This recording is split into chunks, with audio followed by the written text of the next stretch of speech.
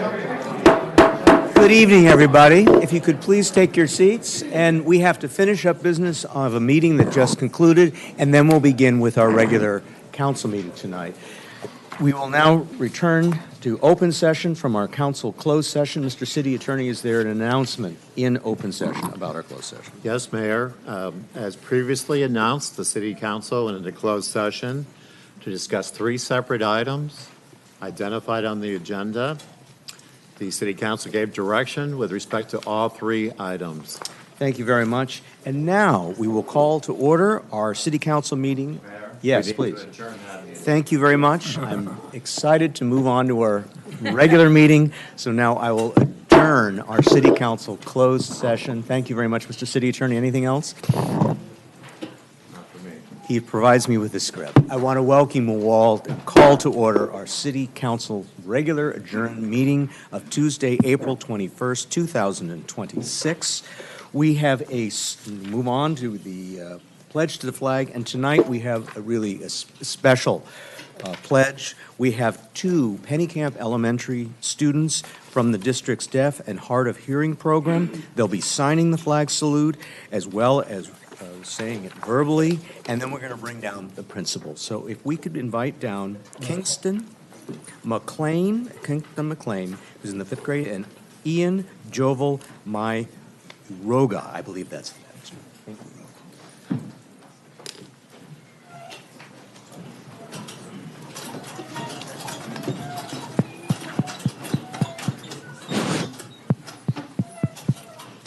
Test. Very good.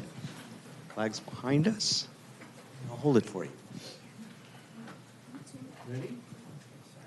I pledge allegiance to the flag of the United States of America and to the republic for which it stands, one nation, under God, indivisible, liberty and justice for all. Thank you. Principal Sharon Wazansky, please come down. Thank you for being here. Can you tell us a little bit about the students and about the program? Absolutely, yes. You know, all throughout MBOC, you will find the DHH Deaf and Hard of Hearing program dotted through our campuses. There's one at the preschool, one at Pennycamp, middle school, and high school. And we always have the elementaries come with 5th graders to do the flag salute at a city council meeting. And shockingly, Ian and Kingston are 5th graders this year. So Ian has been at Pennycamp since kindergarten, and Kingston, I think you came in 3rd grade. So known these guys for a while and happy they're joining me tonight. And if I could just say a few things, I will start with Kingston to my right here. Kingston is a light at Pennycamp. He is warm, affectionate, polite, and one of everyone's favorite people to chat with. Kingston is a self-advocate and always offers to help and cares about others. Our deaf and hard of hearing students at Pennycamp are taught American Sign Language, which Kingston has impressively grasped. He is a model to others who are also learning how to sign and always helps, especially me, translate for others who have less verbal language. We are thrilled Kingston will be promoting to MBMS next year. He leaves an indelible impression on the Pennycamp community and will forever be remembered. That's for my Kingston.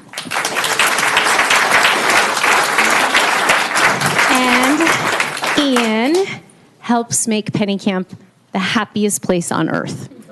He is constantly smiling, always engages others by asking questions, and tries his best to excel in school. Pennycamp right now, if you didn't know, is crazy about pickleball. And I have to give a shout out to our generous PTA and our assistants from MBOSD, Maintenance and Operations. But why I bring this up is Ian has recently taken to the sport of pickleball. So you will see him on our campus, and there are some modifications, but he is enjoying it so much, and it's so much fun to see at recess.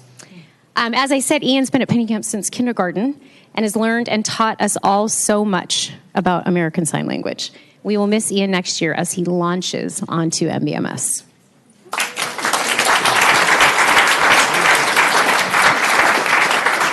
Thank you both so much for being part of our ceremony here tonight. We're so appreciative that you're here. We have a little something for you, and then we're going to want to get a picture, if we can, with you. So first, for Kingston, I have a city certificate. And for Ian, I have a certificate for you too. And then we also have, wait for it, a city pin. This is a city pin. And I have one for your principal as well.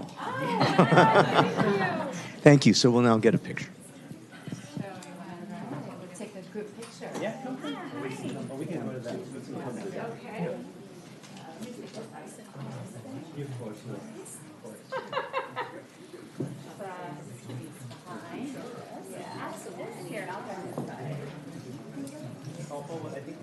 Are we over here? Okay.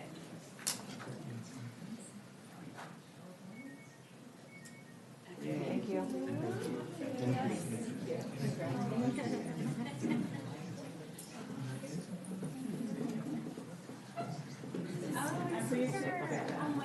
Cool.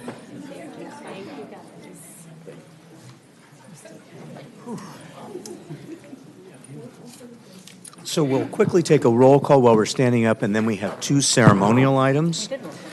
Yes, First, Mr. Mayor. can we have a roll call? Councilmember Tarnay? Here. Councilmember Charelian? Here. Councilmember Haworth? Here. Mayor Pro Tem Franklin? Here. Mayor Lesser? Here.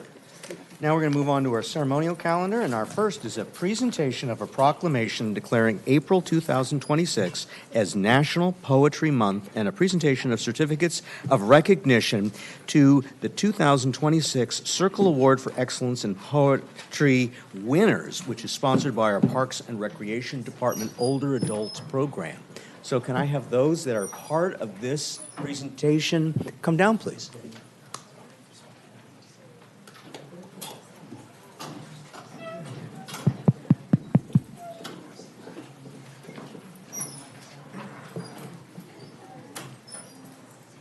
Hi.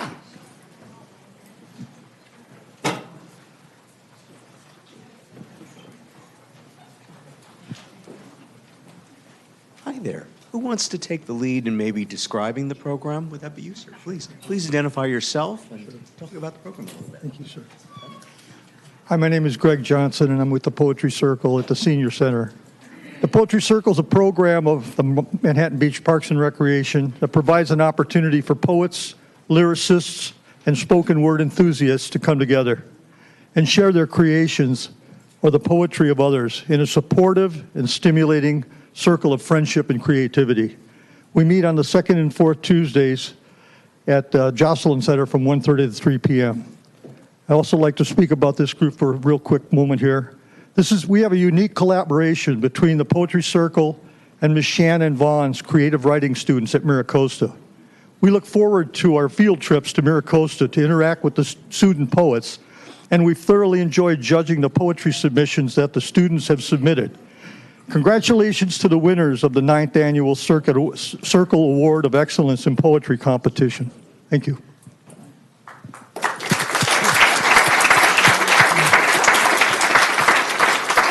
Thank you so much. I think many of us on council are particularly thrilled to see this group here because the whole idea of intergenerational programs with older adults working with high school students is really just a wonderful thing for communities and also the experience on both sides. So maybe what I'll do if I could is I'll go down the row and we receive copies of your poems and a book in advance. Maybe just say who you are, what grade you're in, and the name of your poem. Hello, I am Nika Tabrizi. I am a senior at Miracosta, and my poem's name was Somewhere in Between. Hi, my name is Riley Jolls. I'm a sophomore at Miracosta, and my poem's name was Nightmares of Suicide. Hi, my name is Nina Modugno. I'm a junior at Miracosta, and my poem's name was Lilliputian Pollution. Hi, my name is Lily Crook. I'm a junior at Miracosta, and my poem was called Spider's Vow. Hi, I'm Eve Prodromides. I'm a junior at Miracosta, and my poem was called Dear Big Sister. Thank you. And do you want to introduce yourself, please? My name is Jean Reese. I'm one of the judges for the poem for the winners. So I brought 3 copies. And one more time, if anybody watching this tonight is interested in joining this group, can you repeat again where and how one can join it? I'm sorry, Mayor. What are we trying to do again? If anybody would like to join the poetry circuit for future competitions, how can they do that? Well, for the future competitions, that would be through the high school with Ms. Shannon. But for the poetry circle, like we said, it meets on the second and fourth Tuesday of the month at 1:30 to 3 over at the senior center. Thank you. Now we're going to hand out some certificates, and if you hold on just a moment, we'll get a picture too.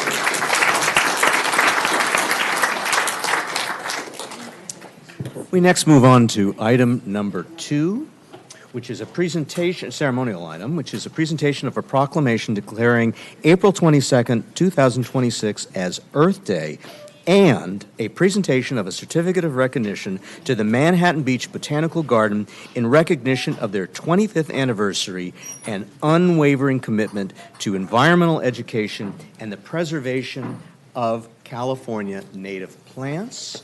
Let me see if I have my cheat sheet. Gretchen, please come on down. Of course, there we go. Gretchen and Charlotte. And I'm bringing some others, too. Fantastic. Oh, my gosh. Got a It's few others. Full crew. Yeah. Great to see you. So, Gretchen, why don't you identify yourself and your fellow board members and fellow founders? It's great to see you all. And just tell a little bit about the story of the Botanical Garden and tell where it is, because I think there are some residents that might not even know that we have a Botanical Garden and where it is. You want me to hold the mic? Sure. No, I think I can probably manage. Thank you. Thank you. Well, with me, oh, good, it's here too. Okay, so this surprises me. It's been 25 years. How could it possibly have been that long? But here we are. So Charlotte Marshall, Martha Andriani, Paula Van Adelsberg, Mike Garcia, Terry Bavaro. Many of these people have been involved for most of that time, if not all of that time. So we have been in Pollywog Park with our, I see other familiar faces. There are other people in the audience here today who've been involved with the garden. So I've seen at least 2 others. So for over 30 years, these volunteers and a whole bunch of other volunteers have been working together to provide a garden that demonstrates sustainability, attracts wildlife, and provides a demonstration of California native plants that you might like to use in your own garden. So our garden's in Pollywog Park along Peck Avenue. Small, 2/3 of an acre. But if you get there, you'll see it's very special. Our habitat right now, I was there last night with the Leadership Manhattan Beach class, and we saw, lizards and bees and, lots of different kinds of birds, and you don't see butterflies at night, but in the daytime we see that. And we have nesting bluebirds right now. So we've got a bluebird box that will have. They performed beautifully last night. Mom and Dad were feeding the babies, and the babies were all chirping, and it was like totally wonderful. So I invite you can hear the people who have been involved in the garden in the past. It was pretty cool. So aside from the individuals who come through the garden on their own, this week, I already said about Leadership Manhattan Beach. In a couple weeks, we'll have the kindergartners from Meadows will come. This year, we were listed as a must-see garden by the membership of the California Native Plants Society and listed in their journal as a top 10 garden in California. That was pretty cool. And then I also this year gave a tour to members, a behind-the-scenes tour, to some members of the American Horticultural Society as well. So we're there every Friday morning gardening, and you're welcome to join us. Everyone we would love to have you join us. We're there 9:30 to 11:30 every Friday. And that's when most of the things happen that happen at our garden. This week we'll have some guests, occasionally we have groups that come, arrange ahead of time. So we have a local restaurant is having their staff come as a bonding experience. We also monthly have adults with special needs who come with their counselors from 3 different agencies to come and work in the garden. When we first presented this idea for this garden, it was 30 years ago, over 30 years ago. And at that first meeting, Chevron approached us about donating. And Chevron has donated to our garden every year for this entire time. So over 30 years, they have been donating to us. All of our financial support comes from donations from organizations like Chevron, and of course by members and friends from the community who support us. So all of our funding is donation. Since COVID, Enviroscape, this is Mike from Enviroscape, has been donating one of his experienced landscapers every week to come do some of the work that some of us can't do anymore that we could do 30 years ago. So he sends the muscle. We would not exist without the donation of all of both this help, the volunteers that show up, and the donations that keep us going. Come down to the garden. It's beautiful right now. The California poppies are in bloom, other native wildflowers. We have many native sages that are just gorgeous. And when I was there last night, the Matilaha poppies were a couple of those had just started. And these are the ones that look like fried eggs. The flowers are this big, white with a bright yellow center. Super spectacular. And Terry's. They came from his yard. Well, we can have that conversation later. More than 25 years ago. So thank you to everyone who supported our efforts and to provide this little slice of cultivated nature. Thank you.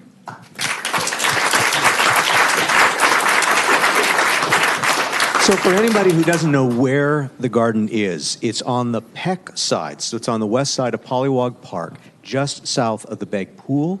It's open, it's free, and as you heard, there's an opportunity to work in the garden with the volunteers Friday mornings. And then we really are fortunate just to have it there. You can walk through it on your own. Thank you to all of you. I mean, this is really a lasting contribution to our community. On behalf of the city, first, I get to present to you the Earth Day Proclamation. This is National Poetry Month. I could give that to you, but it would be the poetry of plants. So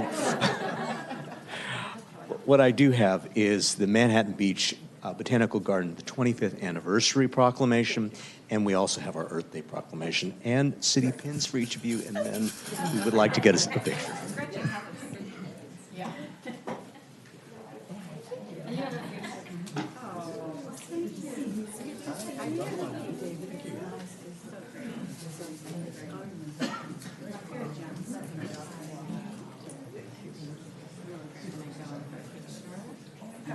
Oh, we're going to take a group picture. We're going to take a group. Thank you. Yeah, we're getting a picture. But some should be done. Great.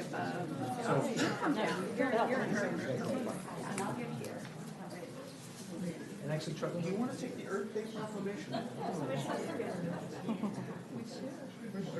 Yes. Am I in between the two of you?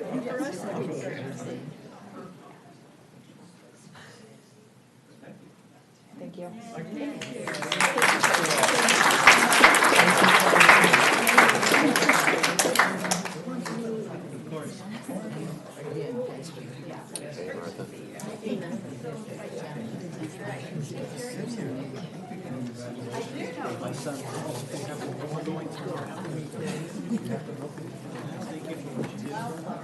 Hey, Terry, just want to say hi. It's been a long time. So good to see you. I'm going to Friday. Oops, sorry. He's got it. Awesome. Love my feet.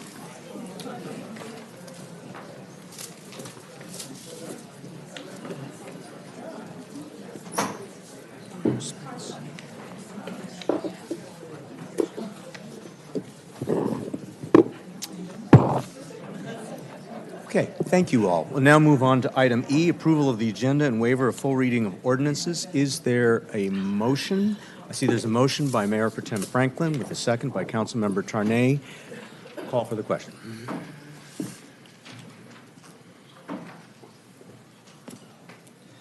Motion passes 5-0. Thank you. We'll now move on to item number F, City Council and Community Organization announcements of upcoming events for 1 minute per person. This is an opportunity for you to describe some upcoming event, and if you'd like for us to bring the microphone to you, just raise your hand and the city clerk staff can bring it to you. Please. Honorable Mayor, Mayor Pro Tem, City Council members, city officials, Brittany, Bobby Bell, WM, Outreach and Educator. We got a couple of free events coming up to the residents and commercial business owners of Manhattan Beach. Our first one's going to be this Saturday. It's going to be our paper shred. It's held at Maricosta High School. It's the first one of the year. Every resident and business owners can bring up to 3 banker boxes full of paper. We don't do CDs. We don't do anything else. It's strictly a paper. It's on a first come, first serve. They say our truck will leave as soon as the truck is full. We've yet to fill a truck, so we're in good shape. Looking forward to seeing everybody out on Saturday. Then talk about coming full circle. On the 2nd, we're having our first composting class of the year, and it is held at the Botanical Gardens, which is great. It's run by Lisa Ryder, who does our green business program. So if you're interested in doing your own backyard composting with worm bins, dry bins, whatever you'd like, come on out, take a class with Lisa. That's all I got. Wishing you guys all God's blessings. Thank you. Do you want to mention what happened Saturday?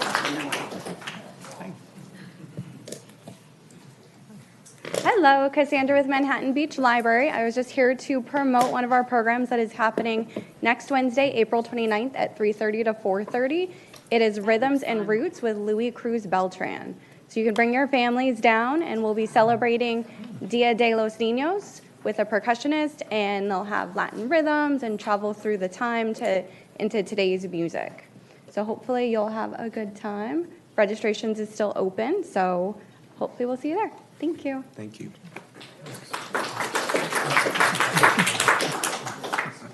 Hello. Good evening. Brittany Coker-Bowen, your Environmental Programs Administrator. While we're getting the slides up, I just first, before my announcement, wanted to thank the community that came out this Saturday for our tree planting event. We had over 100 volunteers that put 8 trees into the ground, and it was really fantastic. So anyone here or listening that was there, thank you for making that event a success. And so that was our first big celebration for Earth Day, Earth Month. But we have more. So this Saturday, we have BioBlitz by the Dunes. We've partnered with the Bay Foundation. This is from 10 a.m. to 12 p.m. It's part of the City Nature Challenge. So the first hour, folks can come out. They can identify nature that they see, whether that's plants, animals, insects, log them on an app called iNaturalist, and that helps us understand our more native local ecosystem. And you can scan the QR code there to RSVP, or on this next slide as well, you can scan the QR code. So we've still got ways for you to participate for the rest of the month.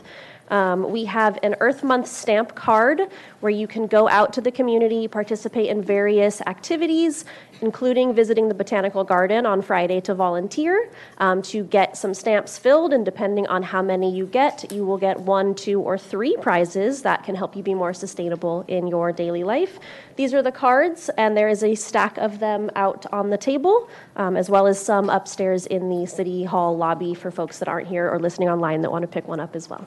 Thank you. Brittany, before you leave the podium, can I have you go back 2 slides back to the tree planting event?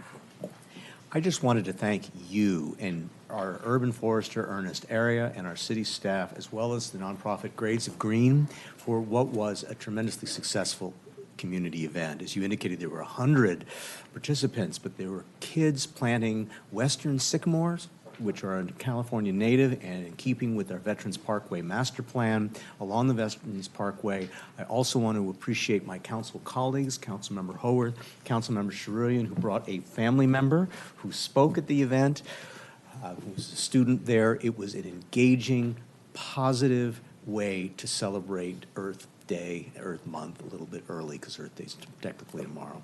Thank you for all of your work, and thank you to Grades of Green. Thank you. Thank you.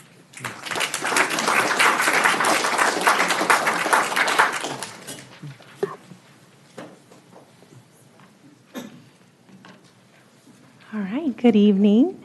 I'm Emmy Rose Hanna, Financial Services Manager with our City Finance Department, and I'm pleased to invite the community to our first ever Business License Tax Forum, which is taking place this upcoming Thursday, April 23rd at approximately 12 p.m. in this very council chambers. So just a little bit of background on the forum. It's hosted by our city along with our Manhattan Beach Chamber of Commerce. And we encourage businesses to join us for this informative community meeting to learn about the city's business license modernization plan, along with potential changes to the city's business license tax code. This forum will include a presentation on the city's existing tax structure, which has remained relatively unchanged over the last 50 years. It'll also explore tax alternatives to our business license that aim to clarify, simplify, and modernize the tax code, enhance fairness and equity, and maintain fiscal sustainability for the city. Again, all businesses and community members are welcome to participate either in person in council chambers or via Zoom, which will be held this Thursday, April 23rd at 12 p.m. And for additional information on this event, please refer to the flyer displayed on the slide ahead, and feel free to visit our website for future updates. And we also have copies of the flyer out at the table in front of council chambers. Thank you again, and we look forward to seeing you there. Great, thank you. Thank you. Any other members of the public care to make a community announcement of 1 minute in chambers? Seeing none, Patty, is anybody on Zoom that would care to make an announcement? No requests on Zoom. All right. In which case, colleagues, does anyone on council have an announcement? I have one, and that is my final Coffee with the Mayor event, where I have an opportunity to meet with members of the public to talk about issues of policy or specific issues that residents or businesses might have with the community. My final event will be on Friday, May 1st at 9 a.m. at Metlocks Plaza. Please come, bring a beverage of your choice. Usually it's coffee, but sometimes it's not. And let's talk. Let's talk for at least an hour, and we can follow up thereafter. But members of the public are welcome to these events. They've been well received. If no further community announcements, we will now move on to public comments. This is an opportunity for members of the public to speak on items within the jurisdiction of the city for up to 3 minutes. Let me just confirm, how many members of the public are here to speak tonight? If you can just raise your hand. Okay. This is an opportunity to speak on an item within the subject matter of the city for up to 3 minutes. And if you'd like for a microphone to be brought to you in your seat, just raise your hand and then a member of the city clerk's team will speak. Please. Well, good evening, Mayor Lesser and members of the City Council. Rachel Johnson, your police chief, just providing you with a quarterly update on our traffic citation data. On the first quarter of 2026, our officers made approximately 945 traffic enforcement contacts that resulted in citations, written warnings, or administrative citations. This is inclusive of bicycle citations, but it does not represent the entirety of our enforcement contacts, as some enforcement contacts, the violator is released with a verbal warning only, and so there's no documentation. We had, in this quarter, 35 bicycle and e-bicycle related contacts, which is a little less than 4% of our overall enforcement activity for this quarter. In terms of trends, the majority of the bicycle and e-bike related enforcement is tied to safety related violations, including violations of the urgency ordinance related to bicycle safety, helmet law violations, and stop sign compliance. For general traffic enforcement, the most common violations we're seeing include red light violations, stop sign violations, unsafe speed violations, and cell phone use while driving. These are all behaviors that are tied directly to collision risk and roadway safety. And at this point, we're not seeing any significant trends in any direction, but we continue to monitor where these violations are occurring and the types of violations that we're encountering. If you have any concerns in your neighborhood or area and you would like some special attention, if you go to the police department's portion of the website, the city's website, you can contact your area traffic officer there. And you click on your area, it'll send an email to your traffic officer, and you can apprise that traffic officer of your traffic concerns, and they will get back to you, and we will provide enforcement. And that concludes my remarks. Thank you, Chief Johnson. Thank you. Next speaker. Hi, my name is Tom Thorpe, and 8 years ago, I got involved with replacing the Scout House. I spent significant time and money to that end. Never did I think it would take 10 years to get it built. I would love to see the resultant Scout House, or whatever it's called. So please get it built. Thank you. Thank you, sir.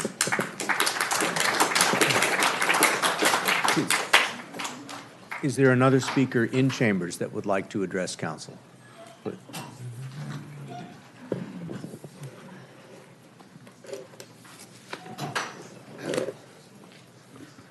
Michael Zislis, downtown business owner, resident for 20-something years, business owner for 40 years. Hard to believe, I know. I want to talk about Project Pulse real quick. I just want to remind the city that we need parking. So I say that because you have that opportunity at Lot 3 to go subterranean 2 stories and connect to Metlocks, and I think that's the right decision. As far as the bank, what's that project called, the bank one? 400 Manhattan Beach 400 Boulevard Manhattan. is the property, and then Project Pulse is the And I think that one should be kept as current parking, maybe half for business owners and half for metered parking, until you get the opportunity to purchase Vaughn's and make us another great place in downtown Manhattan Beach where we can build something a little more spectacular. And also the internet is still 0.5 up and 0.5 down in the chambers, unable to be used. So please, it's been 2 years of no internet in this chambers. If you could fix that for the public, that would be a great service. Thank you. Thank you. I'm going to ask members of the public to refrain from clapping. It's something that for members who might want to come down and speak, they might feel that they might not get applause and they might be reluctant to come down. So it's one of the reasons why we ask that we don't have applause. Thank you. Or booing. No booing either, right? That's correct.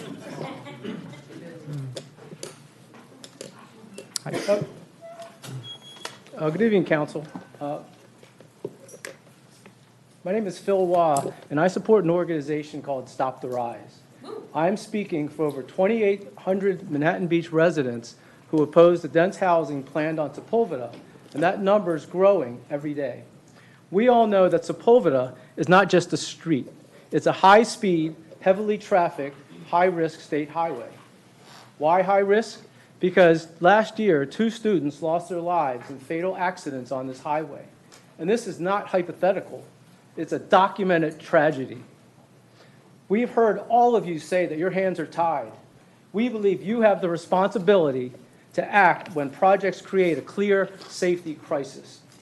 For 2301 Sepulveda, all access points will lead directly onto the highway. Imagine this reality: cars speeding along and then suddenly jamming on their brakes and swerving into other lanes and increasing the risk of accidents. Furthermore, the planned parking is significantly inadequate, which to some sounds like an inconvenience. But no, it's a serious safety matter. Children will be forced to cross this dangerous highway to reach their homes in their parents' cars.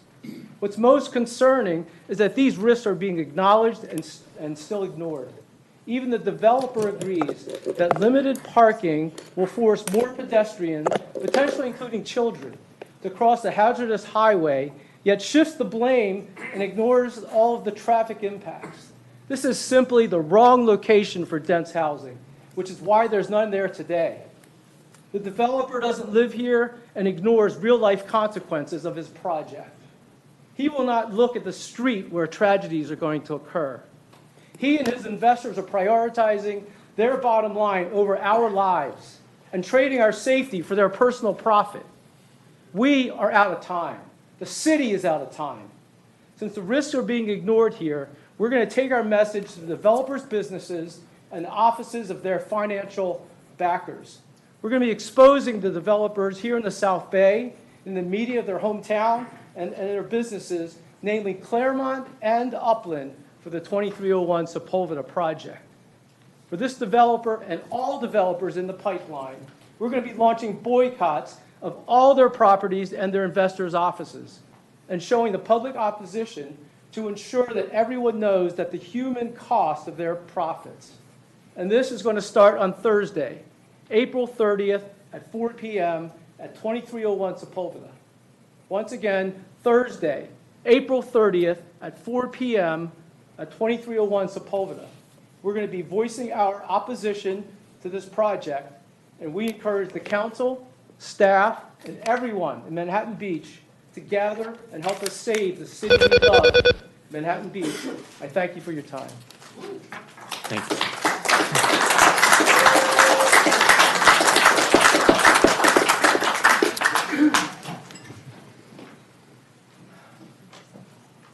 Good evening. My name is William Becker. I live at 2905 Oak Avenue in Manhattan Beach. I'm a 16-year resident of Manhattan Beach and am speaking on behalf of Stop the Rise.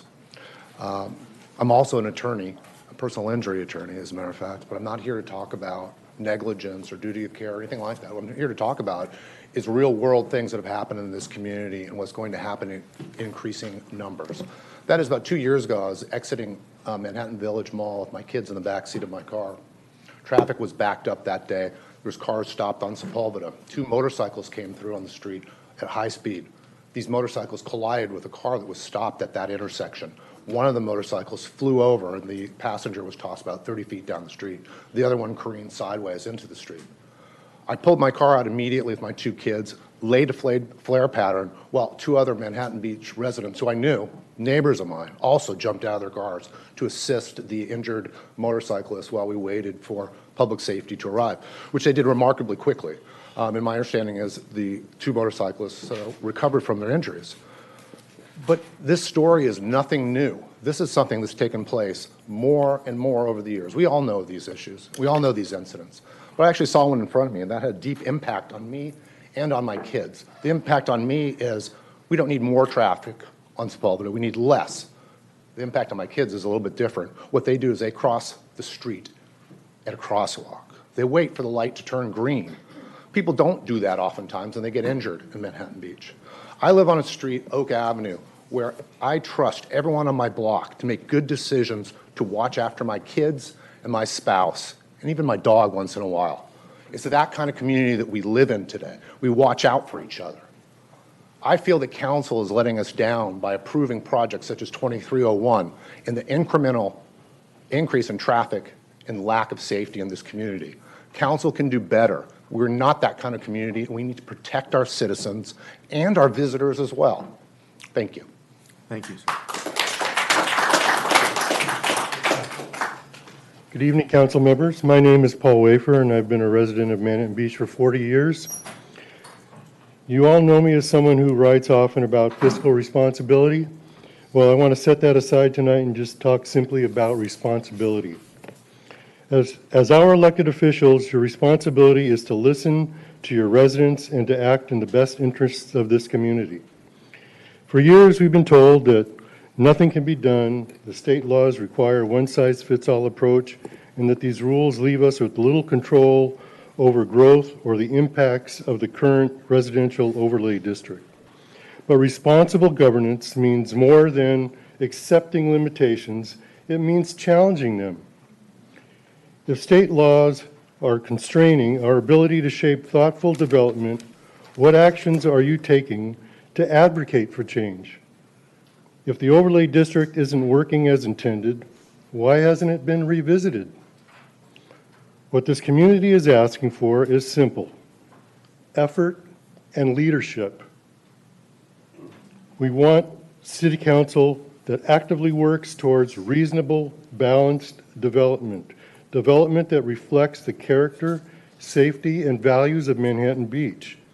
Even if those efforts don't succeed, we want to know that you fought for this community, that you did everything within your power to represent the people who elected you. Thank you.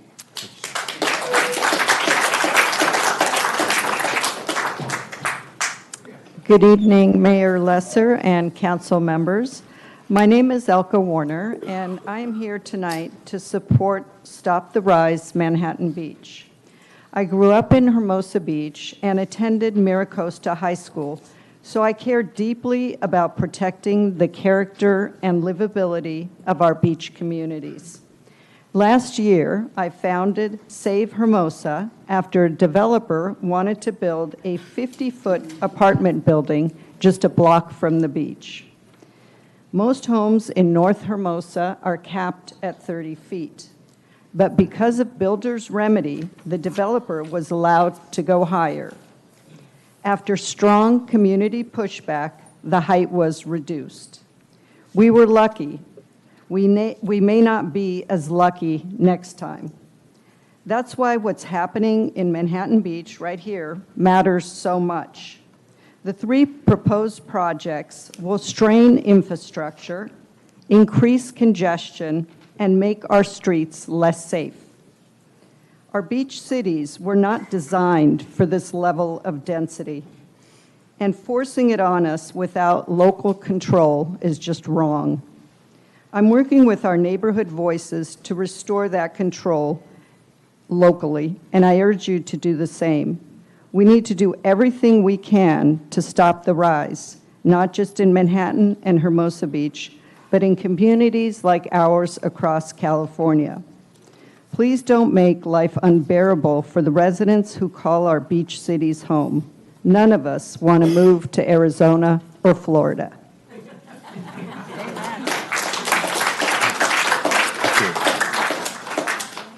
Are there other members of the public, please? So true.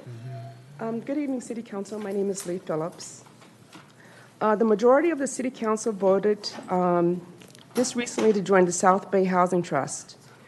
Existing law authorizes the South Bay Regional Housing Trust to fund construction of housing of all types and tenures for the homeless population.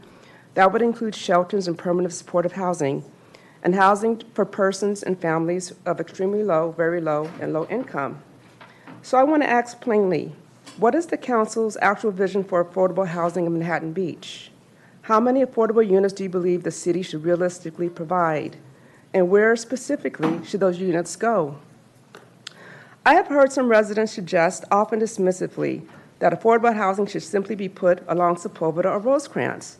But that raises a larger concern about how we are thinking about housing in the city. Today, nearly all planned high-density housing will be concentrated along Rosecrans Avenue and Sepulveda Boulevard. Continuing this pattern effectively confines affordability to a narrow band of the city, separating residents by income rather than integrating them into the broader community. Historically, concentrating low-income housing in limited areas has led to economic and social isolation.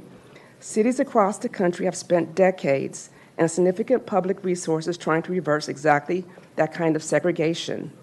If you truly believe there is an affordability challenge in Manhattan Beach, then the solution cannot be to push it to the margins and concentrate it in already impacted corridors. That approach doesn't solve the problem, it reinforces it. So the question is, does the city intend to continue concentrating affordable housing in a few areas, or is there a plan to distribute it thoughtfully and equitably across the community?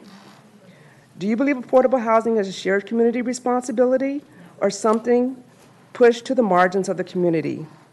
If you believe in affordable housing, then it should be reflective in your values and decisions. Thank you.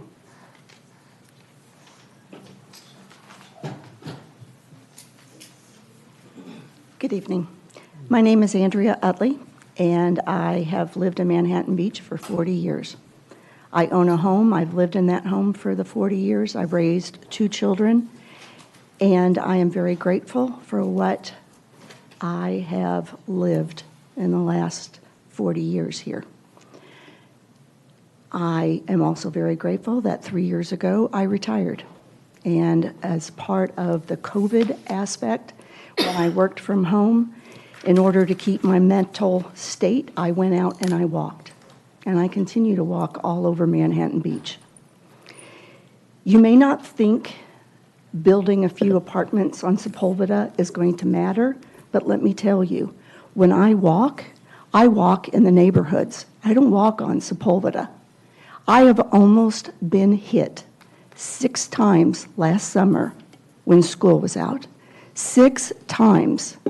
When I was in a crosswalk, when I still had time on my crosswalk, and it was multiple people, multiple places. Meadows, Manhattan Beach Boulevard. I'm in the crosswalk. Someone's making a left. They see the the green light, they want to make the left, and they go. They gun it. But I'm in the crosswalk. I could touch the person. Scared the tar out of him when I went to try to take a picture of his license. He ran up on the sidewalk. So I don't understand, and let me tell you, I can go on 5, 6 more times, but I don't understand if Sepulveda is already backed up in the morning and in the afternoon and in between when school is out. Why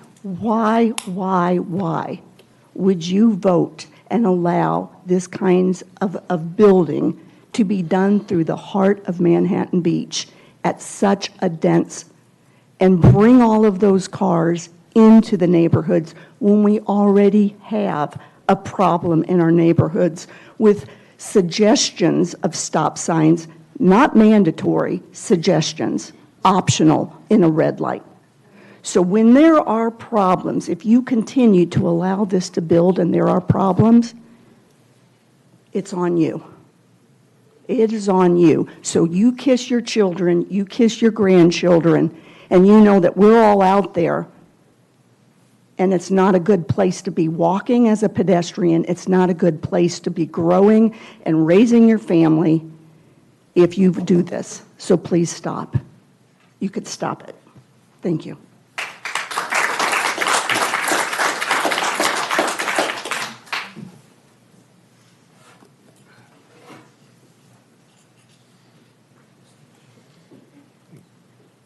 Esteemed Mayor, Mayor Pro Tem Franklin, and esteemed council members. My name is Fred Taylor. I'm a Navy Vietnam veteran and a 50-year resident in Manhattan Beach. I know if you look at me, it's hard to believe that, but it's Our government 250 years ago was founded on 2 key principles. First, to protect our rights, and secondly, to prevent tyranny through limited government. The government which governs best is the local government because it's the government that's closest to the people. Currently, with all due respect, I want to ask a question. What is the council doing to protect our rights to stay a small beach community? And what is the council doing to shelter us from the tyranny of Sacramento and SB 79? What I hear is, quote, there's nothing we can do, unquote. But each of you have been elected to represent the will of the residents. And this is not a political issue. This is a 90-10 issue, or maybe a 95-5 issue. We don't want a 7-story monster with 40 units at 2nd and Sepulveda. Does anybody actually think that dumping 60 cars in the morning and 60 vehicles coming in that corner at night will enhance the safety of our city? How many young coastal lives must be lost before we actually do something? It's the worst corner in our city. Who of you have met with Representative Martucci, who voted against SB 79, and he's with us? Who of you have met with Ben Allen and asked him for an accountability why he did not vote for 79? He didn't vote for it, he didn't vote against it. I call that cowardice. Who of you have met with Huntington Beach council members to learn the pitfalls of their fight with Sacramento and maybe picked up some strategy and some wisdom? How about building a South Bay coalition against SB 79? Have we approached our county supervisor? There's lots and lots to do. So My question is, will you help us? We need it. And it's time to jump into the pool for us. Thank you.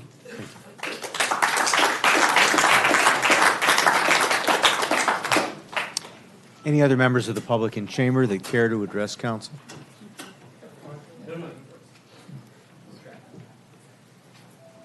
Hi, Ray Joseph. A couple of different comments. One, today normally you don't see people walking along Sepulveda. But if you look at our sidewalks, they're about this wide for 2 people. I was watching a program and it was New York, and you could see 6 people walking side by side in their sidewalks. So when we increase the density, and then now we're going to have people walking on Sepulveda, there's not enough room. Our sidewalks are not wide enough. You could say, okay, in front of the building that they're building, you have to build a bigger sidewalk, but that doesn't stretch across all of Sepulveda. So that's going to be a dangerous situation because the sidewalks literally will not be big enough for people crossing by both directions.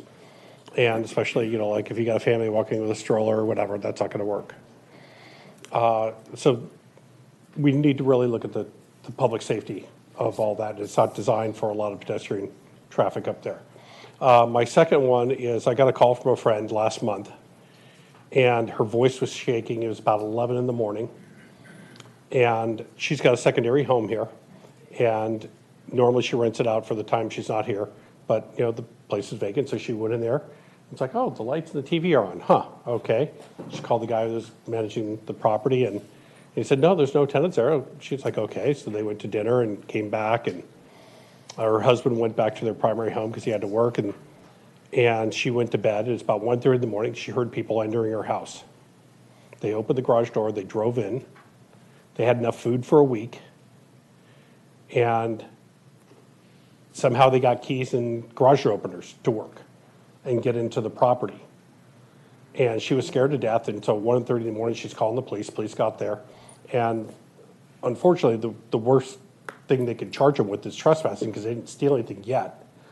But, you know, people need to know of things to do to, you know, like if they've got a secondary home here, or if they're not here that often, which we have a lot of homes like that here, of what to do to protect their property. And I heard that these same people also tried to break into another house and weren't successful on it. And so we need to alert people. I noticed in our crime, you know, our weekly crime blotter, it wasn't reported in there. We need to let people know to do things to their property every so often, rekey them, put cameras, have lights on timer, because these people, they go around, they figure out which houses very quickly are not the ones that are occupied full time. So we need to do things to protect our neighborhoods. Thank you. Thank you.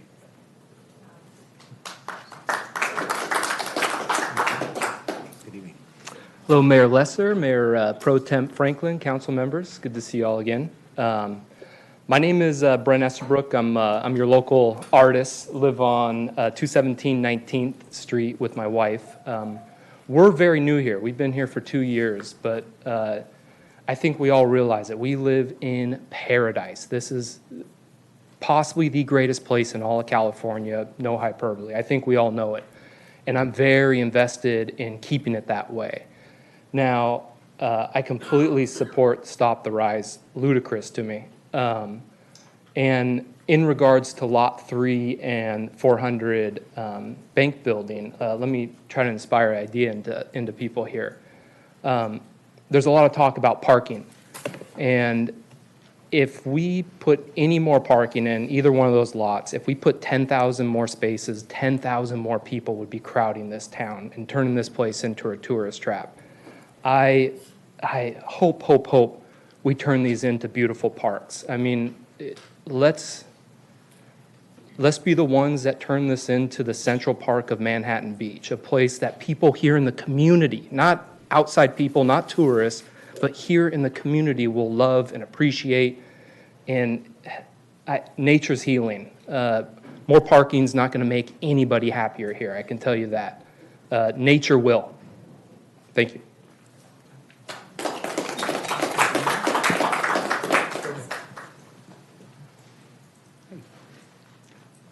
Hi, Mayor Lesser and council people. My name's Chris Prodromides. Live at 3100 Oak Avenue. Been there since 2001. And just hearing about the parking, isn't that great? As a city, we actually can control things like parking and how tall our buildings are and how many parking spots we require for a residency. It's really great that we have control of the environment we want to be in. But unfortunately, the state has taken away our right. Our city ordinances are out of our control because of SB 79. And that's really the issue here. We've got a lot of upset people in this room right now protesting these tall buildings without ample parking under the guise of affordable housing, which if you look at the laws, barely any of that. It's really a ploy for developers to make a lot of money on premium real estate with a little cachet law passed in Sacramento. And the penalty for us not allowing this to happen is they can come in anywhere in the city and build a big skyscraper. So yeah, the city council has very little right and control. So for anybody who's not familiar with SB 79 and the ROD overlay districts that we have here in Manhattan Beach and all through California, and I mean Pasadena, and Beverly Hills, San Diego, it goes on and on and on. This is going on all over the state. And the cities have no rights over it. They fight, they get slapped down even worse. My advice is if you're not familiar, get smart. Get active with your state. Get active with who's making these laws so we can really fight back and take control of our local community so we can have a parking lot where we want it. Thank you.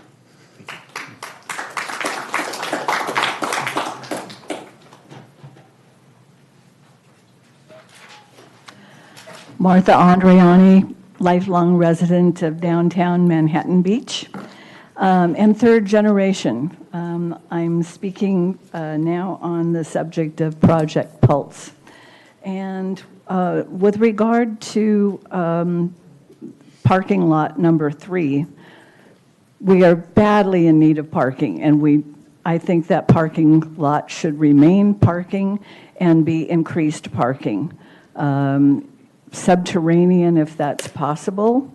It's centrally located in the downtown area, and we need parking for visitors, for beachgoers, for restaurants attending. And when you think about parking in the downtown commercial district, with restaurants opening more and perhaps getting larger, just a table for 4 might require 2 or 3 parking spaces. Also, I think in parking, we've tended to neglect the employees that need to park to service in those restaurants that we attend. Manhattan Beach Boulevard, the former U.S. Bank building, I'd really like to see that be mixed use. And and it's different from parking lot number 3 in that it butts up against residential area. So we need to definitely maximize the height limit for anything that goes there. Pay attention to that there are some residents back there that I think don't have parking spots as well in that location, have no parking, not even garages. But mixed use, including whatever, restaurant, commercial, parking, definitely. And one more thing about parking is that I think we should enforce or attempt to enforce that residents use their garages, if that's possible.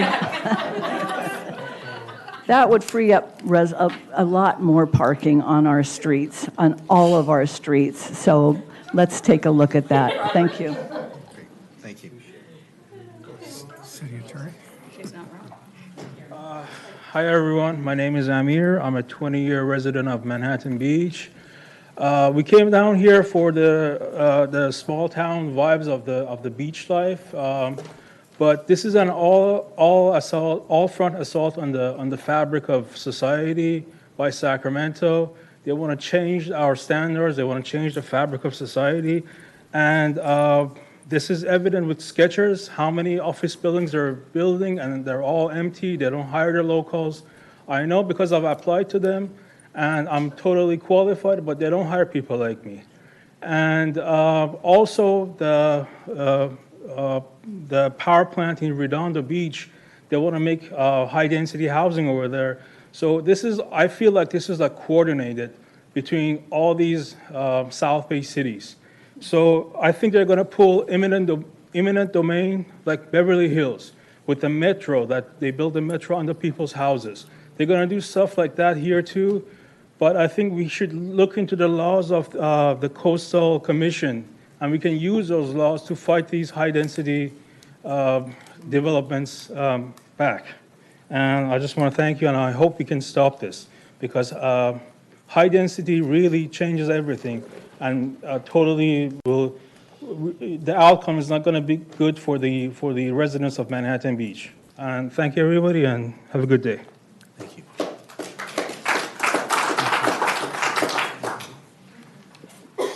Good evening, Honorable Mayor, City Council, City Manager, and of course, Attorney Barrow.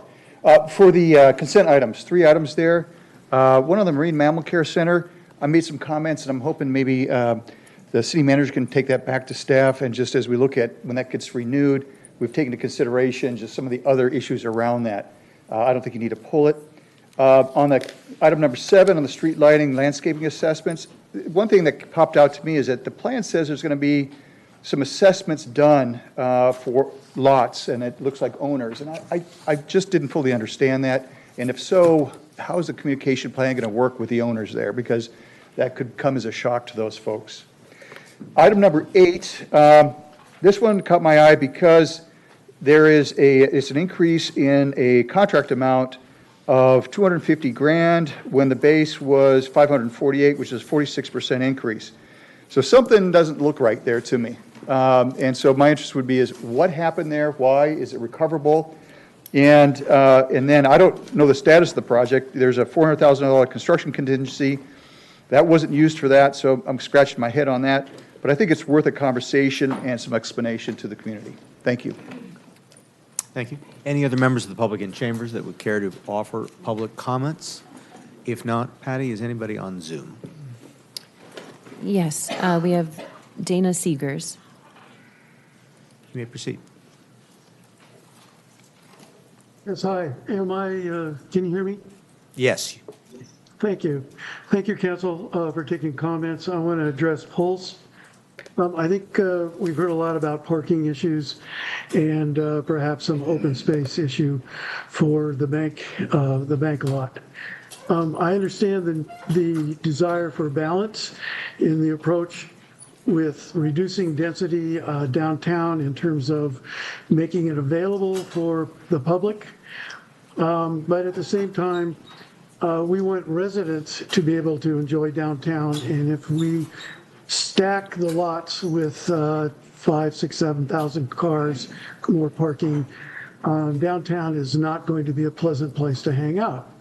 So if we can balance with some parking at Lot 3, with creating some open green space at the bank building, echoing Estabrook's comments about Central Park concept for Manhattan Beach, I think that would be a fantastic idea.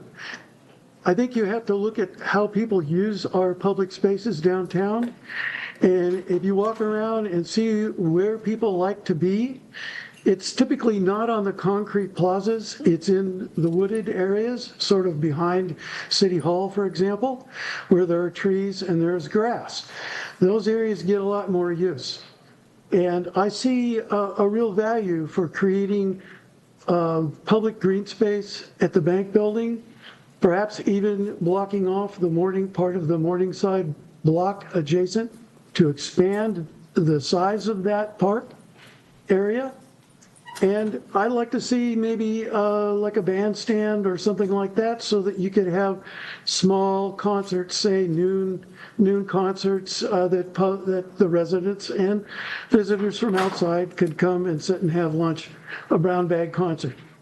I'm a third generation Manhattan Beach homeowner, and I've lived there off and on my entire life.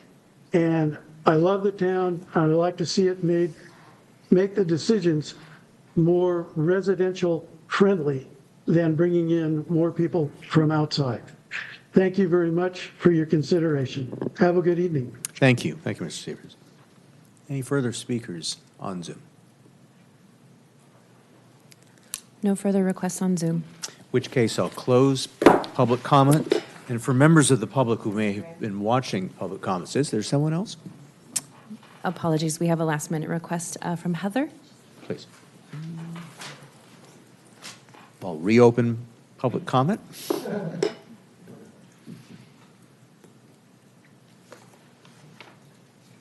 Heather, you're unmuted.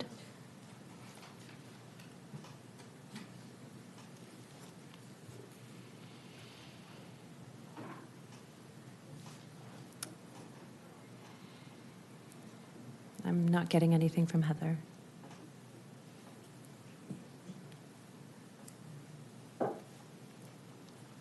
I think she's trying with a different account. Hang on one moment.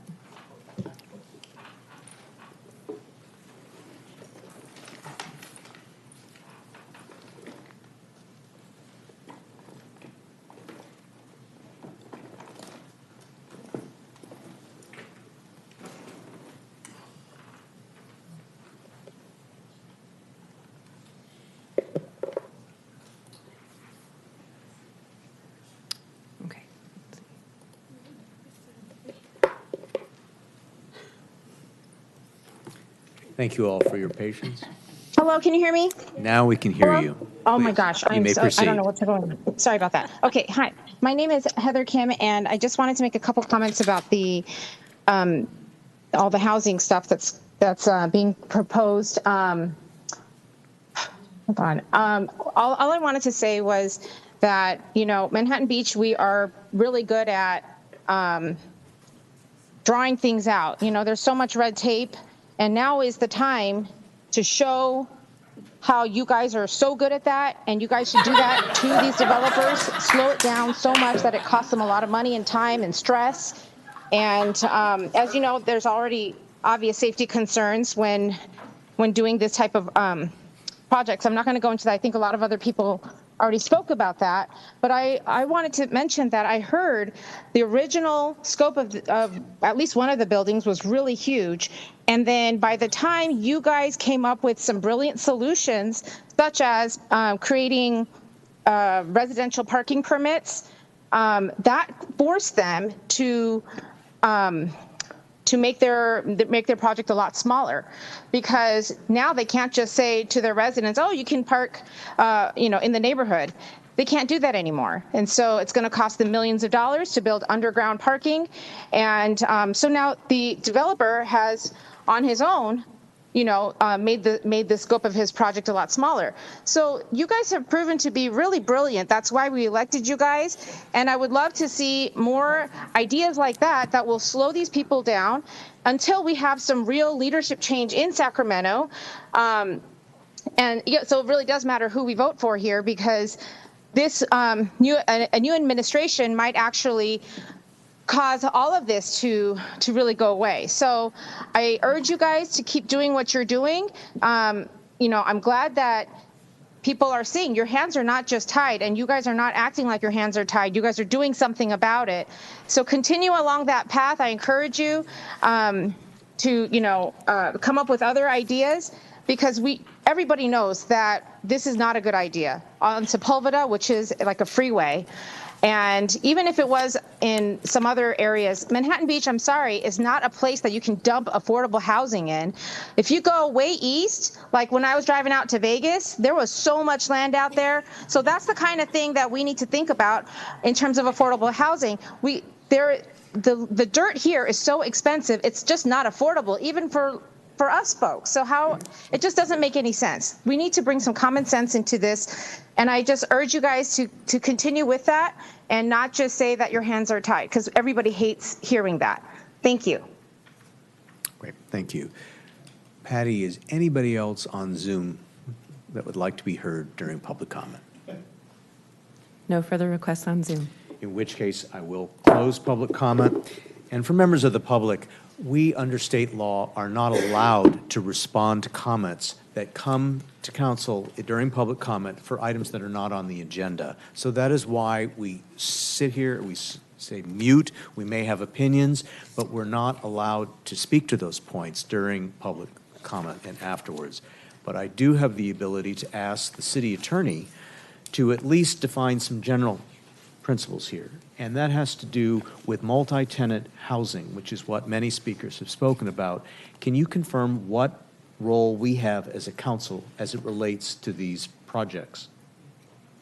Yes, as mentioned by a few of the speakers, basically the state has taken away the local control of cities with respect to housing.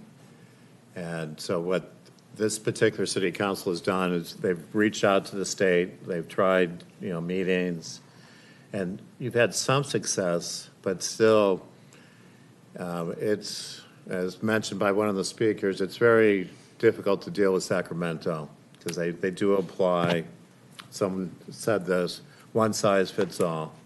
And so all the beach communities are really struggling with this, but it's not just beach communities, Beverly Hills, other cities, that they don't have that local control. Okay. And Madam City Manager, just to confirm for members of the public that would like to know more about this topic, where the city has posted information about. The city has 2 websites available on the community development webpage if you go to planning.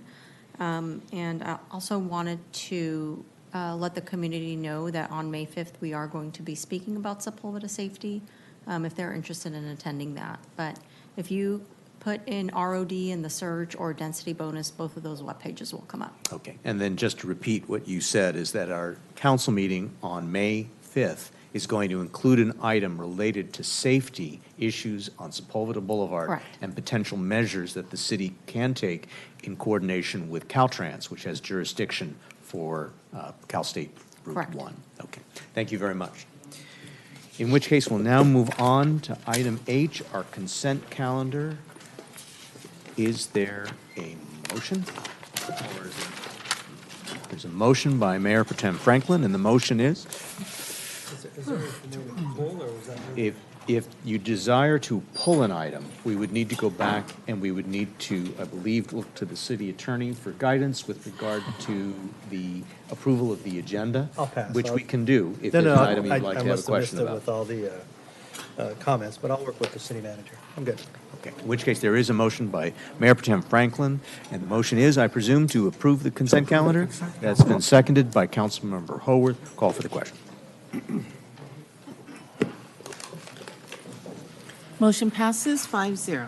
Okay, all ready to keep going? In which case, no items removed from the consent calendar. There are no public hearings tonight. Our first item of general business is item number 9, consideration of a resolution approving a 5-year agreement with Tyler Technologies for software as a service cloud subscription for enterprise resource planning, enterprise permitting and licensing, and auxiliary systems, including a potential contingency for not to exceed amount of $3,400,000. Good evening, Mayor Lesser, members of the council. Miguel Bordado, your IT director. This evening, this presentation for our 5-year SaaS agreement for our ERP will be given by Tatiana Petakova, Senior Management Analyst with the IT department. Thank you. Oh, sorry.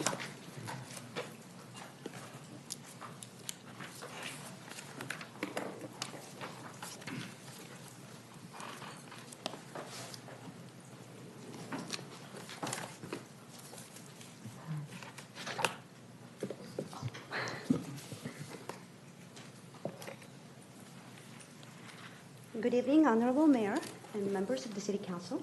My name is Tatiana Rushinova Peltekova, Senior Management Analyst with the Information Technology Department. Tonight, I'll present the 5-year Software as a Service or SaaS agreement with Tyler Technologies for enterprise resource planning, enterprise permitting and licensing, and auxiliary systems. Enterprise resource planning, or ERP, is comprehensive software designed specifically for the public sector. It includes core functions such as financials, payroll, human resources, and revenue. Enterprise Permitting Licensing, or EPL, formerly Energov, is a GIS-centric system designed for local government to automate and centralize permitting, licensing, and code enforcement into one platform. In short, ERP and EPL are critical systems that keep the city running. The currently used enterprise resource planning and enterprise permitting and licensing were selected through a competitive procurement process. And the City Council awarded 5-year contracts to Tyler Technologies on July 17, 2018. The contracts were extended a few times, and licensing adjustments were made, such as the addition of the timekeeping module and PACE training services. The implementation was staggered for better project control and resource allocation. EPL's first phase was completed in January 2020, followed by the second phase in June 2020. Today, the EPL system is fully digital and has no paper processes. ERP was deployed in a similar fashion, with most modules going live between 2021 and 2025. The last module's implementation, Enterprise Asset Management, is currently on hold while we align staff resources. The overall SaaS amount of $3.4 million includes the 5-year agreement amount and a contingency for unexpected additional licensing or services.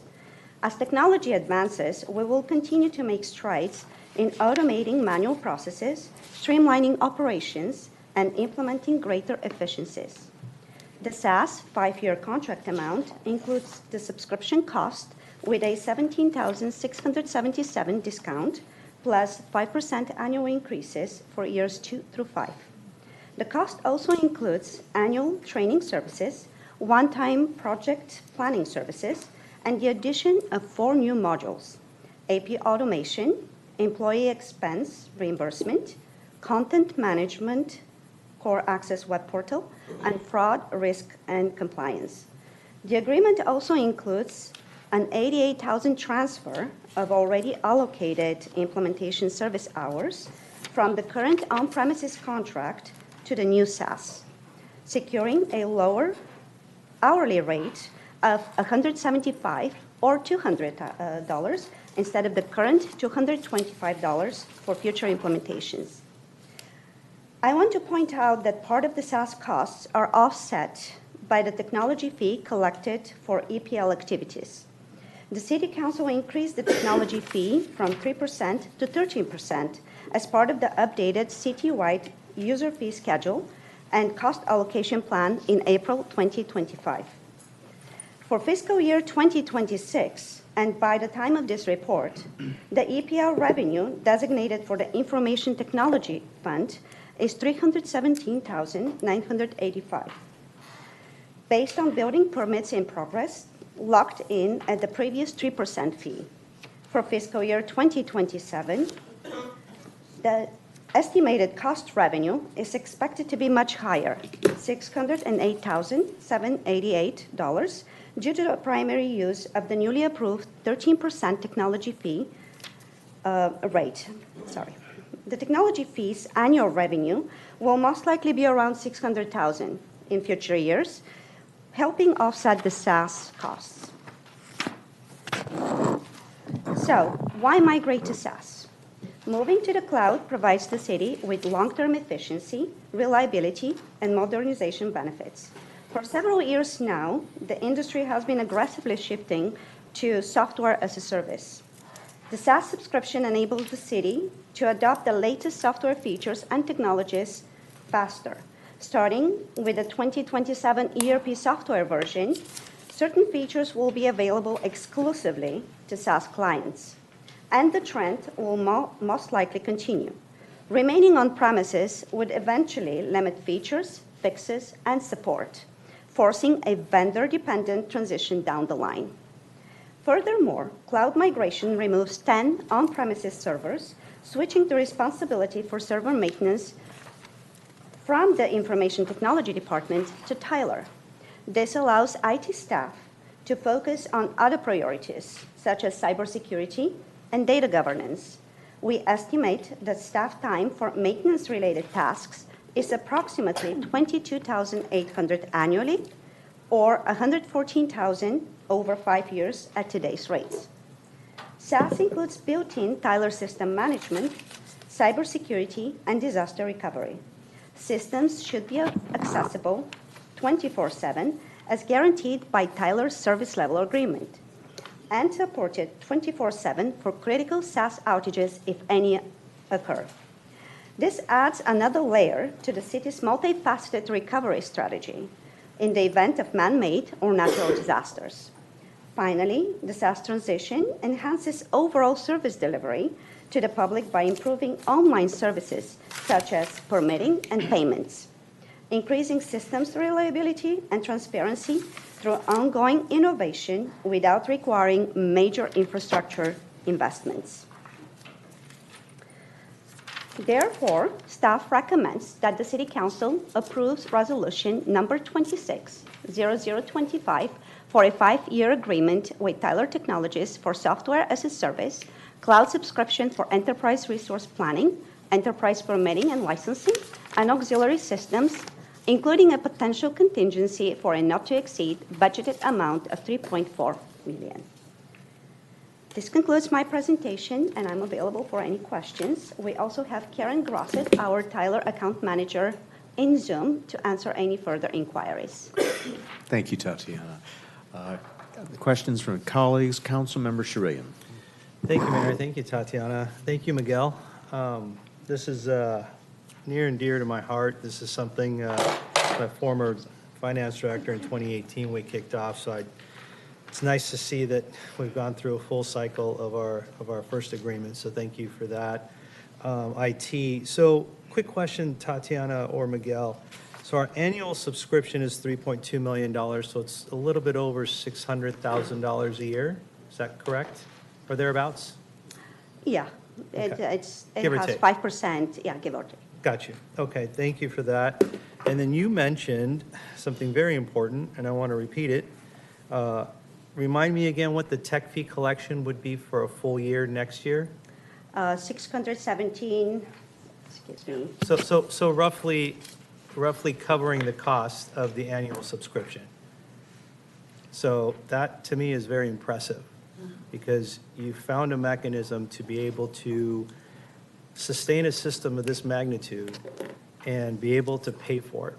I just want to, I know this is question period, and I want to also comment on that, because when we did start this, we did have it at 3%, and it was pre-COVID and all that, and it was a different time, and costs have come up, and you guys were able to adjust with the user fee study to a fee that would cover our costs, and that's very important for longevity and sustainability. It is a partial recovery, though, and I will just give it to you. Yeah, thank you for bringing that up, Councilman Charelian. The fee that is being collected could only be used on the EPL portion of the system. So that equates to about 25% of it. So if we do our math, it's about 25% is what the EPL system is, and that's what those dollars could be used for. But we could also use it for those for the positions that are supporting those roles, right, in that system. So I just wanted to make that clarification. No, I appreciate it. But in general, we have offsets to things that might have been hit to the general fund. 100%, That's yes. important. So thank you. Yeah. Couple other quick questions. I'm looking at slide 3. You have a contingency of $25,000. Correct. I guess is a question for maybe Miguel. Is that enough? You've got a $600,000 annual, $3.3 million 5-year agreement for your subscription. Is a $25,000 contingency enough? Thank you for the question. And we do have a tight work plan, so I want to be judicious with what we can commit to be able to bring forward. And as technology and as Tyler, our provider of the system, is evolving, we will be looking at what we can implement as part of it.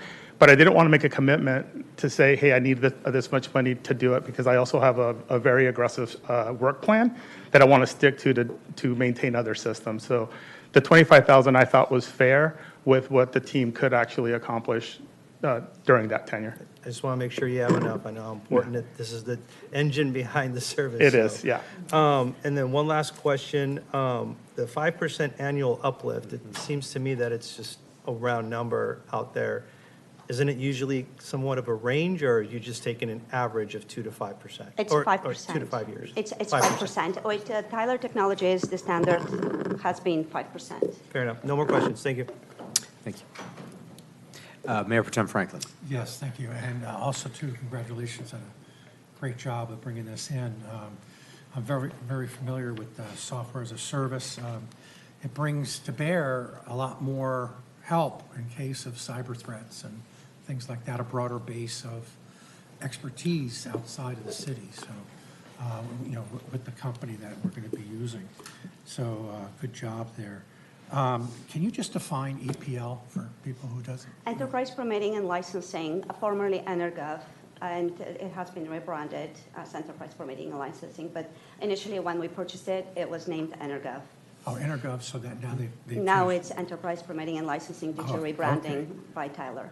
Great. I just wanted to help people understand these acronyms Yeah. and the like. Thank you. I don't know if I heard it correctly, but on slide 4, where you said removing 10 servers and related costs, what was that amount you mentioned? For the Was it $220,000? $22,806 annually. This Okay. is for staff time, and 5-year estimated cost, $114,030 to be Okay, so precise. $114,000 there, okay. Yeah. Now, going back to the 5%, bump, again, I'm familiar with the industry. Do we negotiate this? I mean, Usually, It's the annual uplifts by standard from other vendors are anywhere between 5 to 15%. They could even reach 20, depending on the vendor or what the services are. So with Tyler, it has been very standard, 5% increases, very. And we've got actually Karen on the line, so she may be able to respond to that question. Karen? Can you please address this question? I actually, I understand you what it okay? is. Okay. But I just want to talk, to our staff. I mean, Sure, absolutely. I mean, did we, so I looked up, the CPI hovers around 2.5%. Presumably, it's going to hang around there for the next 5 years. Even just bringing that down to 2% saves another $100,000 over the life, of this contract. So all I'm asking is, did we push back? I mean, We did. We do. We're Yeah. the city of Manhattan Beach. They should be happy We always try to lower that we're on their list, so. Yeah, so I was just going to say that we started negotiations late last year, and so we have been at the table talking to them about what can be done to do a lot. And I think Tatiana brushed over it, but we were able to save $88,000 worth of labor that we would have to pay more money for. And so we negotiated that into the contract to say, hey, if we're going to bring these labor rates over, and there's some cost savings there to the city. There are other discounts. We didn't go into all those details in this presentation, but we did negotiate to the, I'm a taxpayer too in my community, and like I've told you before, I like to leverage as much as I can out of these systems and be as prudent as possible. And so we did try and negotiate as much as we could. And I think we have a fair price compared to what other agencies are paying too. I mean, we are a longtime customer. We are a proven customer. I think we're a customer that's leading with some of the technology and how we're leveraging it. So I think that we can also be a showcase city for them. So we will keep working with them to see it's what we can do in the future. Great, thank you. Great. Thank you. For my questions, I had similar questions to those that were already raised by Councilmember Charelian and Mayor Pro Tem Franklin. But I still am struggling with I recognize software as a service is somewhat of a monopolized business, and so we have limited choice. But are there competitors in this space that we could have considered if we wanted to go out to bid, even though this is entrenched and we've been using with multiple variations? I want to better understand of what leverage we actually have. So to answer your question, yes. But that would actually put the city in a bad position. We're actually, our system is in its infancy stages. We're 5 years in. And there's been a lot of work that has gone into make it what it is right now. To start over would almost be double or triple the cost. I came in from an agency who invested in an ERP system that was Oracle, and we were talking $3 to $4 million just to start, right? So we're barely getting, and that's per year, right? This is $600,000 or $660,000 a year with that 5% uplift. And so while we could have gone out to bid, it would have put us in a really bad position because we would be starting over with all our processes, and then it would negatively impact those residents that we serve every day with permitting, our processes for finance, for timekeeping, all that would have to start over. It's not like you can just migrate it over and you know, it's from a Fuji apple to a Granny Smith. No, it is completely a different vegetable, right? So. Mayor, if I may add to that. City Manager? Yeah. Thank you. I just wanted to add to the last point that Miguel just made, and that's that when you turn over from one software to another, there are challenges outside of financial challenges, because getting your staff to learn the software, there's a major learning curve there. And so in 2020, when we turned over, getting staff to understand the software and all the processes built into that software, that slows down your permitting process because staff is still learning the software. And on the other side of that, you have the same issue with the applicants, because they're also learning a new software. So if you were to continuously change software, you would continuously be in that learning curve phase, which is frustrating and complicated for both the staff and the applicants. Okay. Two more questions, if I could. I just wanted to add that in addition to that, there is a lot of customization that have been done for both systems, and they're integrated with each other. So APL integrates with ERP. If we're to look for another system, we'll have to make sure that those integrations are existing. And you mentioned in your presentation, and it was accented by the other questions, there will be cost savings of our city staff that are part of what's being assumed by the Tyler personnel in terms of responsibility for the software, correct? Correct. Not very much, but yes. So there will be. It's basically repurposing staff's focus on other projects. Like I said, we do have a very aggressive work plan on some of the upgrades that we want to do here at the organization, and this is going to allow us to be able to do that. Well, yeah. And then one question with regard to hardening and security in the event of a major event, say a seismic event. If we were to lose power for days on end, part of the idea of this is the servers would be located elsewhere. Mm-hmm. But how would we get access to that data if the power outage were over a prolonged period of time? I didn't see that addressed in the staff report. Yeah, our connection to them is going to be fully internet. So wherever your device is, as long as it's authenticated to our infrastructure, which is also in the cloud and backed up, you'll hit our cloud system first, and then you would hit their cloud system after that. But great. Yeah. Thank you, and thank you, Tatiana, for your report. Any other council member questions? If not, we'll open this matter up to the public. Actually, it's an item that we're opening up for public comment.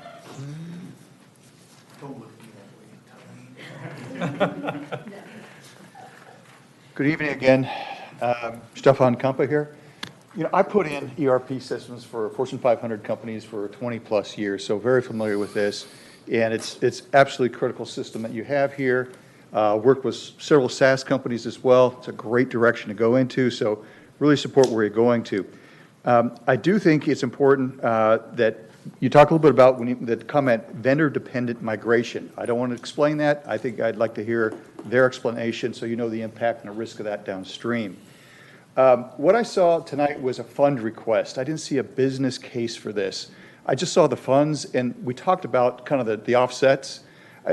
I think in our meetings, I'd like to see more about the benefits and what we see in there, because as a resident, I'm not seeing that in that presentation. It just didn't come clear. We talked to it, but sure would be nice to see in the PowerPoint.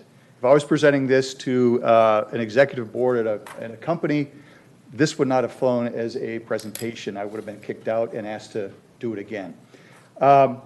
The other item I think would be worth talking about, a comment on the contingency. I think that's a very good one. I think it's way too low. I think you're at risk on that area. Then the other areas that might be worth asking is, do we have the full scope of their solution?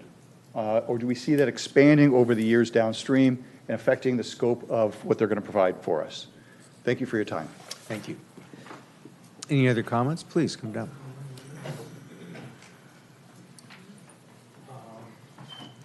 Through my own entrepreneurial ambitions, I've become somewhat a software developer myself.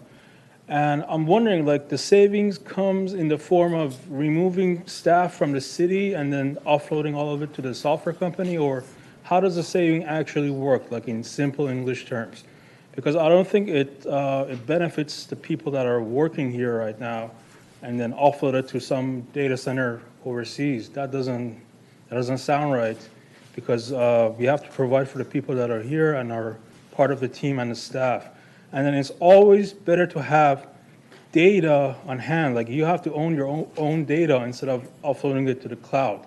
I understand cloud is really beneficial in some terms, but you got to have your own data. You got to own the data, because otherwise they're gonna sell it, and they make a lot of money off of that, and then it's vulnerable to breaches and hacks. So you got to be really you got to be careful of the data, and I think we must have a physical copy of the data on site. Even if it's like offloaded to the cloud, we got to have a server here that houses the data. Thank you. Thank you. Other members of the public in chambers that would care to address this item? Seeing none, Patty, is there anybody on Zoom that would like to address this item? No requests on Zoom. In which case, we'll close public comment. Council. I see that there is a motion by Councilmember Charelian. Do you want to state your motion? Yes, Mayor. Approve resolution number 26-25 for a 5-year agreement with Tyler Technologies for SaaS cloud subscription for enterprise for ERP and EPL and auxiliary systems, including a potential contingency for not to exceed $3.4 million. Right, and I see that motion has been seconded by Councilmember Tarnay. Are there any comments? I think for myself, I will simply state what was mentioned in the report to address some of the questions that were raised by the public, and that was 2 of us on this council did participate in the initial award, and as was mentioned by my colleague, he was formerly on city staff, when we implemented this software as a service. It would be helpful to kind of reiterate and summarize for the public what this critical service to our community provides. It also might be helpful to reiterate, which I think the staff report touches on, is how important it is for the security of our data to have it offsite. Because while there was we don't give up our rights to our own data, but if anything, it is a way to secure our data to make sure in the event of a wide-scale event that our data is available to our city and our city can continue to function. Any other council comments? That will call for the question.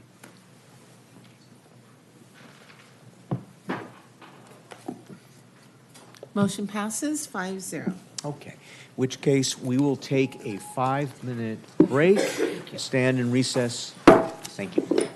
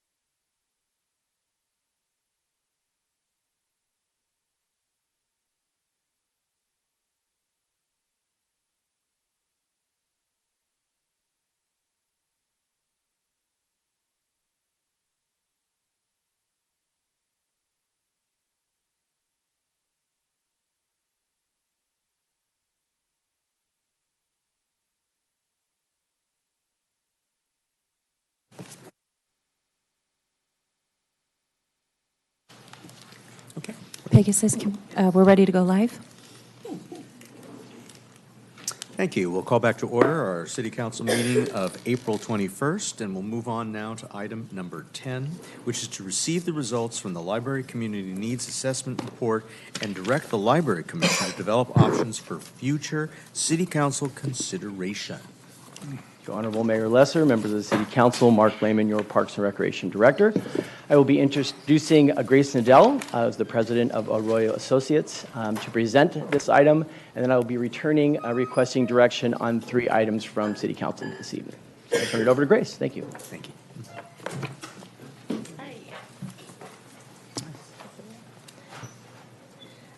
Good evening, Mayor, Mayor Pro Tem, council members, and city officials.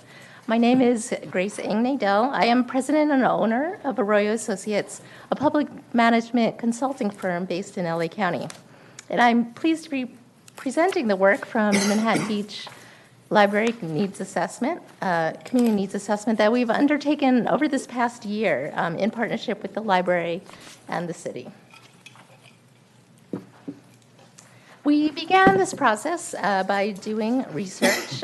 We began conducting 40 interviews with library stakeholders. Started about a year ago, and it included all of you council members, the library staff, several city staff, several of the city's library commissioners, County Supervisor District 2, the Historical Society, and Friends of the Library. We conducted 4 focus groups, and we had one with an older adult group, a teen group, and 2 general focus groups that were open to the public. We benchmarked other libraries that with similar characteristics and communities, and then we also looked at trends from the Manhattan Beach Library over the past 10 years. And then lastly, we conducted a community survey. And so here are some of the key themes that we found from the research. One, the first is that we confirmed that the library is well liked and utilized. There's a lot of support for the Manhattan Beach Library, with people praising its location near the beach and with ocean views and people enjoying coming to and utilizing the library. The library has one of the highest number of service transactions in LA County libraries, and it's only second to Diamond Bar Library on the opposite end of the county.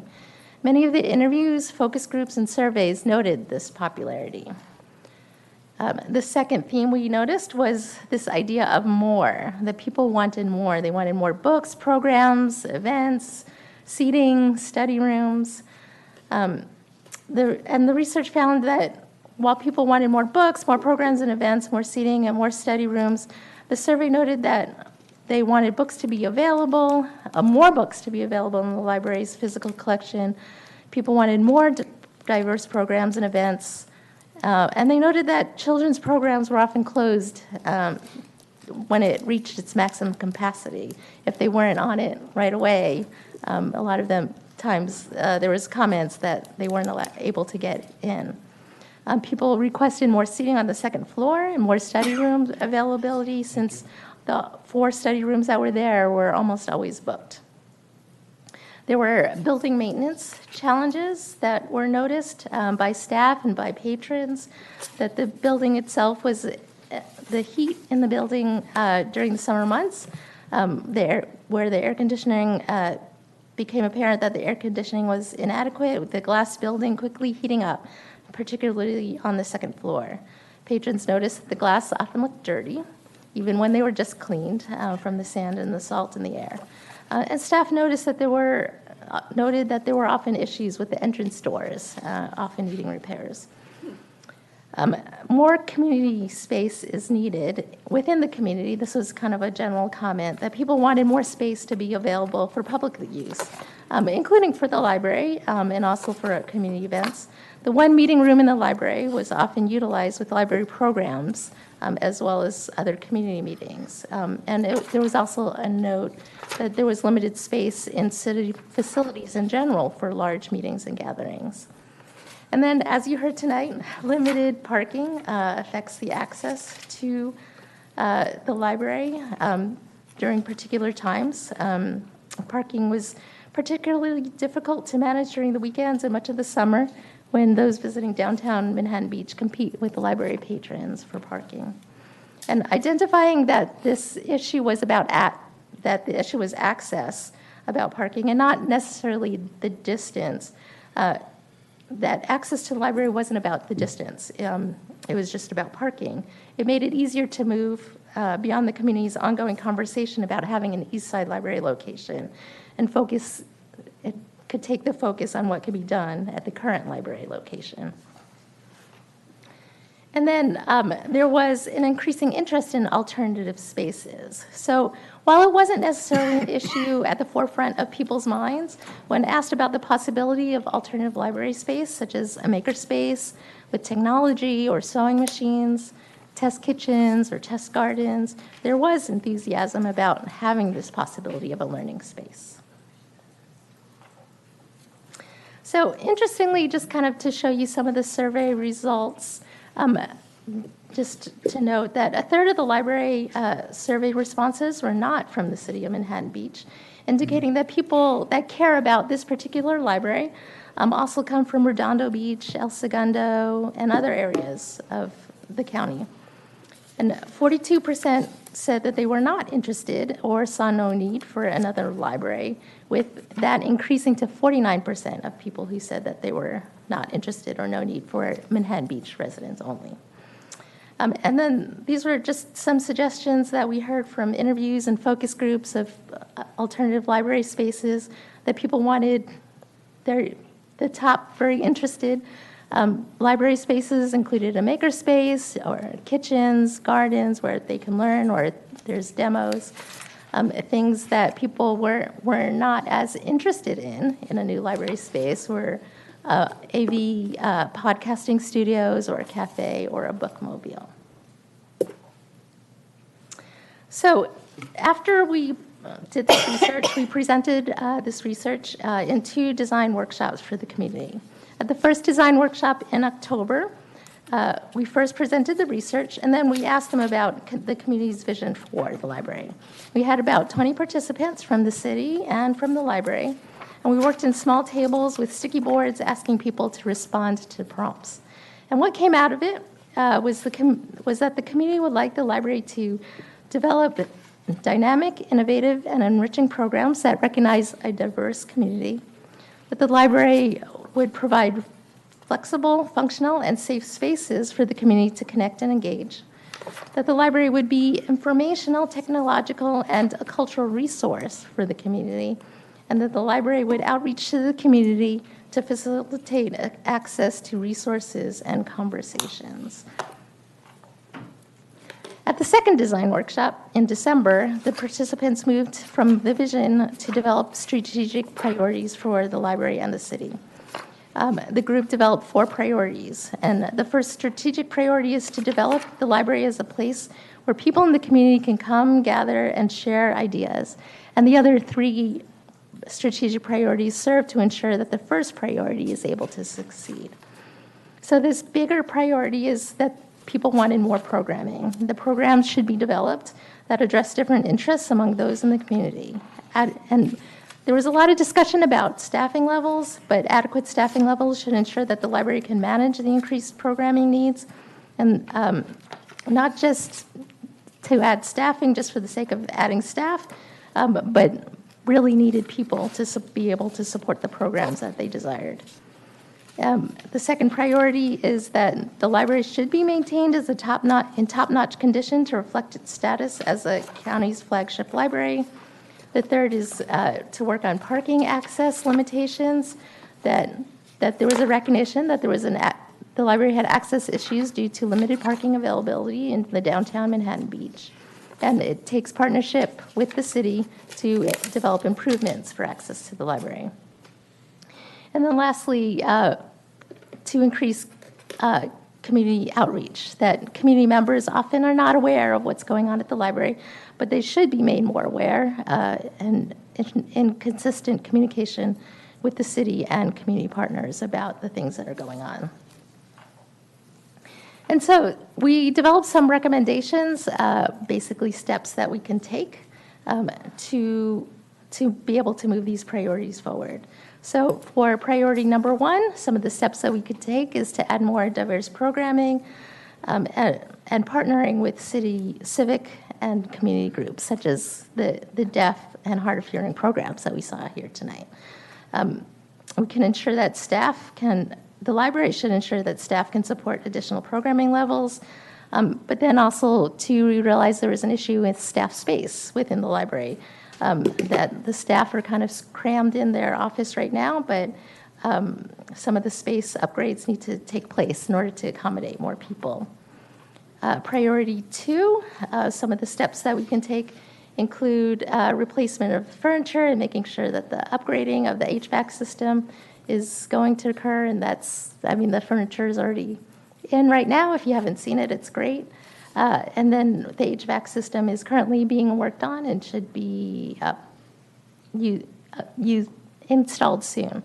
And then one of the biggest potentials for developing the space as a flagship library is to develop the outdoor patio space. And we spent a lot of time in the workshop talking about this, that there's a potential for a multifunctional outdoor space for additional study space, programming, and gatherings, which might include enhanced seating, AV capabilities, and ADA accessibility. And then there's also just possibilities of small redesigns within the current space of the library to make better use, such as kind of thinking about the Manhattan Beach Historical Society's collection that's currently in there, maybe moving it and making it a digital access availability to kind of what's already been digitized by the library. And then also there's a possibility of discussing development of a future joint South Bay alternative library or community space, with perhaps using some of the set-aside funds and perhaps partnership with Hermosa Beach, who also has library set-aside funds, and development of partners of people in the community, such as those in the aerospace industry nearby. And to address parking limitations, you guys have talked about this tonight already. But there is a potential for partnership with the city and the LA County Library over the possible development of a joint use parking structure that's available to library patrons in Manhattan Beach. And discussions have already, as my understanding, discussions have already begun about that.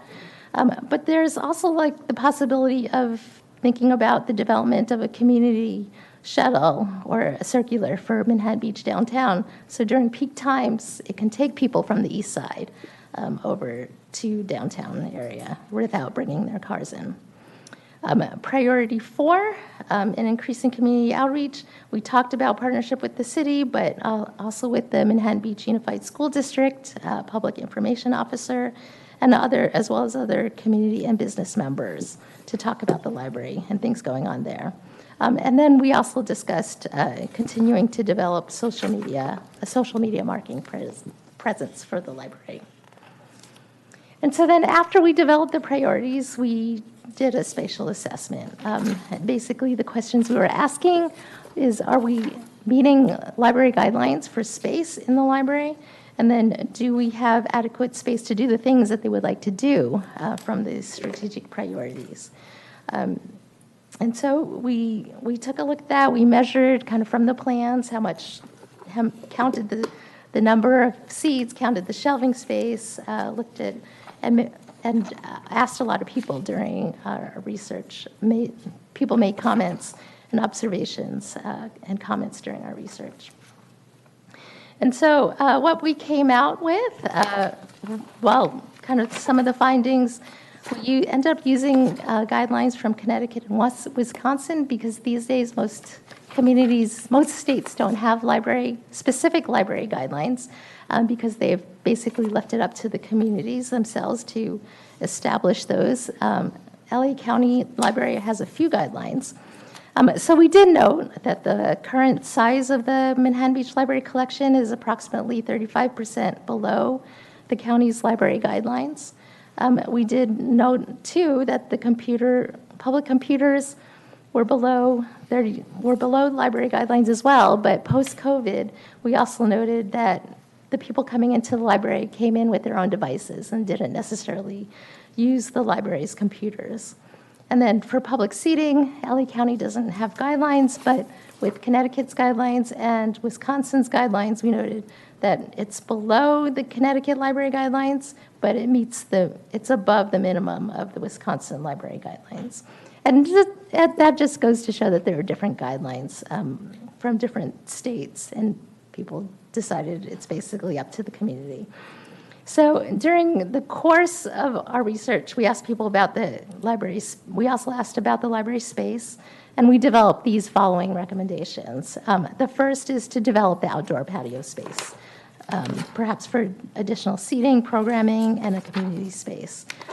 This area presents one of the greatest potential opportunities to develop a great community space that people will utilize. Per the findings, we recommend the library to add more books and materials to the library's collection. Oh, sorry. We looked at the main entry. There's suggestions on the main entry to improve user experience and improve security. Since the public computers aren't being used as much, we can reduce some of that and add extra seating for people to use. People suggested that we brighten the children's area. Several commented about it being dark in the afternoons as opposed to the brightness on the second floor. We suggest that you consider ways to address the outdoor environment's impact on building maintenance, maybe with technology, making sure that the HVAC system is adequate. There's window treatments that you can hopefully put on the windows to make them less susceptible to the sand and salt. Whatever we can do to add additional space for group study, as well as to redesign the workspace on the second floor to create a better working environment. So those are just some of the nitty-gritty details that we noticed about the space that can be improved. But overall, again, we said the greatest potential is this use of the back patio space. There's a plan there of the library with the back space encircled. City Hall is on the top. Highland Avenue is on the left. And here's some pictures of the back space that's currently used. And every once in a while, there are people and things going on out there, but for the most part, this is what it typically looks like day-to-day basis. And there's a lot of potential for it to be used better. And just lastly, here's some examples of library outdoor spaces that can foster community engagement, whether you put seating or an amphitheater or just an outdoor space. I mean, there's lots of things to consider.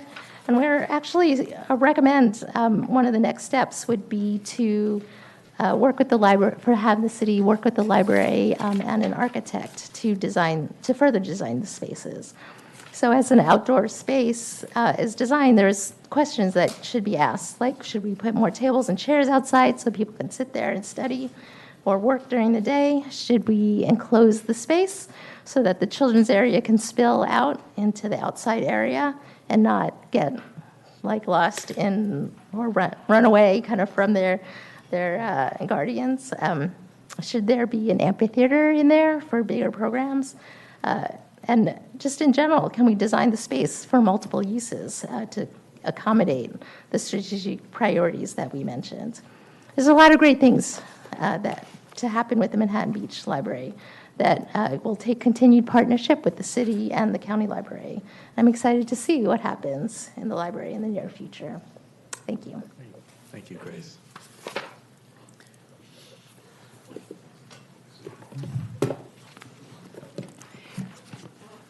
Mark, is that the completion of the staff report, or wait, is there more? So, again, at council's discretion, if you would like kind of a Q&A, again, with Grace regarding the needs assessment, and then I can jump back in just to speak about the 3 requests that we're seeking direction on. Okay. I have some questions first, and I want to thank you, Grace, for your assessment work. You've done other needs assessments for the county library as a whole. I know I'm the Los Angeles County Library Commission, for full disclosure, but I appreciate working with you on this project. Mark, I think for someone tuning into this, they might not quite understand why we're doing this and where our library fits into this. Our library is part of the Los Angeles County Library System. It's owned and operated by Los Angeles County Library, correct? Correct. So who has the final discretion on making decisions? Because the staff report, and you're going to get to in a moment, is to make recommendations to our city library commission to come up with recommendations to come back to our city. But can you describe that relationship a little bit more, and then also touch on the set-aside funds? Absolutely. So, so initially, in terms of process, again, ultimately, the county makes a decision with these funds. These are surplus set-aside funds. That being said, the county librarian, Sky Patrick, meets with City Manager Mirzakani on an ongoing basis, and we have these ongoing discussions, and I know she's extremely receptive to all the recommendations that we're making this evening. Right now, we have a surplus in the set-aside funds, and it's referenced in the staff report. And again, I think we need to talk about this a little bit more, because many members of the public have no idea. And So happy to share some financial information. I would be grateful if you would, because it's important. Absolutely. So the current balance is $14.6 million. Last year, fiscal year 24-25, $6.2 million in revenue, $4.4 million in expenditures, and a $1.8 million surplus. So again, that's why that $14 million is growing exponentially. It's each accruing year. at what amount per year? And I know my colleague can probably do this in his head, but I'm not going to put him on the spot. 1.8. One. And that there is some fluctuations each year, again, based on operation costs and property tax. Okay, because at a certain point, the amount of funds that we have is going to somewhat dictate the usage that we're going to be looking to our city library commission to recommend, correct? Correct. Okay. With regard to the needs assessment process that we just went through, how did we come to that? I mean, our council requested it in coordination with county library, but can you just again explain why we're doing this? Absolutely. So really, two reasons. One, looking at a potential second location for library services. I know that was a community want to look into the possibility or feasibility. And then also, again, with the surplus, what other options, is the community interested in enhancing? Okay. Finally, I see my colleagues have some questions, but the Manhattan Beach Historic Society has significant needs, and we've all received an email which has pictures of just huge challenges for their hardscape. What is the plan, to the extent that we're looking at a needs assessment, to be able to use some of the set-aside funds beyond how we've already used them for digitizing some of their collection, for their hardscape, for their property, for their ongoing needs of capital improvements? Yeah, it's an excellent question, and I did want to make a note, specifically with the Historical Society. So although we're only recommending bringing the storage space item through the Library Commission, there are multiple, ongoing projects. We are continuing to meet with leadership with both Martha Andriani, the president, and Kristen Long, the vice president. We meet monthly. And if I could highlight a few projects that are ongoing that we continually communicate about. We partner with, of course, the Historical Society as well as Public Works, and you've seen some of the internal upgrades. The Public Works Department has done a phenomenal job with flooring, paint, lighting, overall interior upgrades. There's still work to be done, as well as painting the exterior, and of course, I know the roof is part of the CIP. But we meet frequently. That also includes the landscaping. We also meet, the Cultural Arts team also meets with leadership to look at the exhibition space, creating that space, facilitating discussions with the archivists, the board members, reviewing accession donated artifacts. So again, educational versus the permanent collection. This is an interesting and potentially difficult process, and fortunately, we have the experts on that panel to determine, where that should go in the collection. I see there are questions. So I can keep going, I'll stop. But why don't I have you set up then, what is the direction staff is seeking, and then I'll turn it over to colleagues. So staff is seeking direction from the Library Commission to develop options for City Council consideration. Again, these are all conceptual. They would come back with more concrete designs for the outdoor patio space, for the additional parking on Lot 3 site, and then also for the additional storage space for the Manhattan Beach Historical Society. Great. Thank you. Councilmember Haworth. All right. Thank you so much, Mr. Mayor. And this is all very exciting to me. But I do have some questions, and I might have a different approach or thoughts. But so I know that several of us have talked for a long time about some sort of second location on the east side, whether, and hopefully I won't be quoted in the paper, which of course guarantees I will, some sort of satellite little library with, spots for the, climate-controlled historic archival storage, or whether it was somehow incorporating something into the art center. So there is nothing in these opportunities or the recommendations about that second location? And is it just because it's like it's not feasible to build it with that money and there are other needs, or why was it not added on here? I think Grace could probably answer that better than me. So we specifically asked that question in the survey because we knew about this ongoing discussion within the community to see what the desire was for a second location in the library. One of the things that was noted was that it's because it's the access to the parking or to the library because of the lack of parking that made it difficult for East Side residents to actually get to the library. 2 miles away from the downtown library isn't far, but Well, it's wait, just what more. was the question? Was the question, is parking a hindrance? Because if you live on the east side, is parking a hindrance? Or was the question, I would use the library if it was closer to me?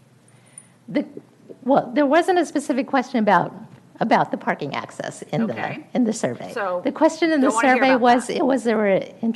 is there an interest in a second library location in or near Manhattan Beach? And is The that, Manhattan Beach Library.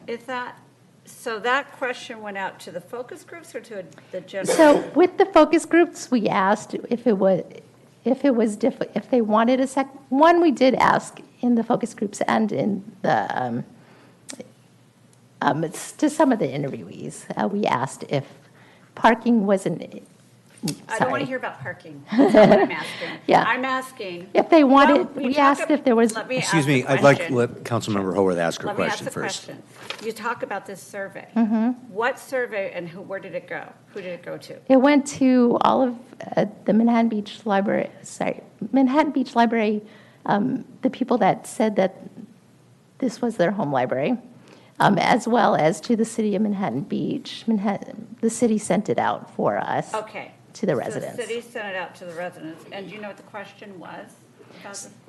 So, go back to this slide. Sorry, I know there's a lot, you have so much information. Sure. And I appreciate it. I'm sorry that I No, it's cut okay. you off there.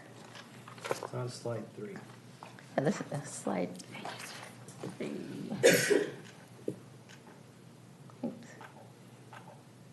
So do you think there is a need for an additional library location Okay. in or near the So- city of Manhattan Beach? So, So the no, that not interested, no need. what's our was threshold for large. support, though? Is it 68%? I'm just kidding. I'm looking back to short-term rentals. Anyway, just a little inside joke. Okay, so did we ask about, here's where I'm getting with this. Did we ask about, do you think there's a need for storage for archival historical artifacts? No, we did not ask. So I just, and this is on us a little bit, I think I'm not sure, if you look at how many people said, yes, an alternative library, yes, a limited service library, and yes, another full service, that's 30, and 50%. They were allowed to pick multiple. They were allowed to pick multiple, but, I guess I'm not yet willing to let go of that, I'm just gonna say that. Okay, so also, I see that the library staff said we need more staff. I know that people said they wanted more hours, like on Sunday, it's only open 1 to 5. The county said staffing. I'm pretty sure I said staffing, but that didn't maybe get a lot of support, the council. I don't know, I guess I don't, I'm not yet willing to let go of that, I'm just gonna say that. Okay, so also, I see that the library staff said we need more staff. I know that people said they wanted more hours, like on Sunday, it's only open 1 to 5. The county said staffing. I'm pretty sure I said staffing, but that didn't maybe get a lot of support, the council. it seems like that's not showing up on this list. Is there a reason why staffing or hours didn't show up on the list of recommendations? So it is on the strategic priorities where it's about more programming and staffing is up there. There was But I didn't realize, because this is just a spatial assessment, is that what you're saying? no, it's not, this strategic, that This is paper, spatial. yes. Mhm. Okay, so that helps. So you are still going, the plan would be that even if we do these fun things, there would still be more staffing, because I can't, like, vote for anything unless there's more staffing, just saying, thank you. Okay, I think I just have one more, staff so the historical archive, where, that's kind of, I don't need an answer like, oh, we're going to put it here, but I feel like it's in the plan, but we don't know where it's going to go. Is that what I'm hearing from somebody? So again, I think a number of different options will be evaluated, but one that has been considered is just replacing the existing restroom, the cinder block restroom that is no longer viable for storage of the historical materials. Got it. In kind, exact same location, and again, based on council direction, if I'm hearing, to potentially look at other options that could be a potential pickup or drop-off site. It could also have a workstation, again, to evaluate or Okay. look into city's history.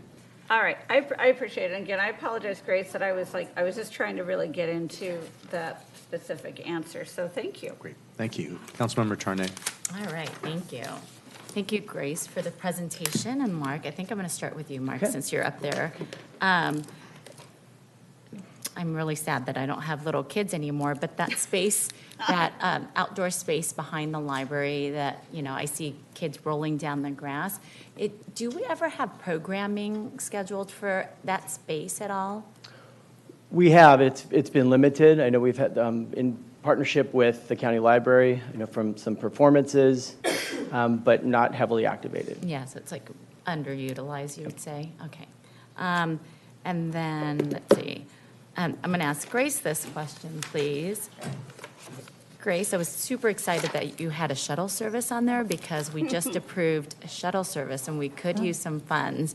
Do you know of other cities that do use some of those library funds to move people to the library and give people more access? Yeah, I do not know if there is actual library funds that are being used for shuttle service, but I do know that the execs at the library had expressed interest in some sort of parking sharing. Solutions, yeah. I mean, they're open to it. They just need a good proposal.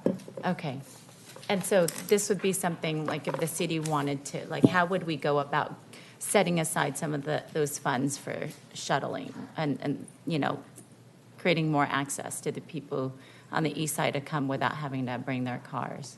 I mean, it could perhaps be some sort of cost sharing during library open season. hours. Oh, okay. Potentially. Great. And then you mentioned in the report that I know that there's no desire for a second location, but I saw that there is a desire for more study rooms, which would require a second location, right? So that's part of where I think there's a little bit of a disconnect. Yeah, I mean, so more study space. I mean, it's a potential, if you develop the outdoor space with more tables, more chairs, the Wi-Fi extends outside. There's a possibility of using that space better. Okay, thank you. And then, let's see, more study space, more seating, outdoor seating, okay. Oh, and then also, the survey it sounds like there were a lot of people who wanted alternative type library spaces, including test kitchen, makerspace, learning garden. So these are areas that we could tap into library funds to create for our residents. Okay, all right, thank you. Great, thank you. Mayor Pro Tem Franklin. Yes, thank you. Thank you, Grace. I appreciated looking through this. And appreciate the library. It is, quite a remarkable, building to have here for people to enjoy throughout the county. I was interested to see the demographics of the users, so that's nice. So in terms of, you mentioned parking, I can't remember the word you used, parking, are you envisioning like reserved spaces for library use in parking lot 3? Or Perhaps city staff can better address their discussions at the library. Exactly. I think those are the discussions we have to engage in with the county. If they are going to be providing funds for a portion of a parking structure, what is that expectation going to be? We haven't had those discussions yet. But if the council is interested in pursuing that, that's when we would start those discussions with the county. That's the type of direction we're looking for today. Great. So today, it's farmer's market, and parking downtown is always difficult on that day, which is great. But how does the farmer's market being so close? I mean, right there, a lot of the kids are playing on the grass and things. Do you see an uptick in service, on farmer market on Tuesdays? Maybe we could have our librarian discuss this? I was just kind of curious. Yeah, I mean, I don't have exact numbers, but it's higher, right? Highest visitor day of the week. Highest visitor day of the week. Really, is the farmer's Tuesday, market. so it does have an impact. Okay, great, that's good to know. You said,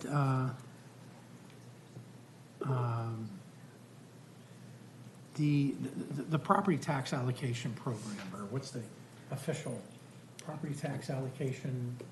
The library set-aside funds? Yeah, You're talking about from yeah. the 2013 memorandum of understanding? Well, looked like it started earlier in the. Yeah, everyone in the 1990s. county pays for library services, like, Right. out of their property tax. Okay, so my question is the operations and everything, acquisitions and everything for the library, is it paid solely from that portion? Yes. Okay, great. So they work within the budget of what's there every year. Okay. And then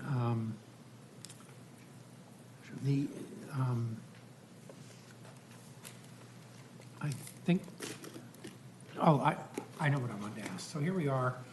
It was built, what, 20 years ago? A little over 10, almost 11 years Oh, ago. 11 It's years dedicated. ago. Yeah. Okay, so even better, my question, because I looked up when, the iPhone came out, 2007, which is less than 20 years ago. So now we got to look forward 20 years. Do you get a sense in your suggestions and recommendations that that's going to, satisfy, the needs? I have no idea. I'm still looking for my flying car. Okay. So, what do you think of that? I mean, how is access to all this interesting and important information going to be done? So, I mean, the use of the library has changed. People come to the library now to work and use the internet rather than just use the computers, for example. The use of digital materials is increasing as well. So the latest trend in these library services are these alternative learning spaces, such as the maker spaces and test kitchens, test gardens, kind of podcast studios, things like that. And that's kind of the latest trend in kind of where library services are going, and thinking about learning kind of outside of just books and material. Right. Okay, thank you. Great, thank you. Councilmember Charelian. Thank you, Mayor. This is wonderful that we're able to do this type of assessment, having two small children, and utilizing our wonderful library and all the services, and our librarian comes and provides us information every first and third Tuesday about another upcoming program or an event, and those are very well attended. Couple of quick questions on slide 9. I'm going to be jumping around your slides if you do want to look at it, but it said, this is the spatial assessment. It says reduce the number of public computers. I'm assuming that that's for adults versus the next bullet says consider ways to brighten the children's area. Now, we're like one person deep. There's 3 computers for kids, and then there's one person behind them pretty much regularly. So I guess my question is, go ahead. Those learning computers are very well used, and we kind of, in the more detailed report, it says don't touch those. Okay, those are like. But there are also 8 other computers, public computers, that next to the main part of the children's area that's not as well utilized. I get it. That's just what I thought. I just wanted to clarify. And then, page, slide 11, I think, this is, to me, this is obviously something that will connect to all our residents and children and everything else, having some outdoor space like this. So I'm glad these are good examples. And as you mentioned, if needing more space, you can have an indoor-outdoor type thing. Question, I'm not sure he'll be able to answer this, the $14.8 million or $0.6 million, how is that invested? And meaning that money's there, but how is it invested? Is it in a local agency fund or? It's in the county's pot. That I don't So it's in their, Yeah. policy. I'll talk to the finance director later. And then, and as far as parking goes, I think you touched up on it. So it's a matter of getting direction tonight to have that conversation because, some of this money and there's a direct nexus and it's a block and a half away as far as the lot that we're going to be discussing to potentially build or not to build. We're going to discuss that tonight. But there's an opportunity there's a nexus between parking that's close enough to the library that these funds potentially could be used for. Okay, thank you. Great, thank you. I had a follow-up question for staff, if I could. Mark, I want to follow up on the question that Mayor Pro Tem Franklin asked, and that is, what is the percentage of Los Angeles County property taxes that Manhattan Beach property owners pay that are dedicated to library funding, library funds, which I'm going to have a follow-up question. So I can follow up, but my understanding it is approximately 1%, 1.1%, and I believe there's some variability with that year to year. Great.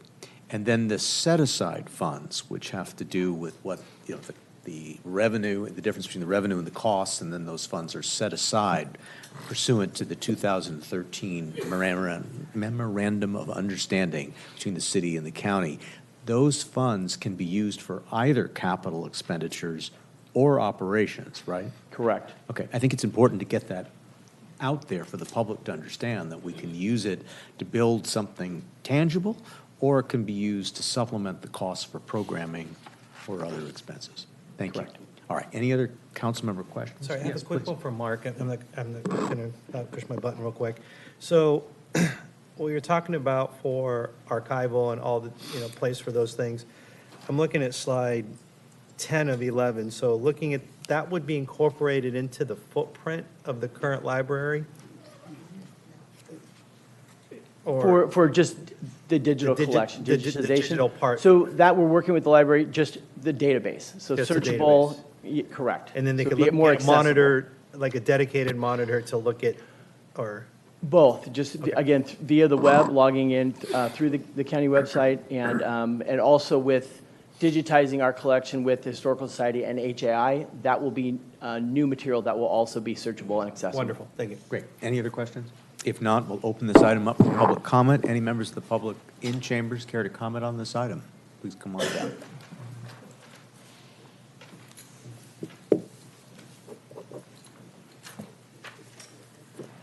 Good evening again, Honorable Mayor and City Council. Martha Andriani, President of the Manhattan Beach Historical Society. And we're very grateful to the City of Manhattan Beach and the Los Angeles County Library for their efforts toward preserving the city's history. Thanks to the city's library surplus, thousands of newspapers and images have already been digitized, preserving them for future generations and saving them from almost certain destruction. Because of the city's support, and the Little Red House in Pollywog Park is closer to reopening museum as a showcase for Manhattan Beach history. The next step is to find a viable long-term storage facility for the collection.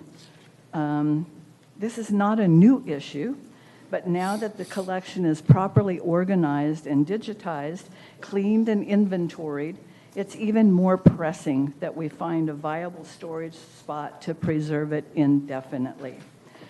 We've been working closely with city staff to find an ideal location for this.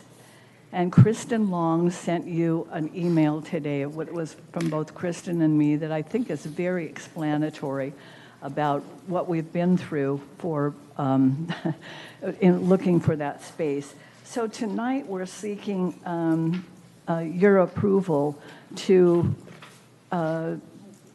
having us continue to work with the Library Commission and the Library Service Funds for finding a viable place for this. And we think we've arrived at potentially a good solution in Pollywog Park.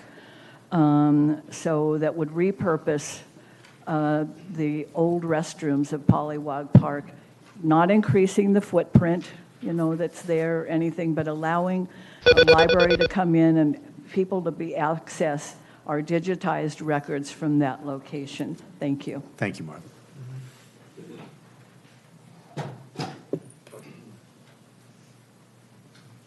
Hello, City Council. My name is Lee Phillips.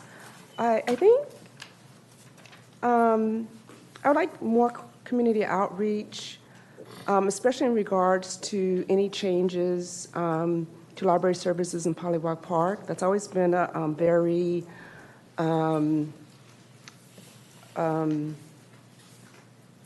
people want to get involved in that discussion. I think storage records are one thing, access and a second library is another thing. And there's just been no support for a second library. A kiosk, a computer, or storage is one thing, second library is another thing. And I think sounds like there's a little bit of a creep there. I do support expanding library access in different places. For example, Manhattan Heights Community Center is a great space for test kitchen, sewing kitchen, garden. Jocelyn Center is a great place for expanded library services. It's large, it has a kitchen. So I don't see why those spaces aren't used for library services, and they have adequate parking. What was I going to say? Parking always comes up in the library. It came up with FIFA, with 2028. There's never going to be enough parking. And I'm not sure I'm a big believer in adding more parking to downtown Manhattan Beach. I mean, you can walk, you can hike, you can bike, microtransit, and the Beach City Transit. But adding more parking, we're just never going to have enough of it. Everybody wants to have parking, and so I just don't support more parking in Manhattan Beach, downtown Manhattan Beach. Thank you.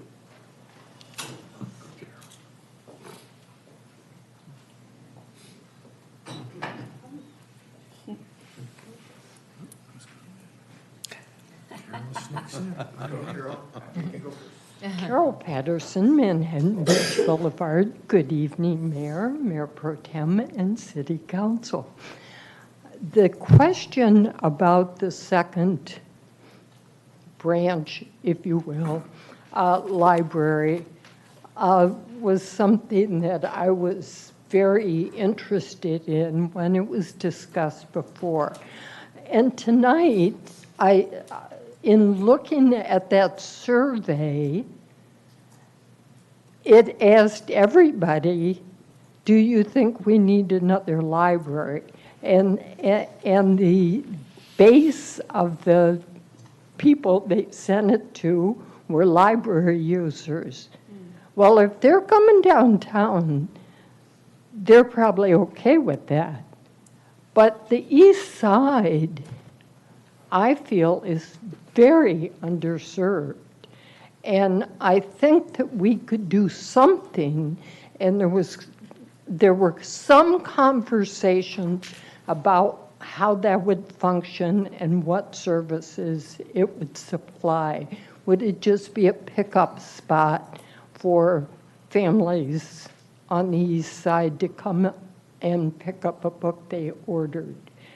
I think that needs some more study, some more thought about what the possibilities might be. And you can also answer me, wasn't there a mention of moving the archives down to this new project downtown? The bank?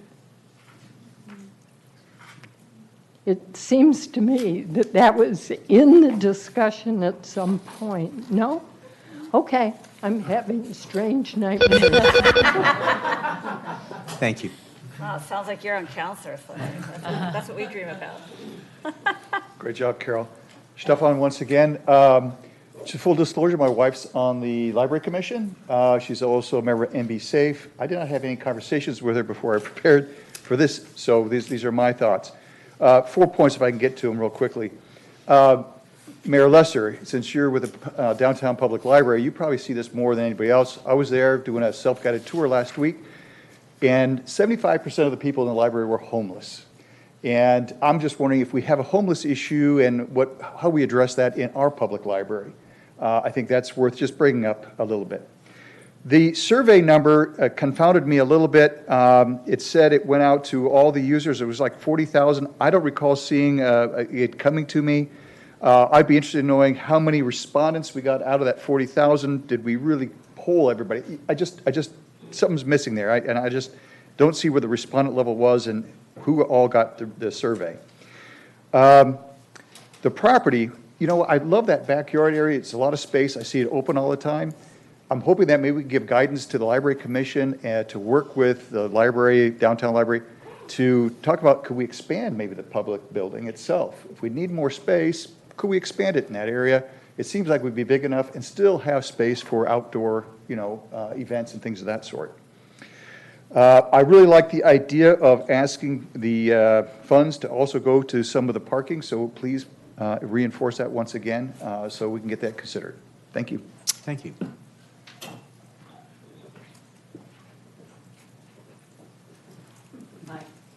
Good evening. Good evening, Mayor Lesser, Council. Marie Colmy, longtime Manhattan Beach resident.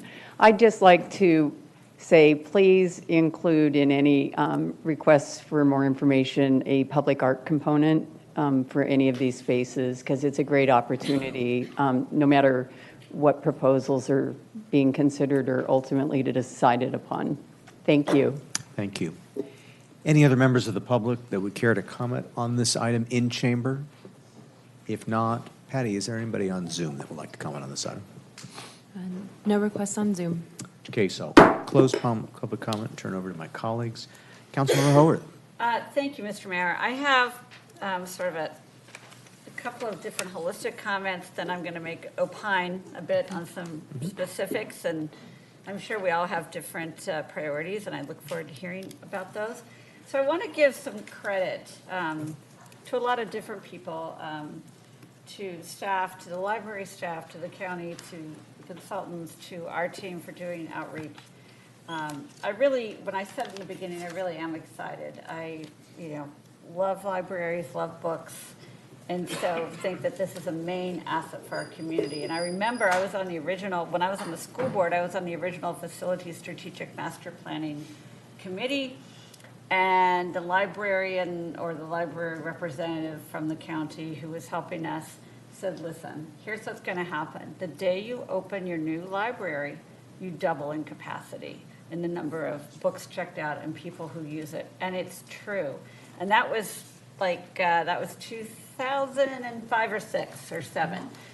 And we ended up not building the grand library we thought we were going to build. Russ Lesser came up with this wonderful idea to repurpose the geography where this library is. That's where our old library was. So I want to give some credit to Russ for saying, hey, let's do this there. And it is quite a grand library. I want to give some credit to Jan Dennis, who at the time, we did a tour of the council beforehand, and we invited all council members, and she walked through and she said, this glass is not going to stay clean.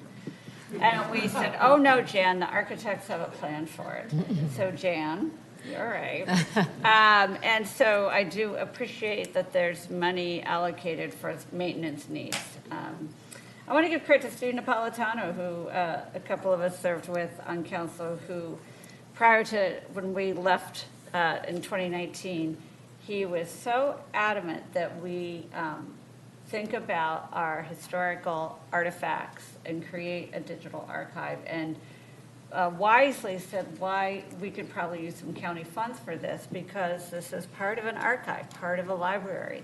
It was that creative thinking that enabled us to, be able to do what Martha was talking about and what a lot of us have mentioned. I want to give credit to staff now and Talene especially, because this process has been talked about for a long time, and for years we have talked about the surplus. For years we have talked about it, and people say, we could do this, we could do that. So I really appreciate that there was outreach, that there was focus groups, that there was a lot of thought put into this, that there was thought about parking. Because, and I appreciate, Lee, what you're talking about, too, about do you really want to, bring more cars, and do you need, but I also appreciate that there is a nexus with Lot 3. There really is. So I want to give some credit to all y'all for thinking about this. So that's my holistic overview. I would challenge the notion that outdoor tables count as study space.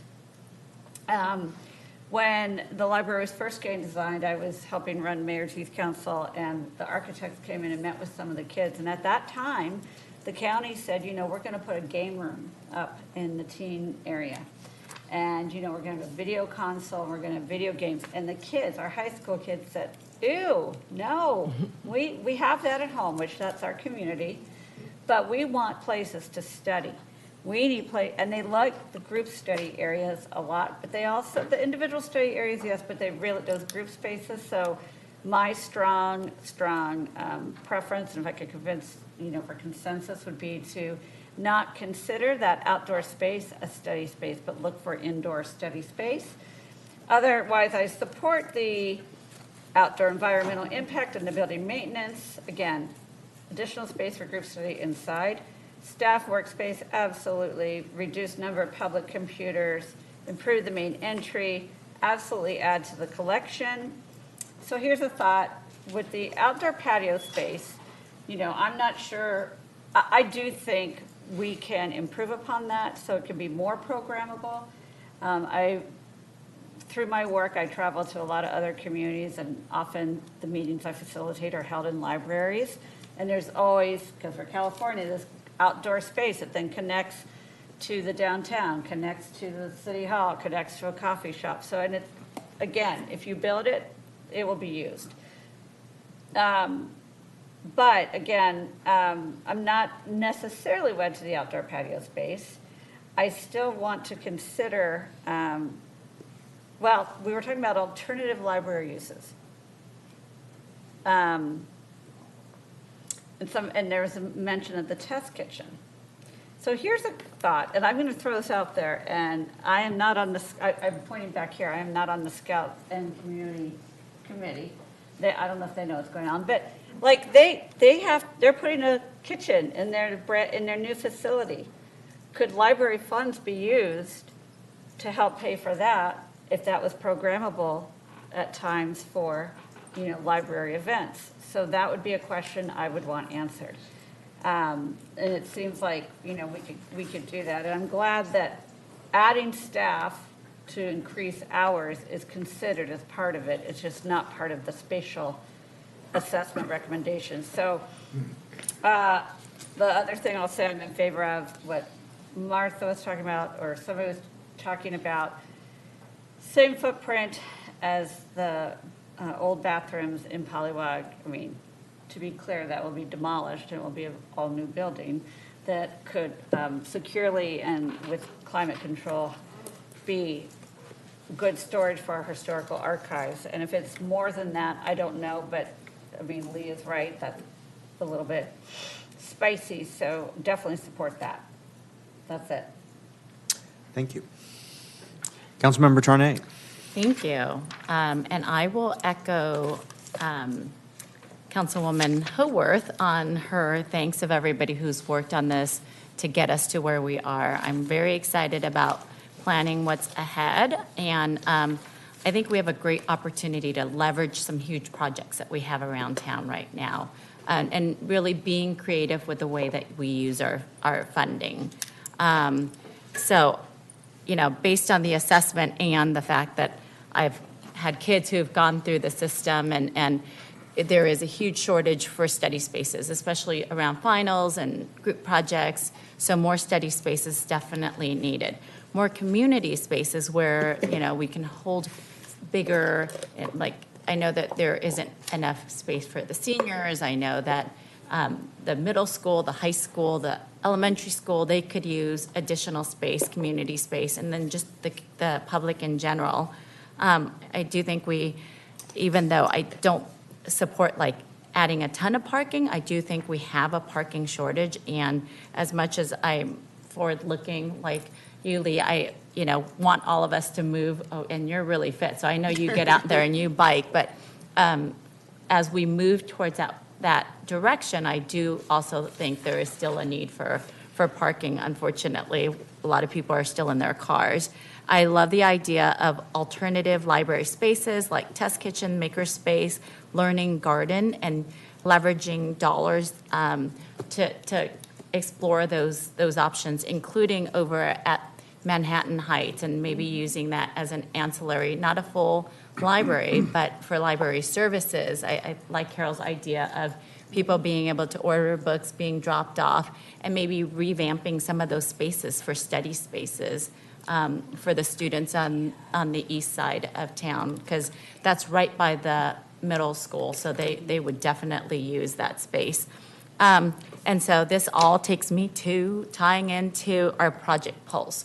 I am really excited about rebuilding the park, especially I'm really focused on parking lot 3, and I'd love it to be somewhat of a library annex, using some of the dollars to fund some of that parking structure, however we can leverage it, and then perhaps using the dollars for a rooftop library annex community space where we can add indoor, outdoor. I know it's not a huge space, but we can be creative with that space and put in a learning garden, perhaps a larger community space, some or study rooms. I can see, not a large structure, but a structure that can be used for multi-uses. So, and we can incorporate these other elements into that space, and that would help us maybe fund parking lot 3. So, and I love the idea of exploring to see if we can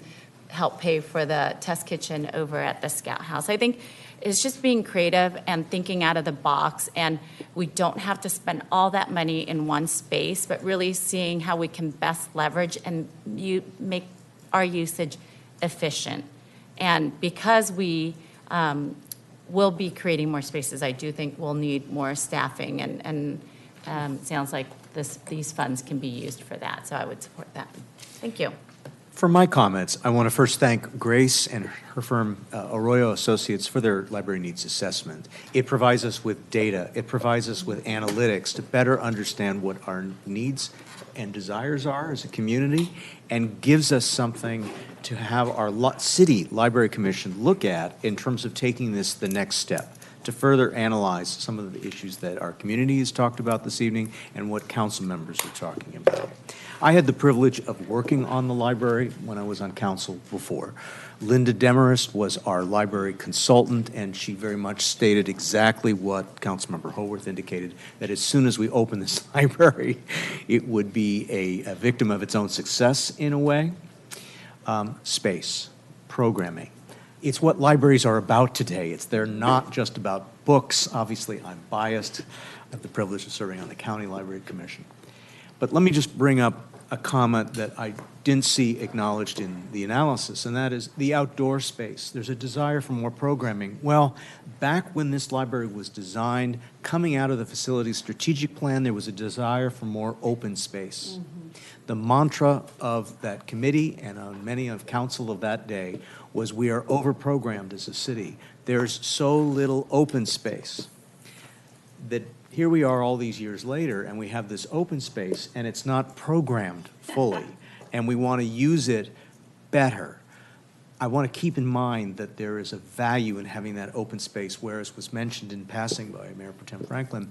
It's utilized by kids playing. It's utilized by families coming to our farmers market, and I think that's a real positive, and it's a synergistic use. How can we build on that, I think, is the open question. How can we preserve that open space, yet address what is the number one desire by those in the poll, as well as in the state, the assessment, more programming space. To the extent that we are going to be giving direction to the Library Commission, I do want to take seriously what Mayor Pro Tem Franklin mentioned. What about adding on to the building? What about adding on a portion? We used the architectural firm in Culver City that's designed not only our library, but the library in West Hollywood. We would have to go through a bidding process subject to county libraries' discretion, but I'd like to explore how we can genuinely create more space consistent with what Councilmember Haworth and Councilmember Tarnay said. Johnson Favreau? That's who they were. Johnson Favreau was the firm. Good hair. A second library. Let me state the vision that I, and I believe Councilmember Haworth and others have expressed. The idea of another library was not necessarily one that we wanted to build in Pollywog Park and take away open space. The idea was a partnership with our Cultural Arts Center, which is frankly inadequate for all of the desires I think our community has. And there is space there where we could partner with our county and build a combination satellite library to do many of the things that we've talked about here, picking up and returning books, perhaps just some study space in partnership with more capacity for cultural arts activities through the city.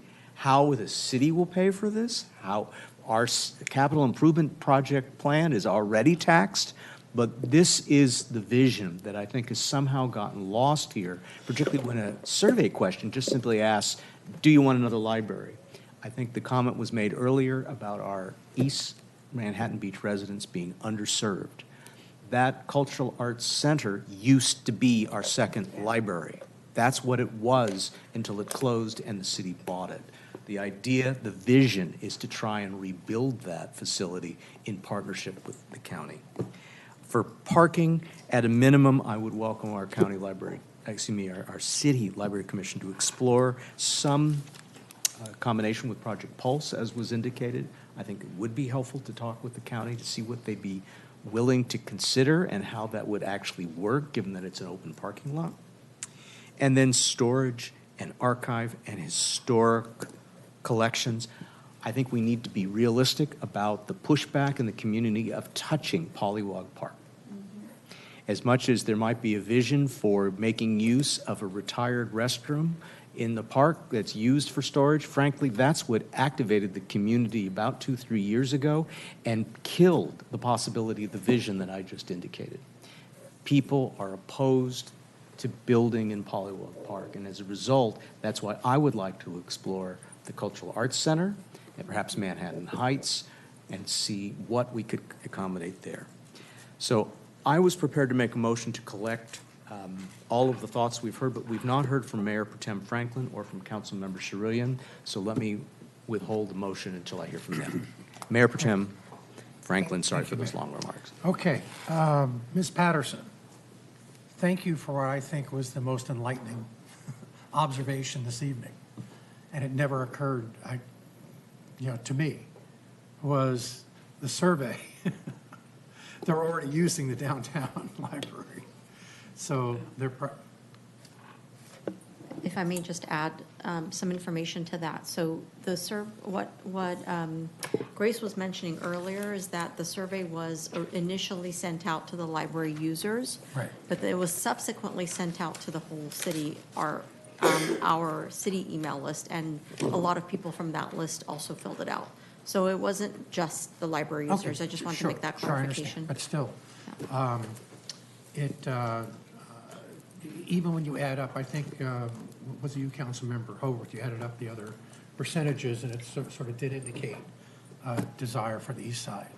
So we have an abundance of riches here. We've got a magnificent cash flow annual. So my proposal is to kind of think of, why don't we rent space over on the east side? let's find a location that will have plenty of parking to take care of the parking issue, that is easy in and easy out for the residents of, East Manhattan, for whatever level of services that we're going to have there. That way, we're not investing in infrastructure. We can go along with that for about 5 years. I asked the question, what's the vision for the future? I mean, in my pocket right here, I have enough computing power to send Artemis up to the moon and back and the like. So That was you. Huh? That was you. Yeah, that was me. Yeah. Unfortunately, my battery went out, and they were stranded for.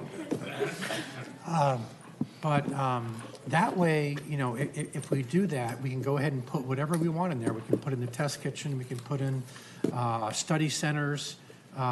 These built office-type buildings that you can rent. That you can move the things around. And I think it would be, you'd get that, what you think it was, it's going to be double kind of usage from it without a big investment in building a building there, because you're getting, what are we getting every year? 1.8 million? 1.8. Surplus? I mean, that's going to go a long way towards leasing, commercial space out there. So thank you for that observation. And thank you, City Manager, for amplifying on it. And then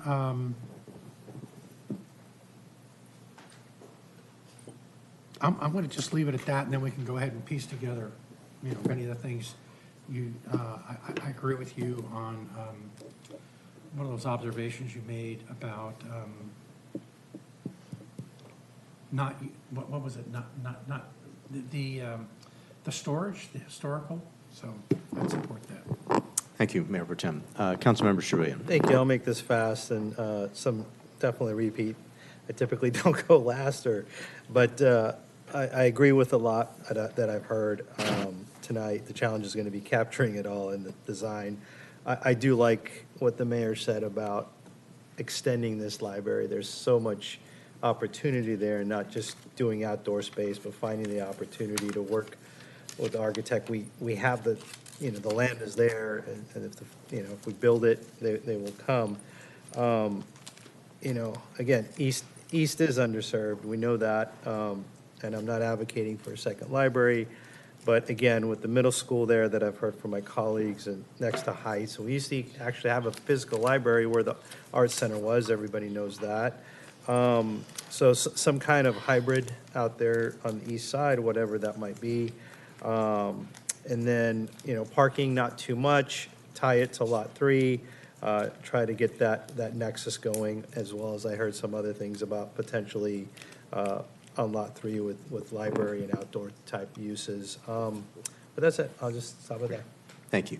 So I'm going to make a motion, and I really welcome input from colleagues, because the whole idea is to provide direction to our our City Library Commission to explore these options. Right. And then report back to council. So first, it would be to explore the outdoor space, but also an expansion of the building. What might that look like? What would be the minimum standards? And I'm not sure if our city staff is going to have the capacity, but at least I'd welcome some input through the City Library Commission as to whether there would be interest in exploring that.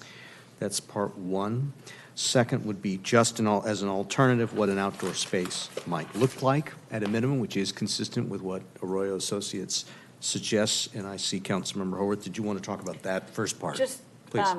To your point, when you were talking about, open space versus, do you want to give direction to that, dependent upon our colleagues, that you sort of want low-profile programmable space? Yes. Outdoor space, right? I'd like to see how we could preserve some of the open space that we have there. Well, that's what I'm saying. Yes, That's what I'm precisely saying, because that's the type, that would give more direction to the commission. Yes, thank you. Right, rather than just saying, right, that's all I'm saying. That's part of the motion. Keep going. Any other comments on open space? I'll try and go these orders. With a second library, it's hard for me to give up on this. Same. And I would like to think that if there was more of a vision, more of perspectives, more of a rendering, than just asking, do you want a second library, that would perhaps elicit more of a response from our community that might be more favorable than was captured in just a question, do you want a second library? Councilmember Howard? If I may, perhaps you want to do some of the easy stuff in the spatial recommendations first, and then, because I hear you, like, I loved your idea, like, what would it cost? What would it look like if or is it possible to extend the library? That's one thing. Then you have, well, let's talk about another library space, whether it's a small room in Manhattan Heights or whether it's adding on to the Cultural Arts Center. I don't think we can do both, right? I mean, that's what I guess I'm trying, for that other, or to Nina's out-of-the-box thing about putting on a rooftop, right? So maybe we look at these spatial recommendations that we agree with and then have more discussion about that, or am I crazy there? You're not crazy. Obviously, we have a set amount of funds. It's a large amount of funds, and Yeah, it would okay, be go. helpful to give some just open-ended direction. And at the end of the day, I want to recognize the polling suggests, based on how the question was phrased, that there is not support. The data Right. suggests that there's not support. I want to recognize that, but I want to at least see what this might look like, because it's been hard to get this on a council agenda to give any direction from the council. Well, and that's why I'm actually trying to help that along, because you have a vision. I think you're trying to show a vision for more library, another library space. I don't think people are completely against it. And I'm eager, I don't want to let it die either. That's all. Any other council comments at this point?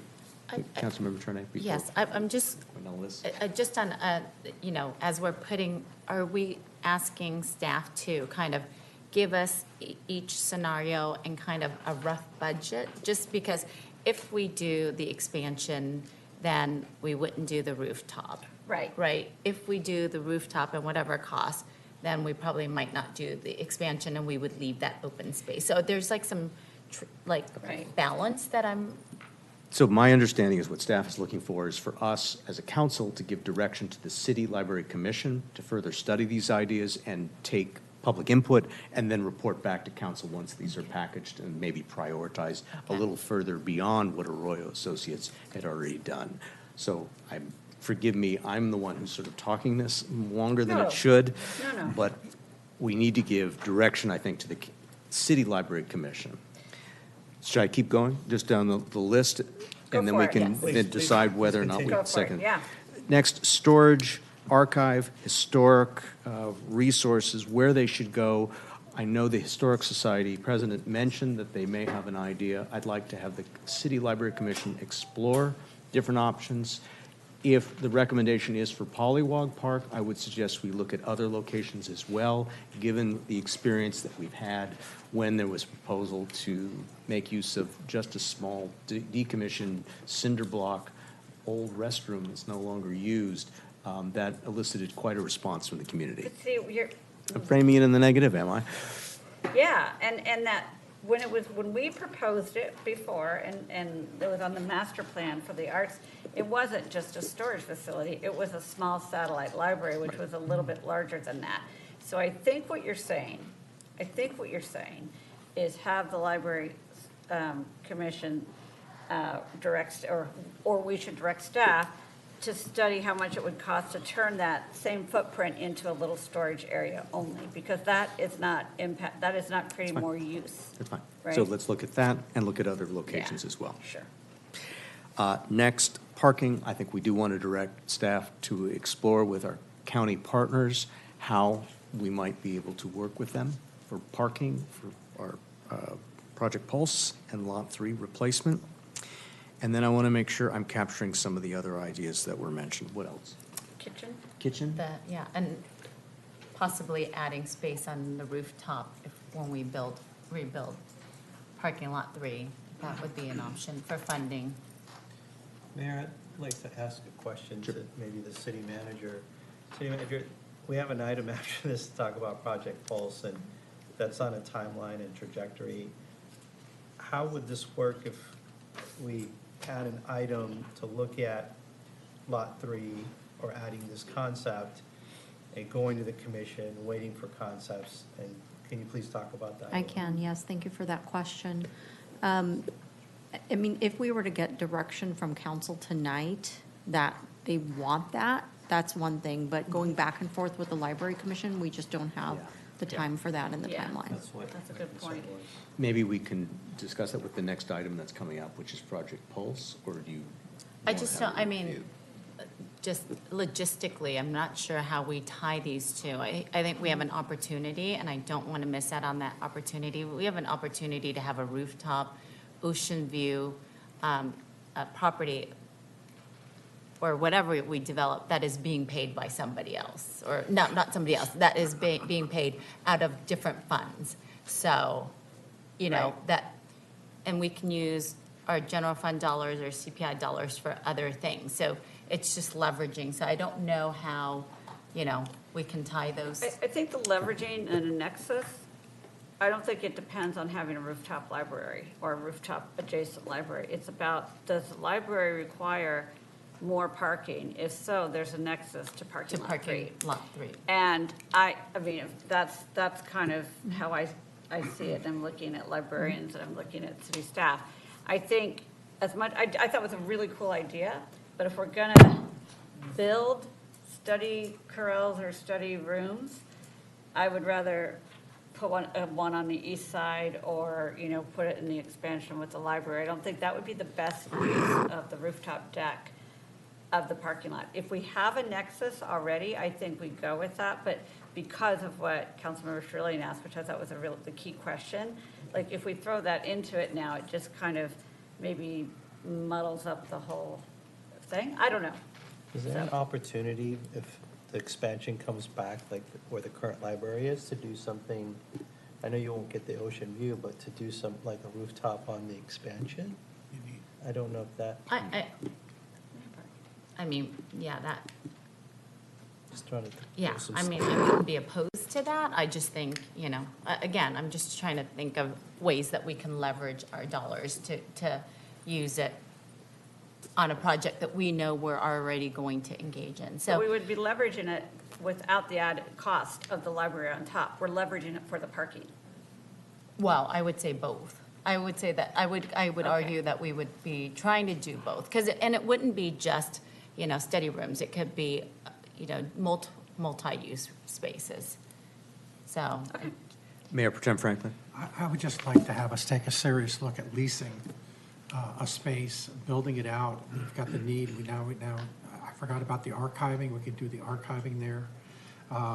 We could do all, you know, a lot of study space. It's going to be, you know, it's going to be not mobile, but adjustable, you know, to our needs, and let it be, you know, act as a case study for us without pouring in millions and millions of dollars. And you know, it also comes to mind is, you know, we have residents in Manhattan Beach that want to donate, you know, art objects and things like that. It could be quite, you know, a stunning place to be. And we're not dedicating millions and millions of dollars. Yes, it's going to cost money, but it's not going to be something. We might even work with you know, commercial development that, you know, will help out the city on the cost. But there's empty commercial space in Manhattan Beach. I think we can utilize it. So, Mayor Pro Tem, let me try and wrap this up and try and crystallize a motion. Your idea is leasing space for purposes of storage? Is that the idea? Or is it for utilization for supplemental services? Yes, supplemental services, but it can be used for storage. It can be used for whatever, you know, because it's going to be flexible. It's got flexible planning. We could lease more space if we need something else there. But it's going to take care of your parking situation. There'll be ample parking for commercial buildings. And it's going to serve, you know, 2/3 of the population of Manhattan Beach. So this would, of course, have to be subject to county library. It would be discussions with them, Madam City Manager. Yeah, for this one, I would recommend checking with the library first before we spend any library commission or staff time on that. Yeah. Because if the library does not, in typical practice, spend funds on leasing a property and then investing on the infrastructure improvements to be able to house something like this, then that conversation would essentially be dead in the water. So I'm happy, it's just, as a friendly inclusion, just authorize the city manager through her staff to inquire. All right, anything else that's not included? Are we clear as mud? Go ahead and say, what was it again? What is So it what did again? we decide, just on the rooftop parking?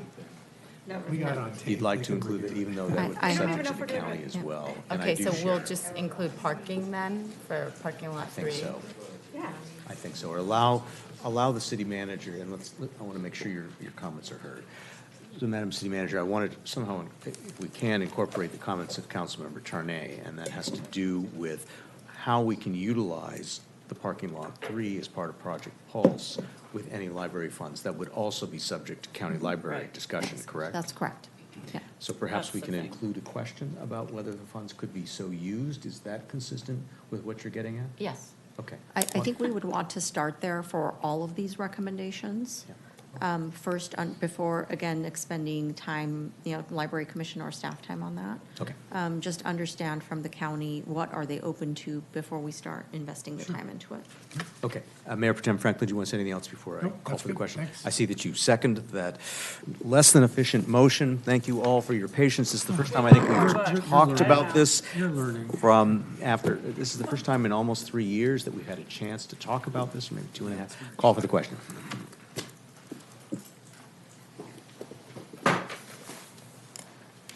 Motion passes 5-0.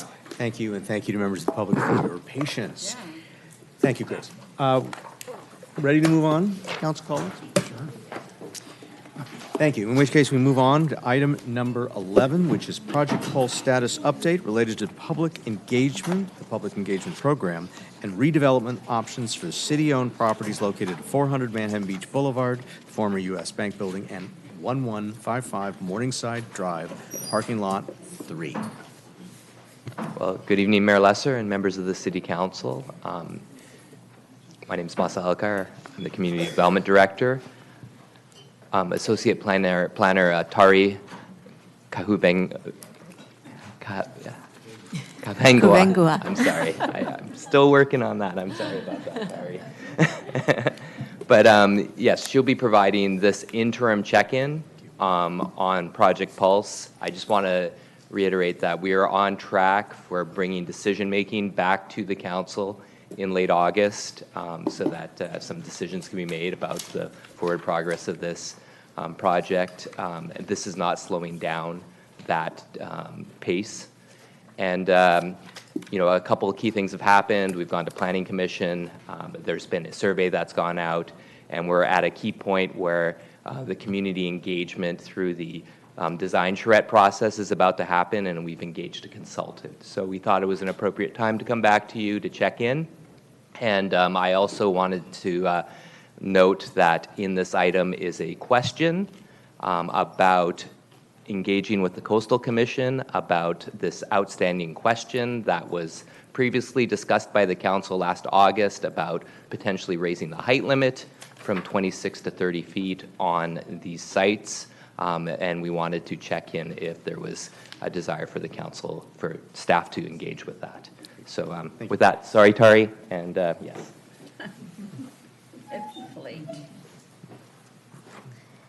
Good evening, Mayor Lesser, council members. My name is Tari Kubengua, and I'm the project planner for this item before you tonight. The focus of tonight's discussion is to continue talking about the future redevelopment of 2 city-owned properties in downtown, 400 Manhattan Beach Boulevard and the parking lot 3 site. For each discussion that we hold related to Project Pulse, we like to start by briefly explaining the name for anyone new joining the conversation.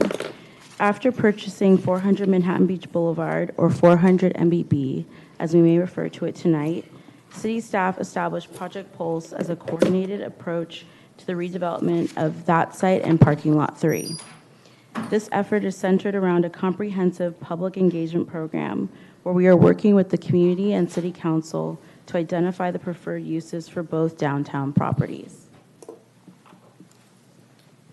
To provide some context for tonight's discussion, we provided this map of the two project sites. Parking lot 3 is to the north at the corner of Morningside and 12th Street, closer to City Hall and the police fire station. And 400 MBB is just to the south of Lot 3 at the corner of Manhattan Beach Boulevard and Morningside Drive, and much closer to residential uses, which are to the west and south. Tonight's discussion will cover a few topics, as Director Alkire mentioned. We'll provide updates on the public engagement program and those outreach activities since our last update in January. We're also following up on previous direction that the City Council has provided to staff related to research on height limits and then on the feasibility of an underground connection between Metlocks and Parking Lot 3. At the end of our presentation, we'll be seeking direction from Council on a potential code amendment for height at the project pole sites. Last August, the City Council asked staff to begin a public engagement process to gather community input on future uses for both properties. Throughout the fall, we completed the activities shown here on the slide to the far left. At the January 20th City Council meeting, we provided an update on that outreach and the results for Council's consideration. At that meeting, the Council also narrowed down the list of redevelopment options to continue considering for both properties, which we will discuss more later on in this presentation. The outreach being conducted since then has been and will continue to be focused on the remaining options for each property. Since that January meeting, we conducted a Planning Commission study session. We are conducting an online flash vote survey that's currently in progress and will conclude later this week. Flash vote questions are asking about community preferences regarding the mix of commercial uses at the properties, the potential for concentrated public parking, and the types of open space to be considered. The input received will be used to help inform the planning of the design shreds that we'll be holding next month. We will also provide the results of the survey at a future update to the City Council. There's a presentation to the Older Adults Program that is scheduled for next week. And then when we look ahead to next steps, the design shreds will occur next month, which we will provide more information about later in the presentation, including confirmed dates, times, and location. And the community workshop open house to present those conceptual designs for additional community feedback will occur after that. When we look overall at where we are in this process, we wanted to try to recap, since it's been a few meetings since we've done that. We're currently in a cyclical process to collect community input and provide updates to City Council as we get closer to a decision on future uses. In August, the City Council will make those final decisions, and then City staff can work on developing actual construction drawings for the project concepts selected by Council. Cost estimates will also be produced, and funding sources will be considered based on the types of projects selected. Then we'll move into building permits and construction for each property, and one of those properties would go into construction first. In March, we conducted a study session with the Planning Commission. The information considered by them included background and development history of both sites, the project polls timeline and community outreach that have been completed to date, redevelopment options that had been considered, and then the current ones that were still under consideration, as well as the recent parking management study report. The commissioners and public commenters raised concerns about the current need for parking in the downtown. The commission also asked about diversifying the mix of commercial uses at each property to be less similar. And for each site, there were some specific comments that we wanted to highlight. For 400 MBB, there were concerns about introducing public parking at that property, as well as noise and traffic safety concerns at that corner. And for Lot 3, the commission was supportive of reestablishing concentrated public parking at that property. And they also asked if a public parking structure only concept could still be considered there. The commission also inquired about the potential costs for underground parking compared to above ground parking, and also for an underground connection to Metlocks. While we are moving forward with the outreach activities for the public participation program, we are also in a parallel process to explore the feasibility and cost of that underground connection between Metlocks and Parking Lot 3. This was based on direction from Council at the January meeting, and we are finalizing that contract with the engineering consultant, and will present that report at a future council meeting for consideration. Conducting design workshops with the community and generating conceptual plans are central to the spring and summer outreach activities. The city has retained Gensler to provide these initial architectural services and workshop-related activities. In previous meetings, we discussed that these meetings would be conducted in May. And since publishing the staff report last week, we have confirmed the dates and times for those meetings. They will be conducted over 2 days, and both will collect input on both properties, so the charrettes will be identical. So the community will have 2 opportunities to participate. These will be held on Saturday, May 30th, from 2 p.m. to 5 p.m., and on May 31st, from 11 a.m. to 2 p.m., and they'll both be at Jocelyn Center. We will be providing announcements during the next council meetings, in addition to using various communication methods to advertise these community events. I also have a slide to show at the end of the meeting with those dates and times for everyone. So based on council's direction during our last update in January, after narrowing down the list of potential options, we have a more focused list to consider for both properties. For 400 MBB, we're continuing to explore a mixed-use development with commercial uses, including possibly some retail, and an open space and/or park. And there's a potential for some limited parking, but whether that is limited public parking or limited parking for the commercial tenants, no final decision has been made about that yet. For parking lot 3, council directed staff to continue exploring a project with 2 levels of underground parking and a mixed-use development above ground with commercial uses that could include retail and open space and/or park.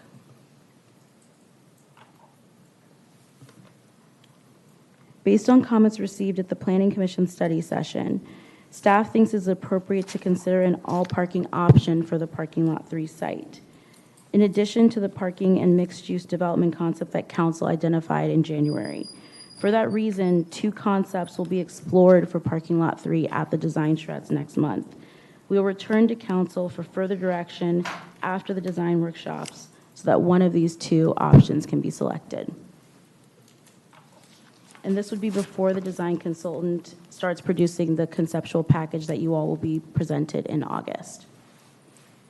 The Manhattan Beach Certified Local Coastal Program sets development regulations for the coastal zone, which both properties are in. They also are within the same zoning district, which is downtown commercial, or CD. This means the same types of land uses are allowed at both, but they also share the same standards for how to develop or redevelop a property. These properties have a height limit of 26 feet or 2 stories. So to recap, the previous parking structure at Lot 3 had 145 parking spaces. It projected over the public right-of-way on 3 sides, along 12th Street, Morningside Drive, and Center Place, and it was also 3 levels. However, some elements of the parking structure were over the current height limit of 26 feet. The surface or deck of the 3rd level was within the height limit, but for instance, the light poles were between 35 and 40 feet on the 3rd level. When thinking about a potential code amendment for height, there are some considerations to keep in mind for redevelopment.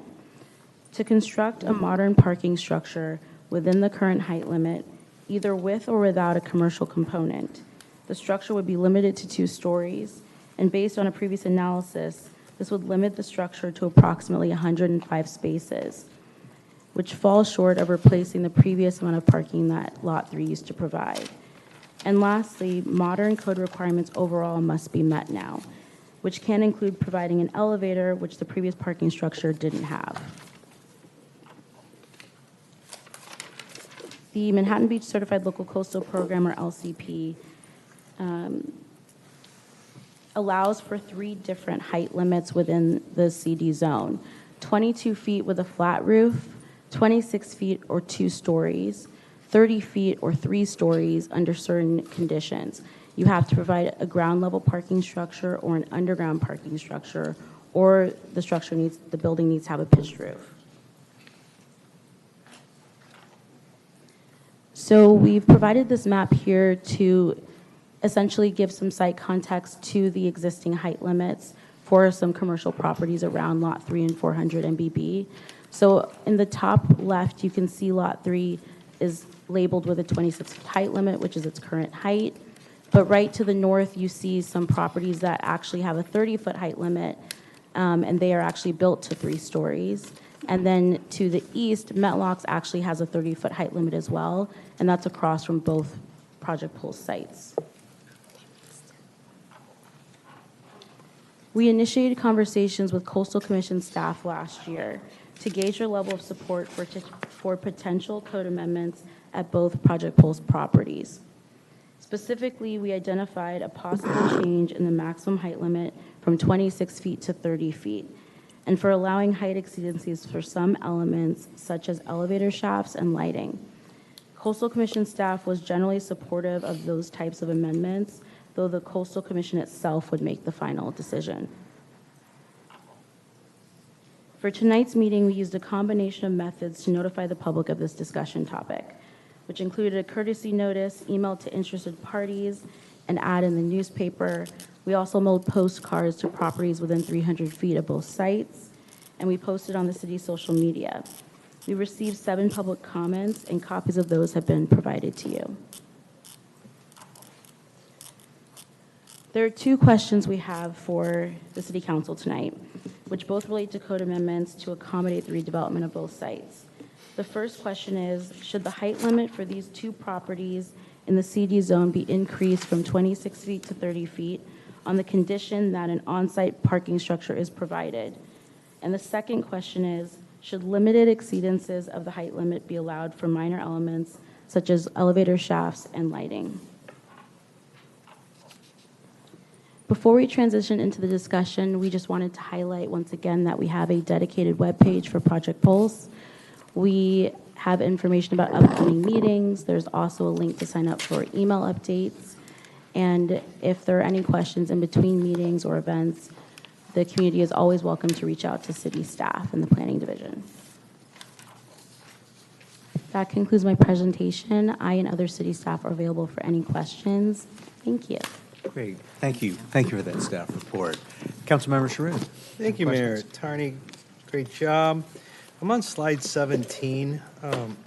Just have a question. So looking at this slide, Lot 3 has some adjacent to the north. There's some 30 feet tall properties as well as to the east where it's Metlock. So is there like a probability, a high probability that something like that would be favorable if there's adjoining properties that are already approved for that height? Is that generally how it works?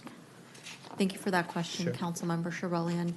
Our understanding from the Coastal Commission staff is that what the Coastal Commission is going to be looking for is, would that new height limit fit in with the character and the scale of the surrounding buildings? So based on this map that you're looking at with the 30 feet to both the north and the east, we would have good justification for that. And again, what the commission does at the end of the day, we never know, but we do believe we would have good justification for that. Again, with that same concept, and thank you for your answer, looking at MBB, it's getting late. That's a 26-foot site, and that doesn't, in the proximity, would they look at it as 400 MBB and those other buildings that are 30 adjacent to it, or does it have to be immediate? Like, There's no specific direction on whether it has to be immediate, but in this case, Metlock's directly across the street is also 30 feet. Gotcha. Thank you for that. So in order for us to increase any height limit, we would have to change the LCP. Is that correct? Correct. Thank you. And this next question, I've brought this up before. We have a debt responsibility, a debt payment of almost $600,000 for Manhattan Beach Boulevard property that we purchased last April, and it's coming up on a year anniversary. And my question for specifically the LCP was, if we were to ask for parking meters to be put on those 26 spaces that are already there, since you're changing the LCP potentially for the height limit, if that's what's approved tonight, would you be able to, at the same time, add parking spaces as part of the LCP amendment? So there's separate processes. So to change development regulations of what you can physically build or how you build it, that is an LCP amendment, so that would be for the height increase. In terms of changing the use of the property, commercial parking is allowed in the zone, but it's through a use permit. So we would need to do a coastal development permit and a use permit, and we would establish conditions of approval, take that through a planning commission hearing process, and that's how we could allow commercial parking, i.e. paid public parking at 400. Gotcha, sorry, go ahead, Sam. I just wanted to elaborate on that. So the code amendment that we would have to take forward for the height, that's considered a legislative action. And because you're essentially changing the law, right? The law that applies to these properties. And then the second process that you mentioned, that's something that we would do internally. It would be a coastal development permit and a use permit that would go through our planning commission. Got you, so one's shorter, the CDP is shorter than the LCP. Thank you for that clarification. And other questions? And again, this is more of a comment. I think we have a responsibility for potentially generating half of an annual debt payment for a property that we bought with taxpayer money. We should kind of take the opportunity and look at that. It's more of a comment than a question, but that's it. Thank you. Great, thank you. Mayor Pro Tem Franklin. Great, thank you, Mayor. And I echo that as well, as far as the parking, generating parking revenue from that asset. So just kind of a curious question on Lot 3, when you say it can go, we're going to be asking to go up to 30 feet. Then is the pavement at the 30 feet level, and then the cars will be, that are going to be parking there any higher than that, or is it going to be a little bit lower? Or? Sure. So essentially right now, the height limit is 26 feet and 2 stories. So say if you do a fully enclosed parking structure, top of the roof, all of the equipment, including the elevator shaft, needs to be within 26 feet, which would be hard to get so that. So enclosed versus what it was? Yeah. So if you had a rooftop surface parking lot, you may be within the height limit, but say if you need lighting, an elevator to get up there, that may push you above the 26-foot height limit.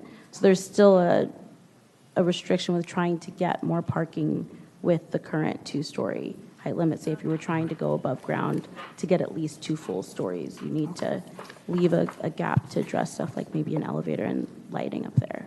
Or even the barrier, so either the railing or the wall, right? So the floor of your second floor may be below that height limit, but you still have to account for a barrier, whether it's a wall or a railing. And then on top of that, the elevator, the lighting, as Tari mentioned. Right, okay, understood. And then, I may have missed this, but, we talked about 105 spaces, which is a deficit of 40 from before. But how many, are we going down 2 levels subterranean? And then how many parking spaces would that provide? Yes, so 105 would be if we did 2 stories above ground. If we could do 2 stories below, we could get around 116, but that would be going under 12th, and a Metlox connection would help us get closer to that number because we wouldn't need to have space to ramp down from the street. We would be entering and exiting through Metlox, and you just need to get across to access parking. So we still wouldn't get to the 145 alone with doing only 2 levels of subterranean or only 2 levels of above ground. So is the total 116 for 2 stories of above subterranean. and below? Or how much for the below? How many? Our city traffic How many engineer below? will come up and give more nuance. He will clarify.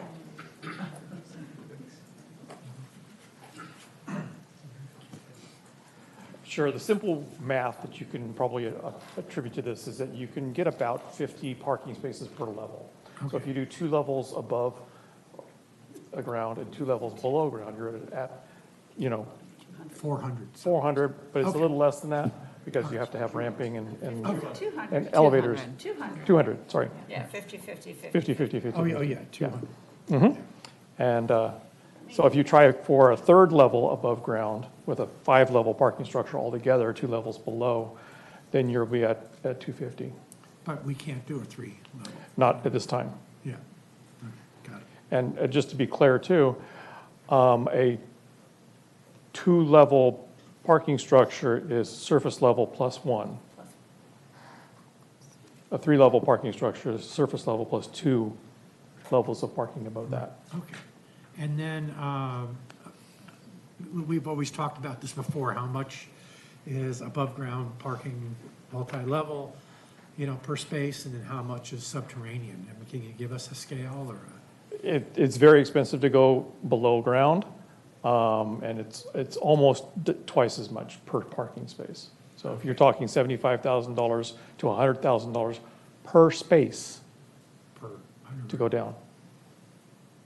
Okay, great. Thank you. Great. I'm going to pick up on that line of questioning, and it has to do with financing. And that is, can you refresh my recollection as to the date when, based on our financing facility, our interest rate automatically goes up a point? It's not due. We can certainly live with the current financing facility, but it automatically goes up, and we're using that as a tentative deadline. Yes, our finance director, Brad Howard, will come up and clarify. Thank you.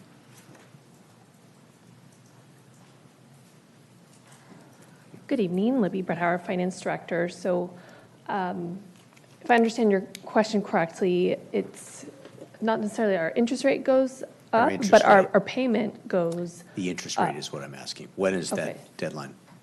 well, so our payment definitely goes up over the next 3 years, but I don't have the interest rates fresh in my mind at this moment, but I could look that up and come back if you'd like. I thought we had an interim period of time within which to designate the actual use, and then we would go back out to the market to get financing, depending upon what the direction is of council. Is that right? Oh, yes, that timeline is 2028. And so, but at this time, we would be subject to the market rates at the time we refinance in 2028. Okay. But kind of, thank you. So going back to the questions of Councilmember Charelian, to ensure that we're on a timeline so that we can go out to market and get a more favorable type of lending facility, I just want to confirm when some of these options are going to come back to council with rough orders of magnitude so that we can remain on schedule with the Project Pulse. Mm-hmm. Thank you, Libby. So for example, for the underground connection to Metlocks from Lot 3, we're working with an engineering consultant to do a feasibility study and provide council with a rough order of magnitude of what that could cost. And then we need direction from council about whether or not to pursue that as part of underground parking at Lot 3. In terms of costs for actual projects at either site, we first need to narrow down what the future uses are. And then city staff can look into funding sources depending on what those uses are. So that's what I'm asking, because in your presentation, there was a reference to coming back to council with some of the estimates, and I just was trying to get a better understanding as to when that might be to ensure that we're staying on time. So this is the timeline for the overall process. So in August would be the city council direction on permanent uses, and then after that would be the design and cost. And I know in some previous presentations we've shown a graphic that the finance department showed about the overall timeline from the purchase of 400 MBB through that date in 2028. Great. Helpful, because obviously we don't want to go too far down the road with some of these concepts if we find out through a rough order of magnitude that they're going to be more than really we're going to be able to finance or expend. I had a question for you, Madam City Manager, related to the Vaughn site. I'm just wondering what information, if any, can you provide related to how the city might partner with the ownership of that site?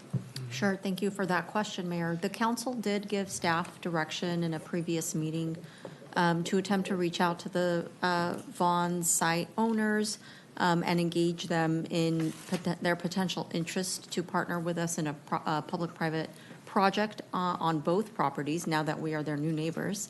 And myself, Director Alkire, and our consultant Larry Cosmont We have engaged with multiple meetings with Vaughn's, not just one individual, but corporate as well.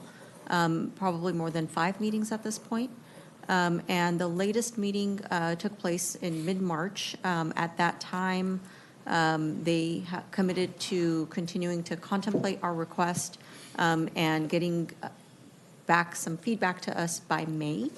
And so we continue to engage them in those conversations to try to pique their interest in partnering with the city, but we do not have any sort of a formal commitment from them at this point. So as a result, there's no qualification of our direction with Project Pulse based on our current ownership interests. Is that correct? That is correct. All right. Finally, because we've heard from residents that live proximate to the 400 Manhattan Beach Boulevard site, I just wanted to confirm what tools we might have, just thinking conceptually, to mitigate what might be, if council decides to explore going up to 30 feet, what are tools that we could use to potentially mitigate that sort of development of that site? So the city is the owner of the property, which gives us the most control. At minimum, you will need to do a coastal development permit for both sites to redevelop them. You can assign conditions of approval at that time, even when it's a staff level coastal development permit. So that's when you can address neighbor concerns about the use and operation of the property. So we would be able to have control over what is allowed and not allowed, and we also would be in control because we are also the property owner. Anything more tangible you can offer? Because I can. City manager? Or one thing I'd like to add is that we are in control of the design.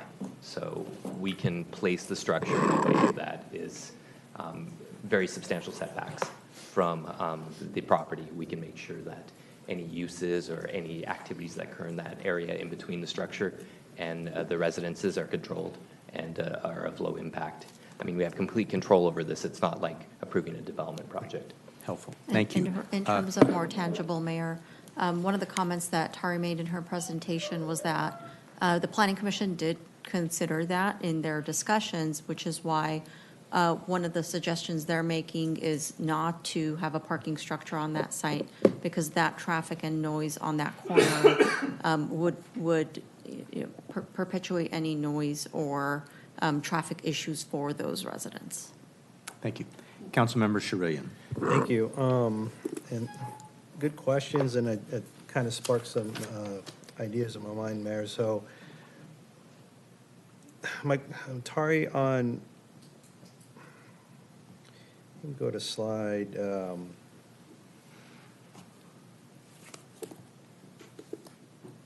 So in January, remind me, you guys came to council and we gave direction for looking at mixed use for both locations, looking at,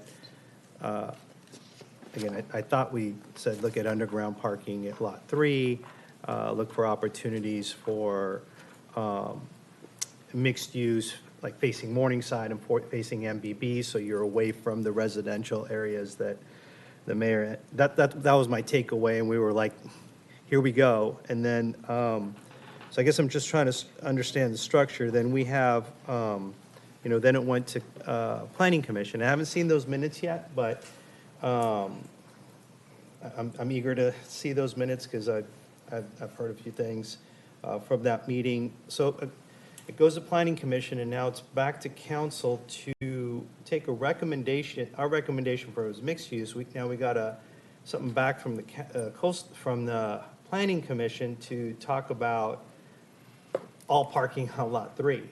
And so you got council giving direction as to what we'd like to come back to us. And then, again, I haven't seen it. I've heard some people at that meeting, so I'm waiting for the minutes to look into it. But how does it come back as all parking when council gave direction to do mixed use? Because the survey said those were the top 3 uses, and I think everyone looked at the survey and said, okay, this is what we want to give, some open space, some parking. So if you can, or maybe Yes. Moss is within the. So, we all want to answer. So essentially, it's not that Planning Commission's request or recommendation is overriding council's direction. It's more that we have the ability to take two concepts for each property into the conceptual design workshops to get more feedback from the community about features and elements and what they would like to see. And for that reason, we would plan to take the concept that council directed, which is 2 levels of underground parking with a mixed-use development above ground that would include a mix of commercial and open space or park, and then also take the concept of parking structure only. So that would be partially above ground and underground, and see what community thinks. Got you. Yeah. And that's a recommendation of the commission. It's something that, you know, we haven't talked about. Maybe we'll talk about it later after this opens up. Since it's questioning, I'm just questioning why the public's already spoken, said we want parking, open space, and mixed use in those locations as their top 3. Yeah. So I'm just concerned that we're taking something that is all parking, and we've heard we have a lot of parking. So I'm just concerned that we're taking something that wasn't. Yeah. No, if I could just add on, I mean, as part of, you know, this phase of the community engagement, there was quite a bit of public comment on the idea of Lot 3 being replaced as a parking-only site through the Planning Commission process and some other, you know, points where we received community input. Because of the way that the charrette consultant contract was structured, we had the opportunity for up to 2 designs for them to be included in the charrette process. So it was seen as an opportunity that it's not costing us anything extra. You know, it's additional information that we're hearing from the public that we could provide you that information in August. But of course, you know, the council can move forward with the single design. Right, and I get that. I just don't want to confuse it or, you know, just keep it on track. And this is what we indicated as a council body. And if you get 2 free things, but this is where we want to go. It's like, I don't know why we're looking at that, but we can dialogue about that later. And then I know we talked about, you're good. I know we talked about, the question is about 100 spaces, I think, a traffic engineer, or Eric is. But Eric, I think you mentioned at the report of the traffic study that we have more spaces than we've ever had, like 2,000 parking spaces. So even though this isn't a 1-for-1 replacement for Lot 3, and I don't think that's the exercise, is to replace all 145 spaces, because we've been able to pivot with your expertise to find other spaces, you know, around that you can utilize. So is that, I mean. Well, right now, at this point, we have added more parking spaces than we ever have, but some of those spaces are on the 400 MBB lot. And so it depends on what happens with the 400 MBB lot as to how many parking spaces you gain or lose. If you want to go back to the point where you were before, then you want to add more parking spaces in one of these 2 lots in order to bring it back to the same amount. Our parking study says that if you want to take care of any latent demand and or any potential growth, you want to add more than you have now. Got it. Thank you. Okay. Councilmember Tarnay. Thank you. Eric, will you stay up there, please? Thank you. If he wants to come in. Go ahead. Do you want to jump in with? Do you mind if I just wanted to clarify what I stated earlier? I was at first thrown off by your question for a second, so apologies for that. So you were correct. On July 1st, 2028, our interest rate does go up to 6%, the 1%. However, that's only for 90 days. No, after that, it actually goes up to 8%. So we definitely have an incentive to meet this deadline of July 1st. And then I also just wanted to comment too that it takes staff time to prepare for any bond financing. So we need to know at least a few months in advance of this July 1st date too, so that we could be working on the financing to meet the deadline and save any funds there. July 1st this year? I'm sorry, 2028. Yeah, okay, thank you. Just wanted to clarify. Thank you. Thank you. Thank you. Thank you. Okay, just conceptually, Eric, if you can help me with, I know, so first of all, whatever we decide to develop on 400 MBB, if we decide to put retail in there, we're going to have to add some parking requirement, right? Technically, according to our municipal codes, no new parking is required as long as if you stay under the 1-to-1 building ratio. I'm sorry, the What does one. that mean? What does that, yeah. Sorry. So our municipal code allows for a building to be built on property without incurring parking requirements until you reach a 1-to-1 ratio of buildings square footage to property square footage. So if you put one building, It doesn't mean that the parking demand isn't still there, though. So This is say we. specifically for the downtown, I just wanted to clarify, which is part of the discussion we were having about North End regulations being different than downtown regulations. Downtown has a specific provision which essentially kind of caters to the built environment. Did you want to add to that? Yeah, and in addition, that is and again, I'm sorry, Adam Feinstein, Planning Manager, let me get that done. So the other aspect of that is that's really applicable on properties that I believe are less than 5,000 square feet. So because, or 10,000, because this property, both these properties are more than that, there is some sort of a parking requirement if you were to build greater than 10,000 square feet of area on the site, right? Okay. So it's not strictly no parking required, but it's a definitely reduced amount. Okay, all right, thank you. So say if we, Eric, if we were to try to maximize our parking in parking lot 3 to accommodate, I guess, to restore what we had and maybe incorporate any other parking needs of the developments that we put in, how many levels of parking would we need, both including above ground and underground? Sure. To replace, like, let's say. So essentially, you probably want to be right around 200 parking spaces. So that would mean 2 levels down, 2 levels up, or 1 level down and 3 levels up. And when you say 2 levels up, it's the ground level plus one. Mhm. Okay, so I can still get the rooftop. Yeah, because then you have to add elevators and you got another floor. and lighting above that. That's what takes up that second 10 feet of height. Oh, my God. Yeah. Okay, thank you. Uh-huh. Just want to make sure. Councilmember Hobart. Oh, that killed me. All right. Let's see. So, I have a comment. I guess I could make it later. I do have a question about the idea of parking meters over at 400 MBB. A couple of my colleagues have raised, and you said that it's a local plan. Sorry. Yes, so we would do a coastal development permit. Coastal development and a permit. use permit. And a use permit in order to do that.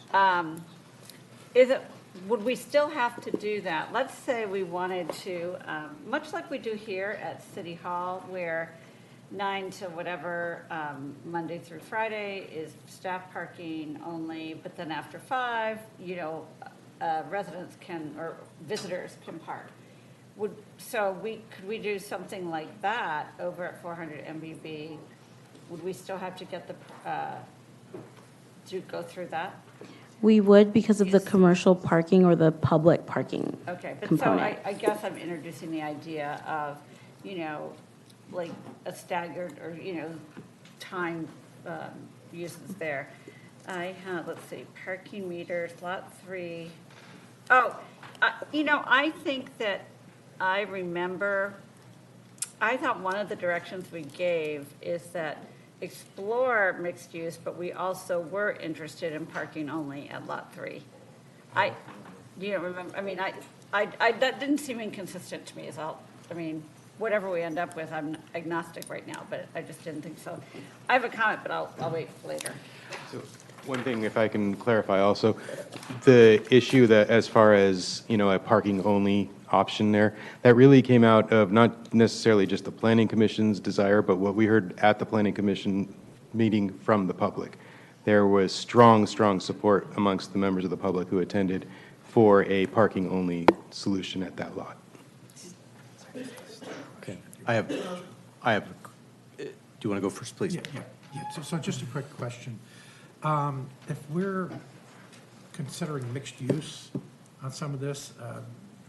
Is it customary, or should we do a retail study? You know, because if it's going to be a retail kind of thing in there, we just need to know, I mean, that there's a market for it. And then, you know, we sort of got to consider that percentage of a chance that it'll be empty for a while. And I don't know if that's going to impact our ability to, I mean, we know parking lots, we know parking meters, but, you know, will the interest rate be reflected in that risk, you know? Yeah, thank you. We do have Cosmont companies on contract for this project. That is one of the things that they're looking at. In fact, one of the initial analyses that they did that we presented to the council had a bit of a breakdown of what types of retail or office and restaurant uses are successful in the downtown. That would absolutely have to be something that we factor in, but we also have the ability to build the design in a flexible way that could allow for utilization by a variety of uses at the end of the day once it's built. Great. Just want to make sure it was addressed, so thank you. For my question, I want to circle back to what staff is fundamentally asking council this evening with regard to raising the 26-foot cap that presently exists on the site of 400 Manhattan Beach Boulevard to 30 feet. And I'm trying to understand, which I don't think has fully been articulated, what that additional height would mean for purposes of several objectives that have been offered. Is that additional 4 feet important in able to explore a mixed-use project at that site, an exclusive parking facility at that site? I don't think it's critical for a park, but help us understand what that additional amount of square footage of height would allow our planning process to include. Yes, so I have an additional slide. But wait. So essentially, so if we're thinking about what does it mean to increase height limit from 26 feet to 30 feet, one is that it increases the number of stories that you can build from 2 stories to 3 stories. And to recap, you know, portions of Lot 3's parking structure were already over 26 feet. The lighting that was on the 3rd floor deck was between 35 and 40 feet above the height limit. Allowing for more height also means you may be intensifying the use of the property by allowing 1 more story, but that can allow for more commercial square footage, more open space, and or more parking. That's very helpful. Thank you. Any other questions, colleagues? Mayor Pro Tem Franklin, did you have anything further? No, All right. In which case, unless there's any further questions, I think members of the public have been patiently standing by. Thank you. I'd like to open this item up for public comment. Members of the public in chambers care to address this item.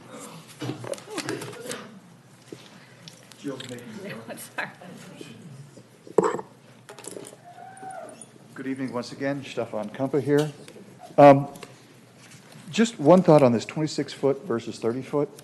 You know, if you walk around the walk streets, you may notice a lot of houses, they max out. What do they do to get that? They've dropped their first floor down a little bit. So I think we can get a little creative. Perhaps Brian could talk to that if we need to, if that's a feasible option or not. The other item I want to kind of challenge the council members on is that you're going to be presented with options. And what are the criteria you're going to use to make a decision between those options? So I think it'd be very helpful for you to give that guidance to staff, because when they make the presentation, it would be really nice if they could hit it and organize it in that manner. When I was in all my sales pitches and did in big companies, the first thing was always, do you know who you're selling to? Well, they're selling to you guys. But the second question is, what's the criteria they're using? So if you can share that with them, that'll be very important. One of the criteria is amount of parking. We've talked about parking, but what is the number we need to hit? We haven't talked about that. It was not defined in the parking study. It needs to be defined, and it should be talked about in context of all the different types of parking we have. Until you're presented with that, you're going to have an emotional response, and it's not going to go over well. So I encourage you to make sure we know what that number is, how it's allocated against residential, commercial, all those areas. Thank you. Thank you.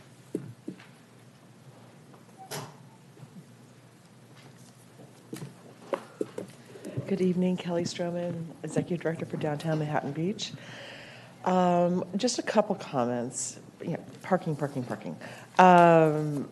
My concern with Lot 3 is if we entertain the mixed use with retail, restaurant, office, whatever, going up and some parking down, could we go 3 levels down on parking if we're going to build on top with use? Because to meet our demands currently, but then if you're going to be putting wonderful uses on top of that, you're going to have even more need for parking. So, have we entertained 3 levels down? And then regarding 400 MBB, when I hear parking meters for that, is that currently with the current use? Are we going to scrape the building and put in parking meters? What does that mean? I know you can't answer me right now. I'm just throwing it out there. And we do need to keep that right now as employee parking because we don't have enough employee parking. So again, I think Councilwoman Haworth mentioned that maybe if we're putting parking meters in over there, that we look at a use where it's employee parking during the day and it can be metered parking, without a permit, starting at 4 or 5 p.m. too. So let's just make sure we don't rob Peter to pay Paul. Okay, thank you. Any other members of the public in chambers that would care to address this item? Seeing none. Patty, is there anybody on Zoom that would like to address this item? Yes, we do. First, we have Jim Burton. Good evening, Mr. Mayor, members of council. Jim Burton, longtime resident, business owner downtown. Just a couple things, and you saw my letter, my notes. My main concern is 400 MBB, and for my neighbors, I don't like the height limit going up, and particularly if it relates to parking. Parking equals lighting, and any lighting, as you know, from just Lot 3, that went up 30 feet or whatever, there's a lot of lights that go with that. Manhattan Beach Boulevard and Morningside Drive, the traffic is horrendous through there. I don't know how you're going to get cars in and out of there just for parking. I think Mike Zislis had a good comment in the beginning of the meeting, potentially a phased approach to 400 MBB, that if there's an opportunity to do something with bonds in the future. I know, Mr. Mayor, you talked about the deadlines. Our finance director talked about deadlines. I think those are real. But if there's an opportunity to do something now with 400 MBB that is scaled down, I know we need to get revenue, but something that this is in a residential area. You got residents across the streets. You got residents directly to the south that are 26 feet or less. A 30-foot structure, particularly with parking, will absolutely impact that residential community. I've got a lot of other comments. One thing, Ms. Andriani, Martha, she talked about residents using their garages not for storage. And your local coastal plan has a policy, and the city has an implementation plan to do that. I would love it if you had residents actually, particularly in my neighborhood, use your garage for parking and not for storage. The public space aspect for 400 MBB, I think, is fantastic. I think Councilmember Franklin, you indicated, that at some point we need kids to play, and the library space, the open space in the library, given some place to play. And so I urge council, keep it scaled down at 400 MBB. Lot 3 can be parking. Look at subterranean, but 400 MBB is in a residential neighborhood. Please keep it scaled down. Thank you for your time. Thank you. Next, we have Laura Kiley.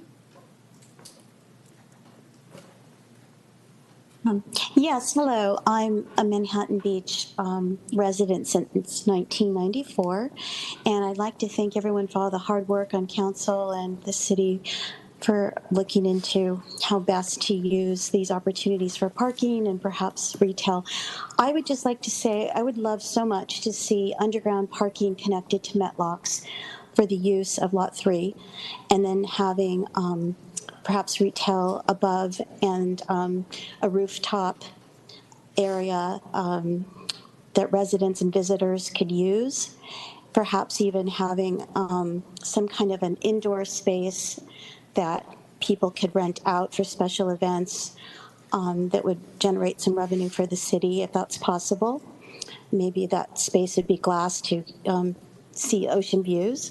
So I would just love to see not just a big old parking structure in the middle of that downtown area, and have some wonderful open space on the rooftop. So thank you for considering. Thank you. Thank you.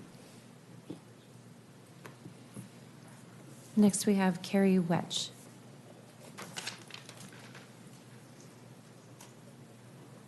Hi, thank you for taking my comments. I actually had been speaking with the previous speaker, Laura, and just wanted to include my support for those same ideas.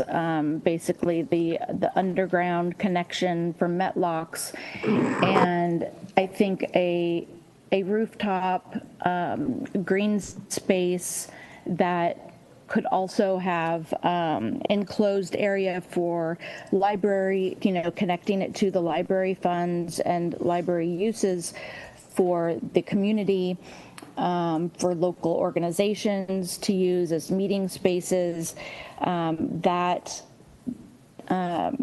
That view should not be wasted. I think that could be an incredible space for families to gather, to take breaks from the busyness down on the streets. So yeah, please consider those same ideas. Thank you. Thank you. No further requests on Zoom. All right. Any comments, last chance in chambers? Seeing none, close public comment on this item and turn to my council colleagues. Councilmember Haworth. Thank you, Mr. Mayor. The comment that I was wanting to make before was about the fact that we have control over these two properties, Lot 3 and 400 and Manhattan Beach Boulevard. And the reason that we can have these discussions, we have control because they are owned by the city or ergo the residents, right? And I think it's a really important point, not for anyone who's still left here in the room, and maybe none of you are watching at home, but earlier tonight with, so many residents here for Stop the Rise, and they were begging us to, take some control, we can take control when we own the properties. So I just, this is a great opportunity for us, for whatever we decide to do. So I don't have, so another question, in the discussion and direction items, as you pulled us back in, Mr. Mayor, to what we're here to, what we need to decide at the minimum. If we want to increase the allowable height from 26 to 30 feet to match Metlocks, is that for both Lot 3 and 400 MBB, or is that just for Lot 3? That question is to the council. For So you can direct us to do we can both properties to or- pursue a code amendment for both, or just Yeah. one? I think that for both 1 and 2, I'd be in favor of allowing it to go from 26 to 30 feet, and with elevator shafts, height exceptions for minor elements, at least for Lot 3. I'm prepared to do that for Lot 3 right now. I think since we don't know exactly what we want to do with 400 MBB, I trust us to be able to come back and have that discussion later and make the right decision. But I think, we don't need to make that now, so that would be my proposal for that piece of it. I appreciate, I believe it was Mike Zislis and Jim Burton mentioned the phased approach.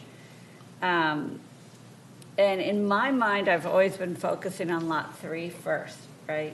But we do have to be careful, as our mayor brought up, that we have to have something in place so that we can take advantage of the low interest rate that we have on our debt service.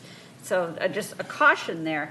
I do think it's not wise, if my colleagues concur. I mean, when Ms. Stroman first mentioned, have we explored going 3 levels underground, I was like, oh gosh, I'm sure we can't do that. I'm sure that's too expensive. But then I thought, well, let's ask. Maybe we should ask. Maybe we should study it, because that could give us, the flexibility above ground to maybe have open space on top of the mixed use or in the middle of it or whatnot.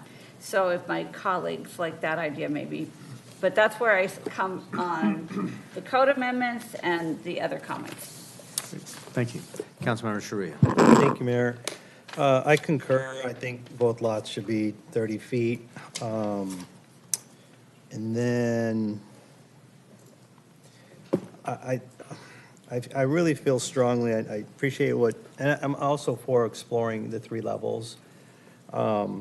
Just from the cost estimates, the numbers I heard as far as each space, it's about $5 million for 50 spaces. So if it's 50 spaces for one level, 50 spaces for a second level, 50 spaces, so it'll be like $15 million for the parking spaces underground. That'll probably generate about $1.5 million in parking revenue and parking citations a year, just rough estimates from blending in the occupancy that was in the traffic study. So you're generating revenue, and that's what it takes to pay debt service. So I would want to take a look at the three levels. But I think for us, we have to be a little fiscally responsible here. We have a debt that we're paying on a property we bought a year ago. And I understand, Kelly mentioned about the employee parking there, commercial parking, which is free now. And if we wouldn't have bought 400 MBB, we would have had to find a solution for those vehicles. But we did buy 400 MBB. We have debt on it. And any financial advisor, including ours, would tell you if you have debt service, it'd be prudent to have a revenue source to be able to pay that debt service. Part of you getting your AAA rating. So I would like to explore the coastal development permit. It doesn't take as long as the local coastal plan to be able to put 26 parking spaces that are metered to generate $300,000 a year, which is half of our debt service, which we have already foregone from last April to this April. So, I'd like to get some support for that. Thank you. Councilmember Tarnay. Thank you. So, just clarifying, Councilmember Charelian, I think you said you supported the 30 feet for both properties. Yes. But Councilwoman Haworth said to start, where she would like to see it just for parking lot 3 and then hold off on MBB. Gotcha. I think the reason I said both is if they're doing an LCP in it, it'd be like a twofer. You get them both in there. It doesn't I would necessarily. agree with that. Doesn't necessarily mean you have to go 30 feet. I'm just clarifying. Thank you. So I just wanted to make sure. But I would, No, but I thought I that's a heard you great say for point. both. That's a great point. Also, Okay. from a timing perspective, because it's taking the Coastal Commission 1 year just to look at our applications, it would be prudent for us to. I'm good. I Okay. accept it. Yeah, I Great, just wanted to yep. make sure that we were all on the same page. So I would support that as well. And I think as far as the parking, I would support examining going 3 stories down. And I also think just, correct me if I'm wrong for those of you who are in building, but to consolidate our parking efforts when we do undertake that construction in one location where we know the circulation can be coordinated with Metlocks, I think that makes more sense. So for me, it makes more sense to put all of our parking needs in one location and really working on that circulation of getting people in and out. And I do agree with Jim, our caller, that Morningside, if we put a big parking structure there, it would be, I can see a lot of problems. So I would like to explore something that is mixed use, retail, and maybe some green space, perhaps some surface level parking if necessary. But that would be, my take on those 2 properties. And of course, the rooftop, whatever we can afford on the rooftop there, because it's a multi-million-dollar view. Great. Thank you. Thank you. Mayor Pro Tem Frank. Sure, thank you. Tarnay. So I am beginning to like the rooftop. And we're going to have it, right, Eric? I mean, it's going to be available, and perhaps we could get some ideas from our consultant of what can be up there. A question just came to me. Are we limiting the underground to the borders of the lot, of Lot 3? Or since we own the streets and everything, can we underground push off to the side to get more spaces in there? So that's a very good question, Mayor Pro Tem Franklin. We've explored the best use of the design of a parking lot. And the best use of the design of a parking lot is 2 aisles and 4 rows of parking so that you can have circulation going up and down, right? You need to use the sidewalk area of 12th Street in order to do that. So yes, we would be expanding the footprint of the parking area in order to be able to do that. You could take more of the street, either on Morningside or 12th Street. It becomes very expensive at that point because you have to move a lot of utilities that are underground. Yeah, okay. All right, so I just wanted to clarify that. So yes to number 1, as far as the code amendments.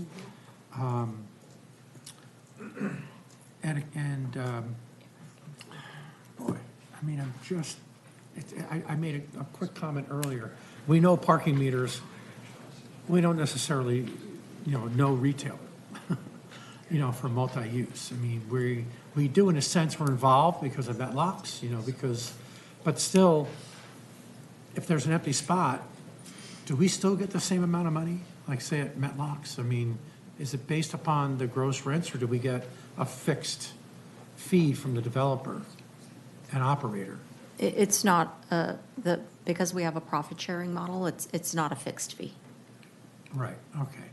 So the same thing here, if we work with the developer, their fortunes, we're tied to their fortunes, okay? And plus we do get a set land lease, I believe, right? That is correct. Okay, so there's 2 elements of what we would get back.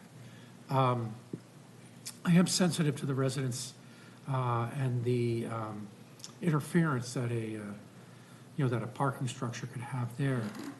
I guess it's just all depending upon what we can fit at Lot 3, So I think I'll go with the idea right now, or I'll support the idea of mixed use, although I'm just getting the spidey sense about that, about vacancies, right? About vacancies. And that's where some of the retail consulting should come into play there, right? As far as what would work. Will you excuse me just a moment for a procedural issue, and then we'll come back to you.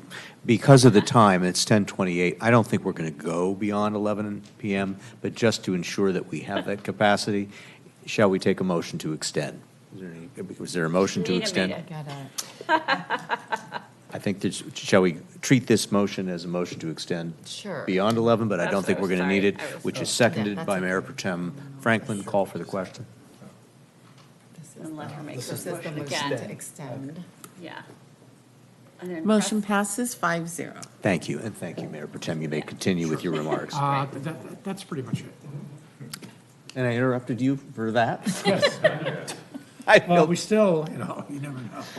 For my comments, I want to see if there is a motion. I do see that a motion has been made by Councilmember Tarnay. I want to hear what it is. I would reluctantly be in favor of exploring the 30-foot option for both properties at this time. We, as Councilmember Haworth indicated, we own this parcel. We own this property. We can come up with mitigation measures. We can decide as a community and as a council not to develop it. But because of this timeline, which I'm incredibly sensitive to, I think we need to do as much as we can and give as much direction now for possibilities, particularly as we've now engaged this contractor to conduct our charrettes with the community. We need to have options for the community to look at because now's the time. So I would be in favor of exploring that in the LCP. I would be in favor of exploring the 3 levels down, underground parking. However, the expense that I so appreciated Councilmember Charelian just doing ballpark, I think is sobering. Even with the revenue generation, it's a lot of borrowing we'd have to undertake, particularly with some of our other city priorities. But nonetheless, I think we should explore it, because now's the time to explore 3 levels down and how that would connect with Metlocks in Lot 3.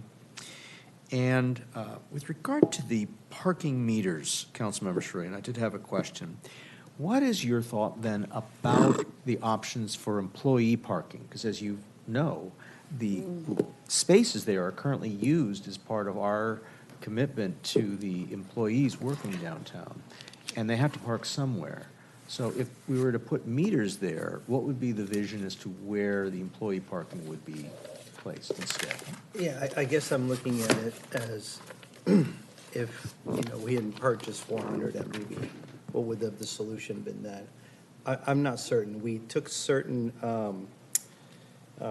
opportunities to, when we were building that extra parking, when Lot 3 was down, to have some of the employees park in different areas. But I don't have the solution. Maybe it's something that they can come back. But my concern is, again, we're just about to see the budget and CIP.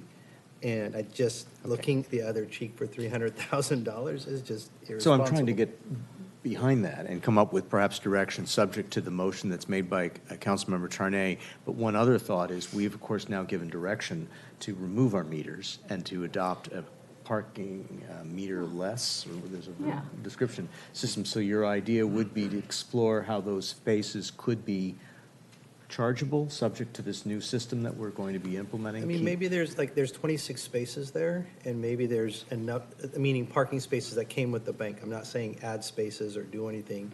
Maybe there's enough spaces there that could strategically have some overflow parking for employees as well as generate money. Maybe it's 20 spaces. I don't know. Maybe we take part of it, and those since it's temporary, since we have the meter heads that we're pulling out, they're still functional. You can just use those meter heads instead of Okay. But that would be, oh, sorry. Here's what I suggest. I'd like to Sorry, hear. if I could just add to this.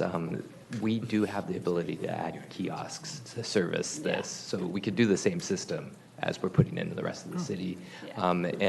We did check in with Public Works on that. There is the ability to potentially use sort of kiosks that we have as spares right now. So it is an option. Okay, so just to finish my comments then, as I'm certainly in favor of continuing our exploration of mixed-use parking and even a rooftop with a park of some kind with $1 million view, but let's see what its feasibility really is. With that, I do see Councilmember Charelian, you wanted to speak. There is a motion now, and I'm just wondering, do we want to hear the motion? And then did you want to speak as well? I just have a quick question for clarification. Quick question, and then I do want to respect the fact that there's a motion on the floor. What did permit holders do before they were allowed to park at 400 MBB? I mean, weren't they in Metlocks? So at the current state, when we lost the parking lot structure of Lot 3, we had 60 or plus parking spaces on the top level of level 3 that allowed for employee parking with the merchant parking permits. We don't have that anymore. We have 26 parking spaces that are temporarily in 400 MBB that are being used for employee parking. And so we're at a deficit of about 40 less parking spaces available to merchant parking permits And at this time. And is there space in Metlocks for them? No, by about 9 o'clock it's full. Okay. All right, and Councilmember Horwath, I'm so sorry, I didn't see that you had pressed your button to want to speak, so please go ahead. Yeah, I mean, two things, or I don't know. So if those cars went over to Metlocks, they would be displacing people who pay at the meters at that point too. Correct, we are. So there's, no, but down below it's full, there's no room. So I would strongly urge us to, if we do want to try to I appreciate wanting to capture some revenue, but I wouldn't support a motion that was full-time meters or kiosk or, right, it would be for, part-time, like it would be after 5 or, because I think that the businesses still need that parking, and, displacing that has a cost as well. So that, I would, maybe if you would be open, if you'd be open to studying that, like what would that generate? What would that kind of revenue generate? I'm open to options. So I am too. So maybe we could, that's Explore great. options. We can come together with that. But, and I want to ask Councilwoman Tarnay to clarify the Tarnay park. Outdoor park. That's adding, so if you go up, let's say we could do 3 levels below, which I'm not sure that the engineering costs don't get more expensive for that to go 3rd level, but we'll see. So then you would have the first floor would be mixed use or parking in your vision? In my vision? In your Actually, vision. my vision is 2 down, 1 parking up, and then, let's see, 2 down, 2 up with a rooftop. So the problem with that is that's too tall. The elevator shaft. Because you have to have the elevator shaft, if you have people on top of where the cars are, because, so if you have, the first floor is parking, and then you add a floor on top of that, is parking.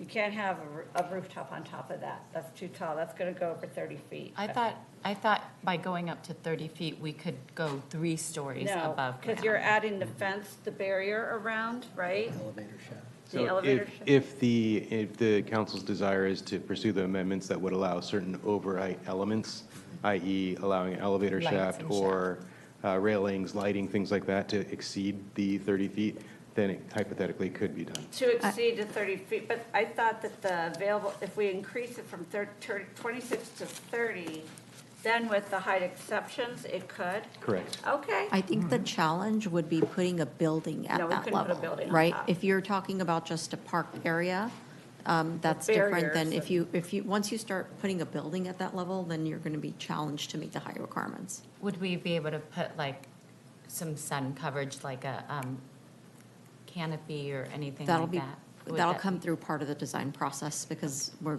just not sure right now. Okay. So just keep that in mind. Yeah. So that's fine. So I would support that. I just wanted to check on that. Okay. Okay.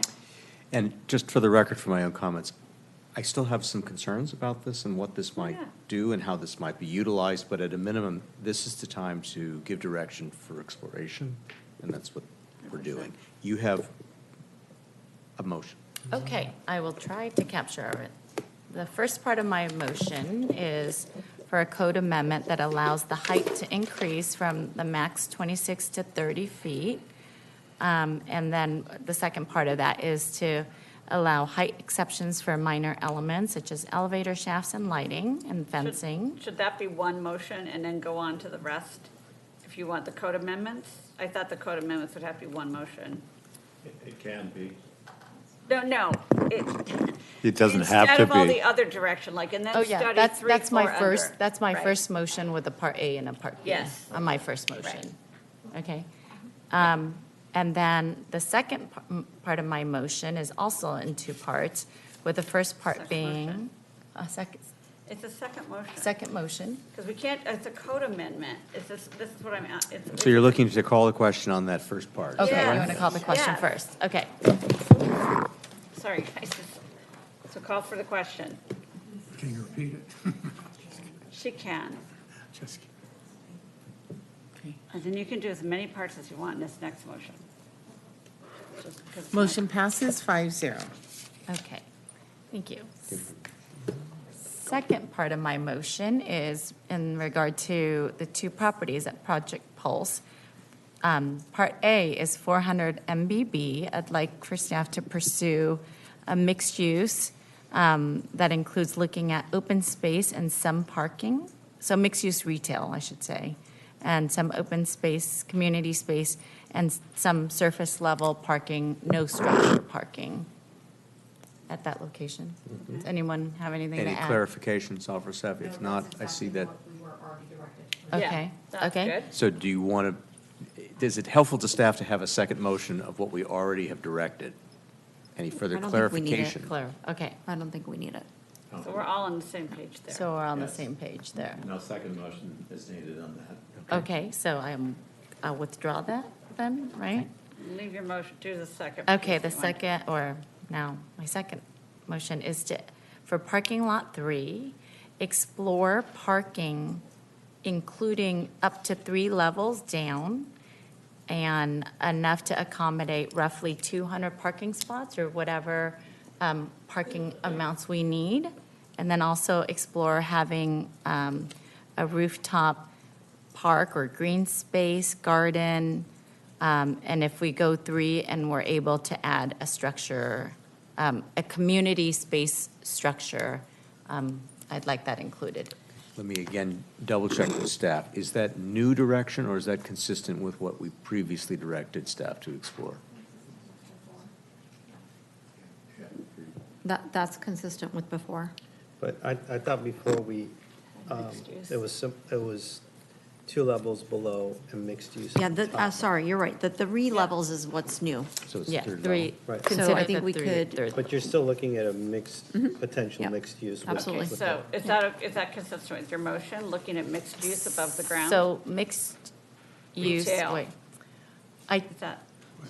I mean, we already gave that direction in January. Yeah. I know, but she's, I'm not going to change it. If it's already included and you want to give us I think if renderings the of. council includes a motion to now tell staff to explore a 3rd level, we didn't have that before. So I do think we need to capture that. Okay, so. But the what if- mixed use component, we already have. when you say mixed use, I want to make sure we're saying the same thing, and I'm fine with either. Yeah. But Nina, are you saying, Councilwoman Tarnay, are you saying mixed use, which is open space and community structure, or are you saying mixed use, mixed retail use? So mine is parking mixed use with community space, since the retail different. we're capturing at 400 MBB is, I don't think we need retail at both, so. Okay, that's yeah, great. but I just think- wanted yeah, to understand yeah, that, because absolutely. I'm not sure that was, yeah. So, but I'm open to, That's great. Yeah, So- that's new direction. That's new direction, but we're still standing by the January to look at some renderings. for So mixed this use. supplements the January directions. Yeah, Forgive me for interrupting. Is So that correct? The challenge here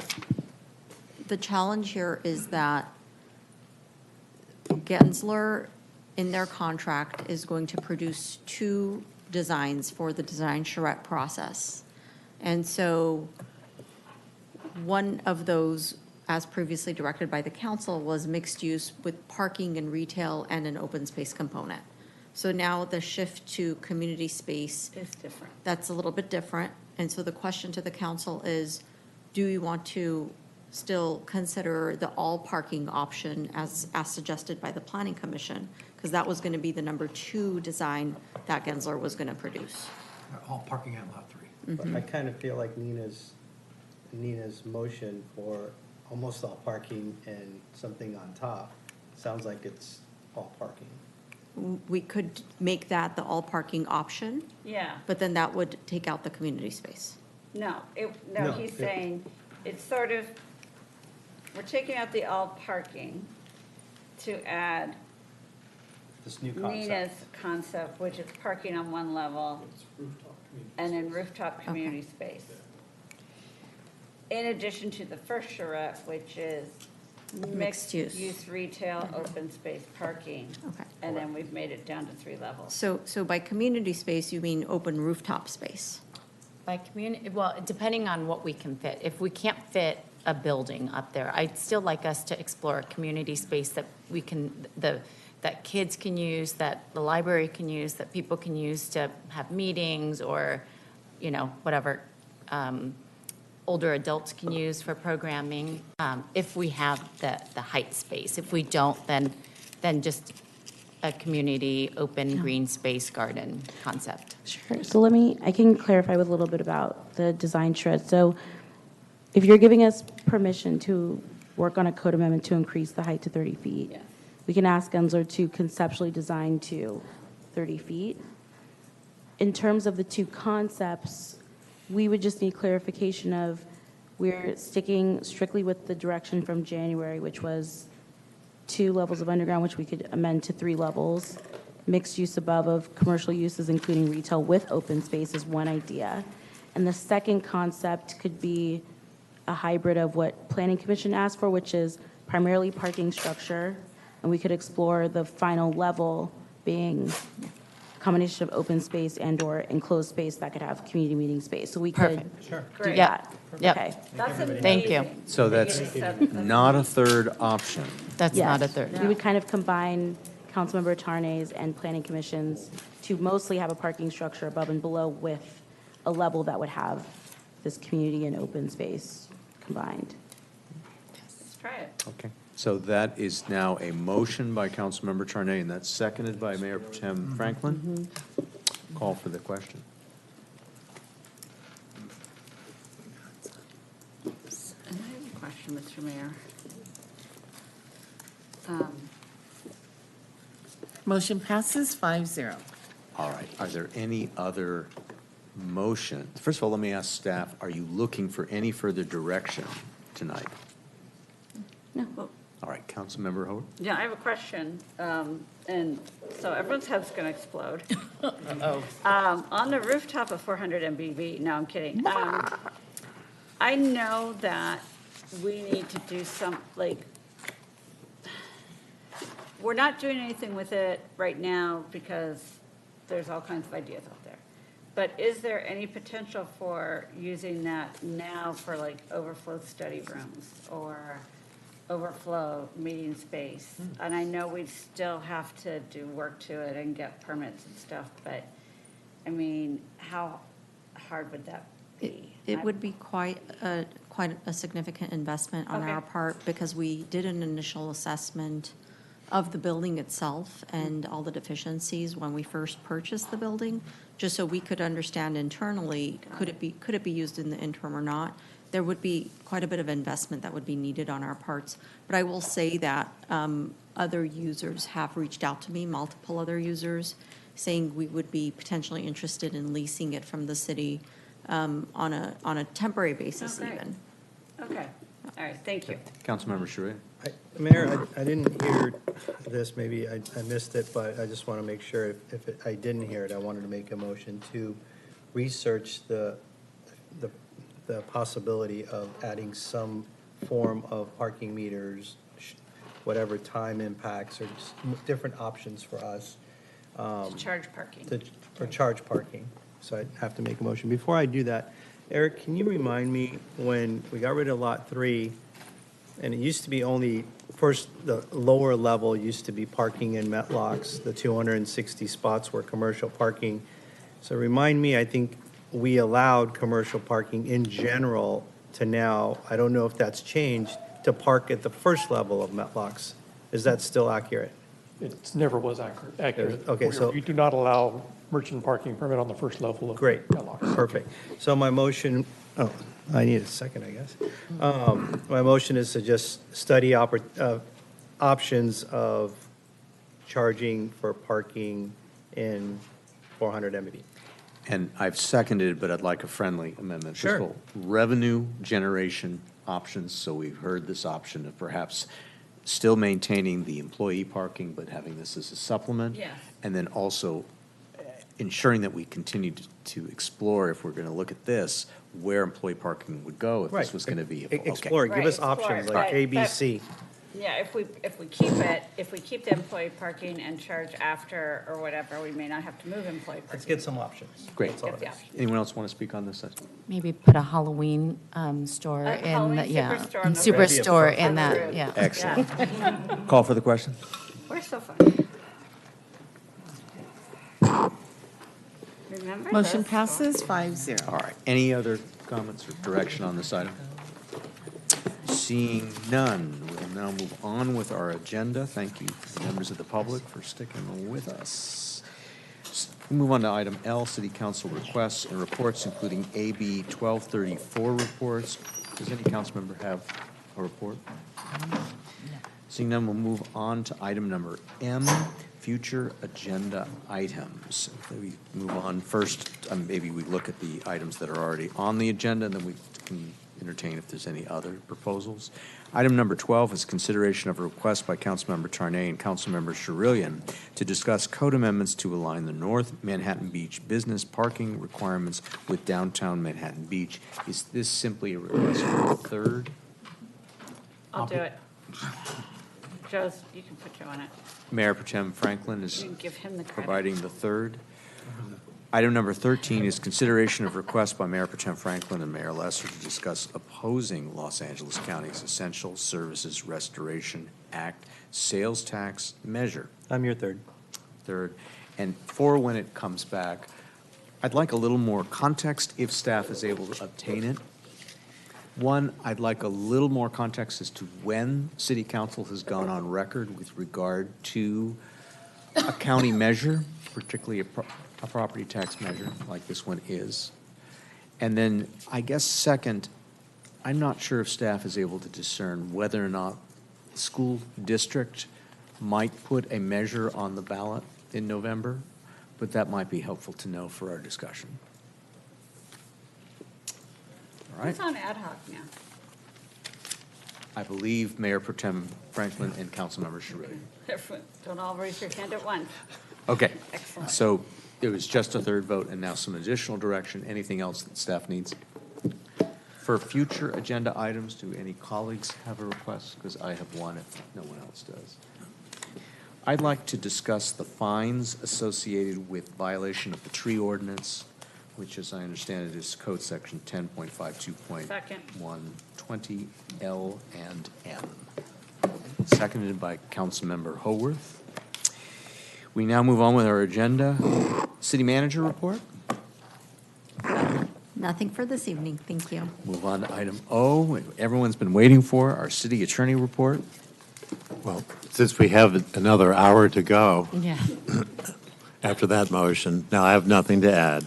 All right, informational items are attached. And with that, we'll be adjourning our meeting to a closed session on Monday, April 27, 2026 at 3:30 p.m. in the City Council chambers. We stand adjourned.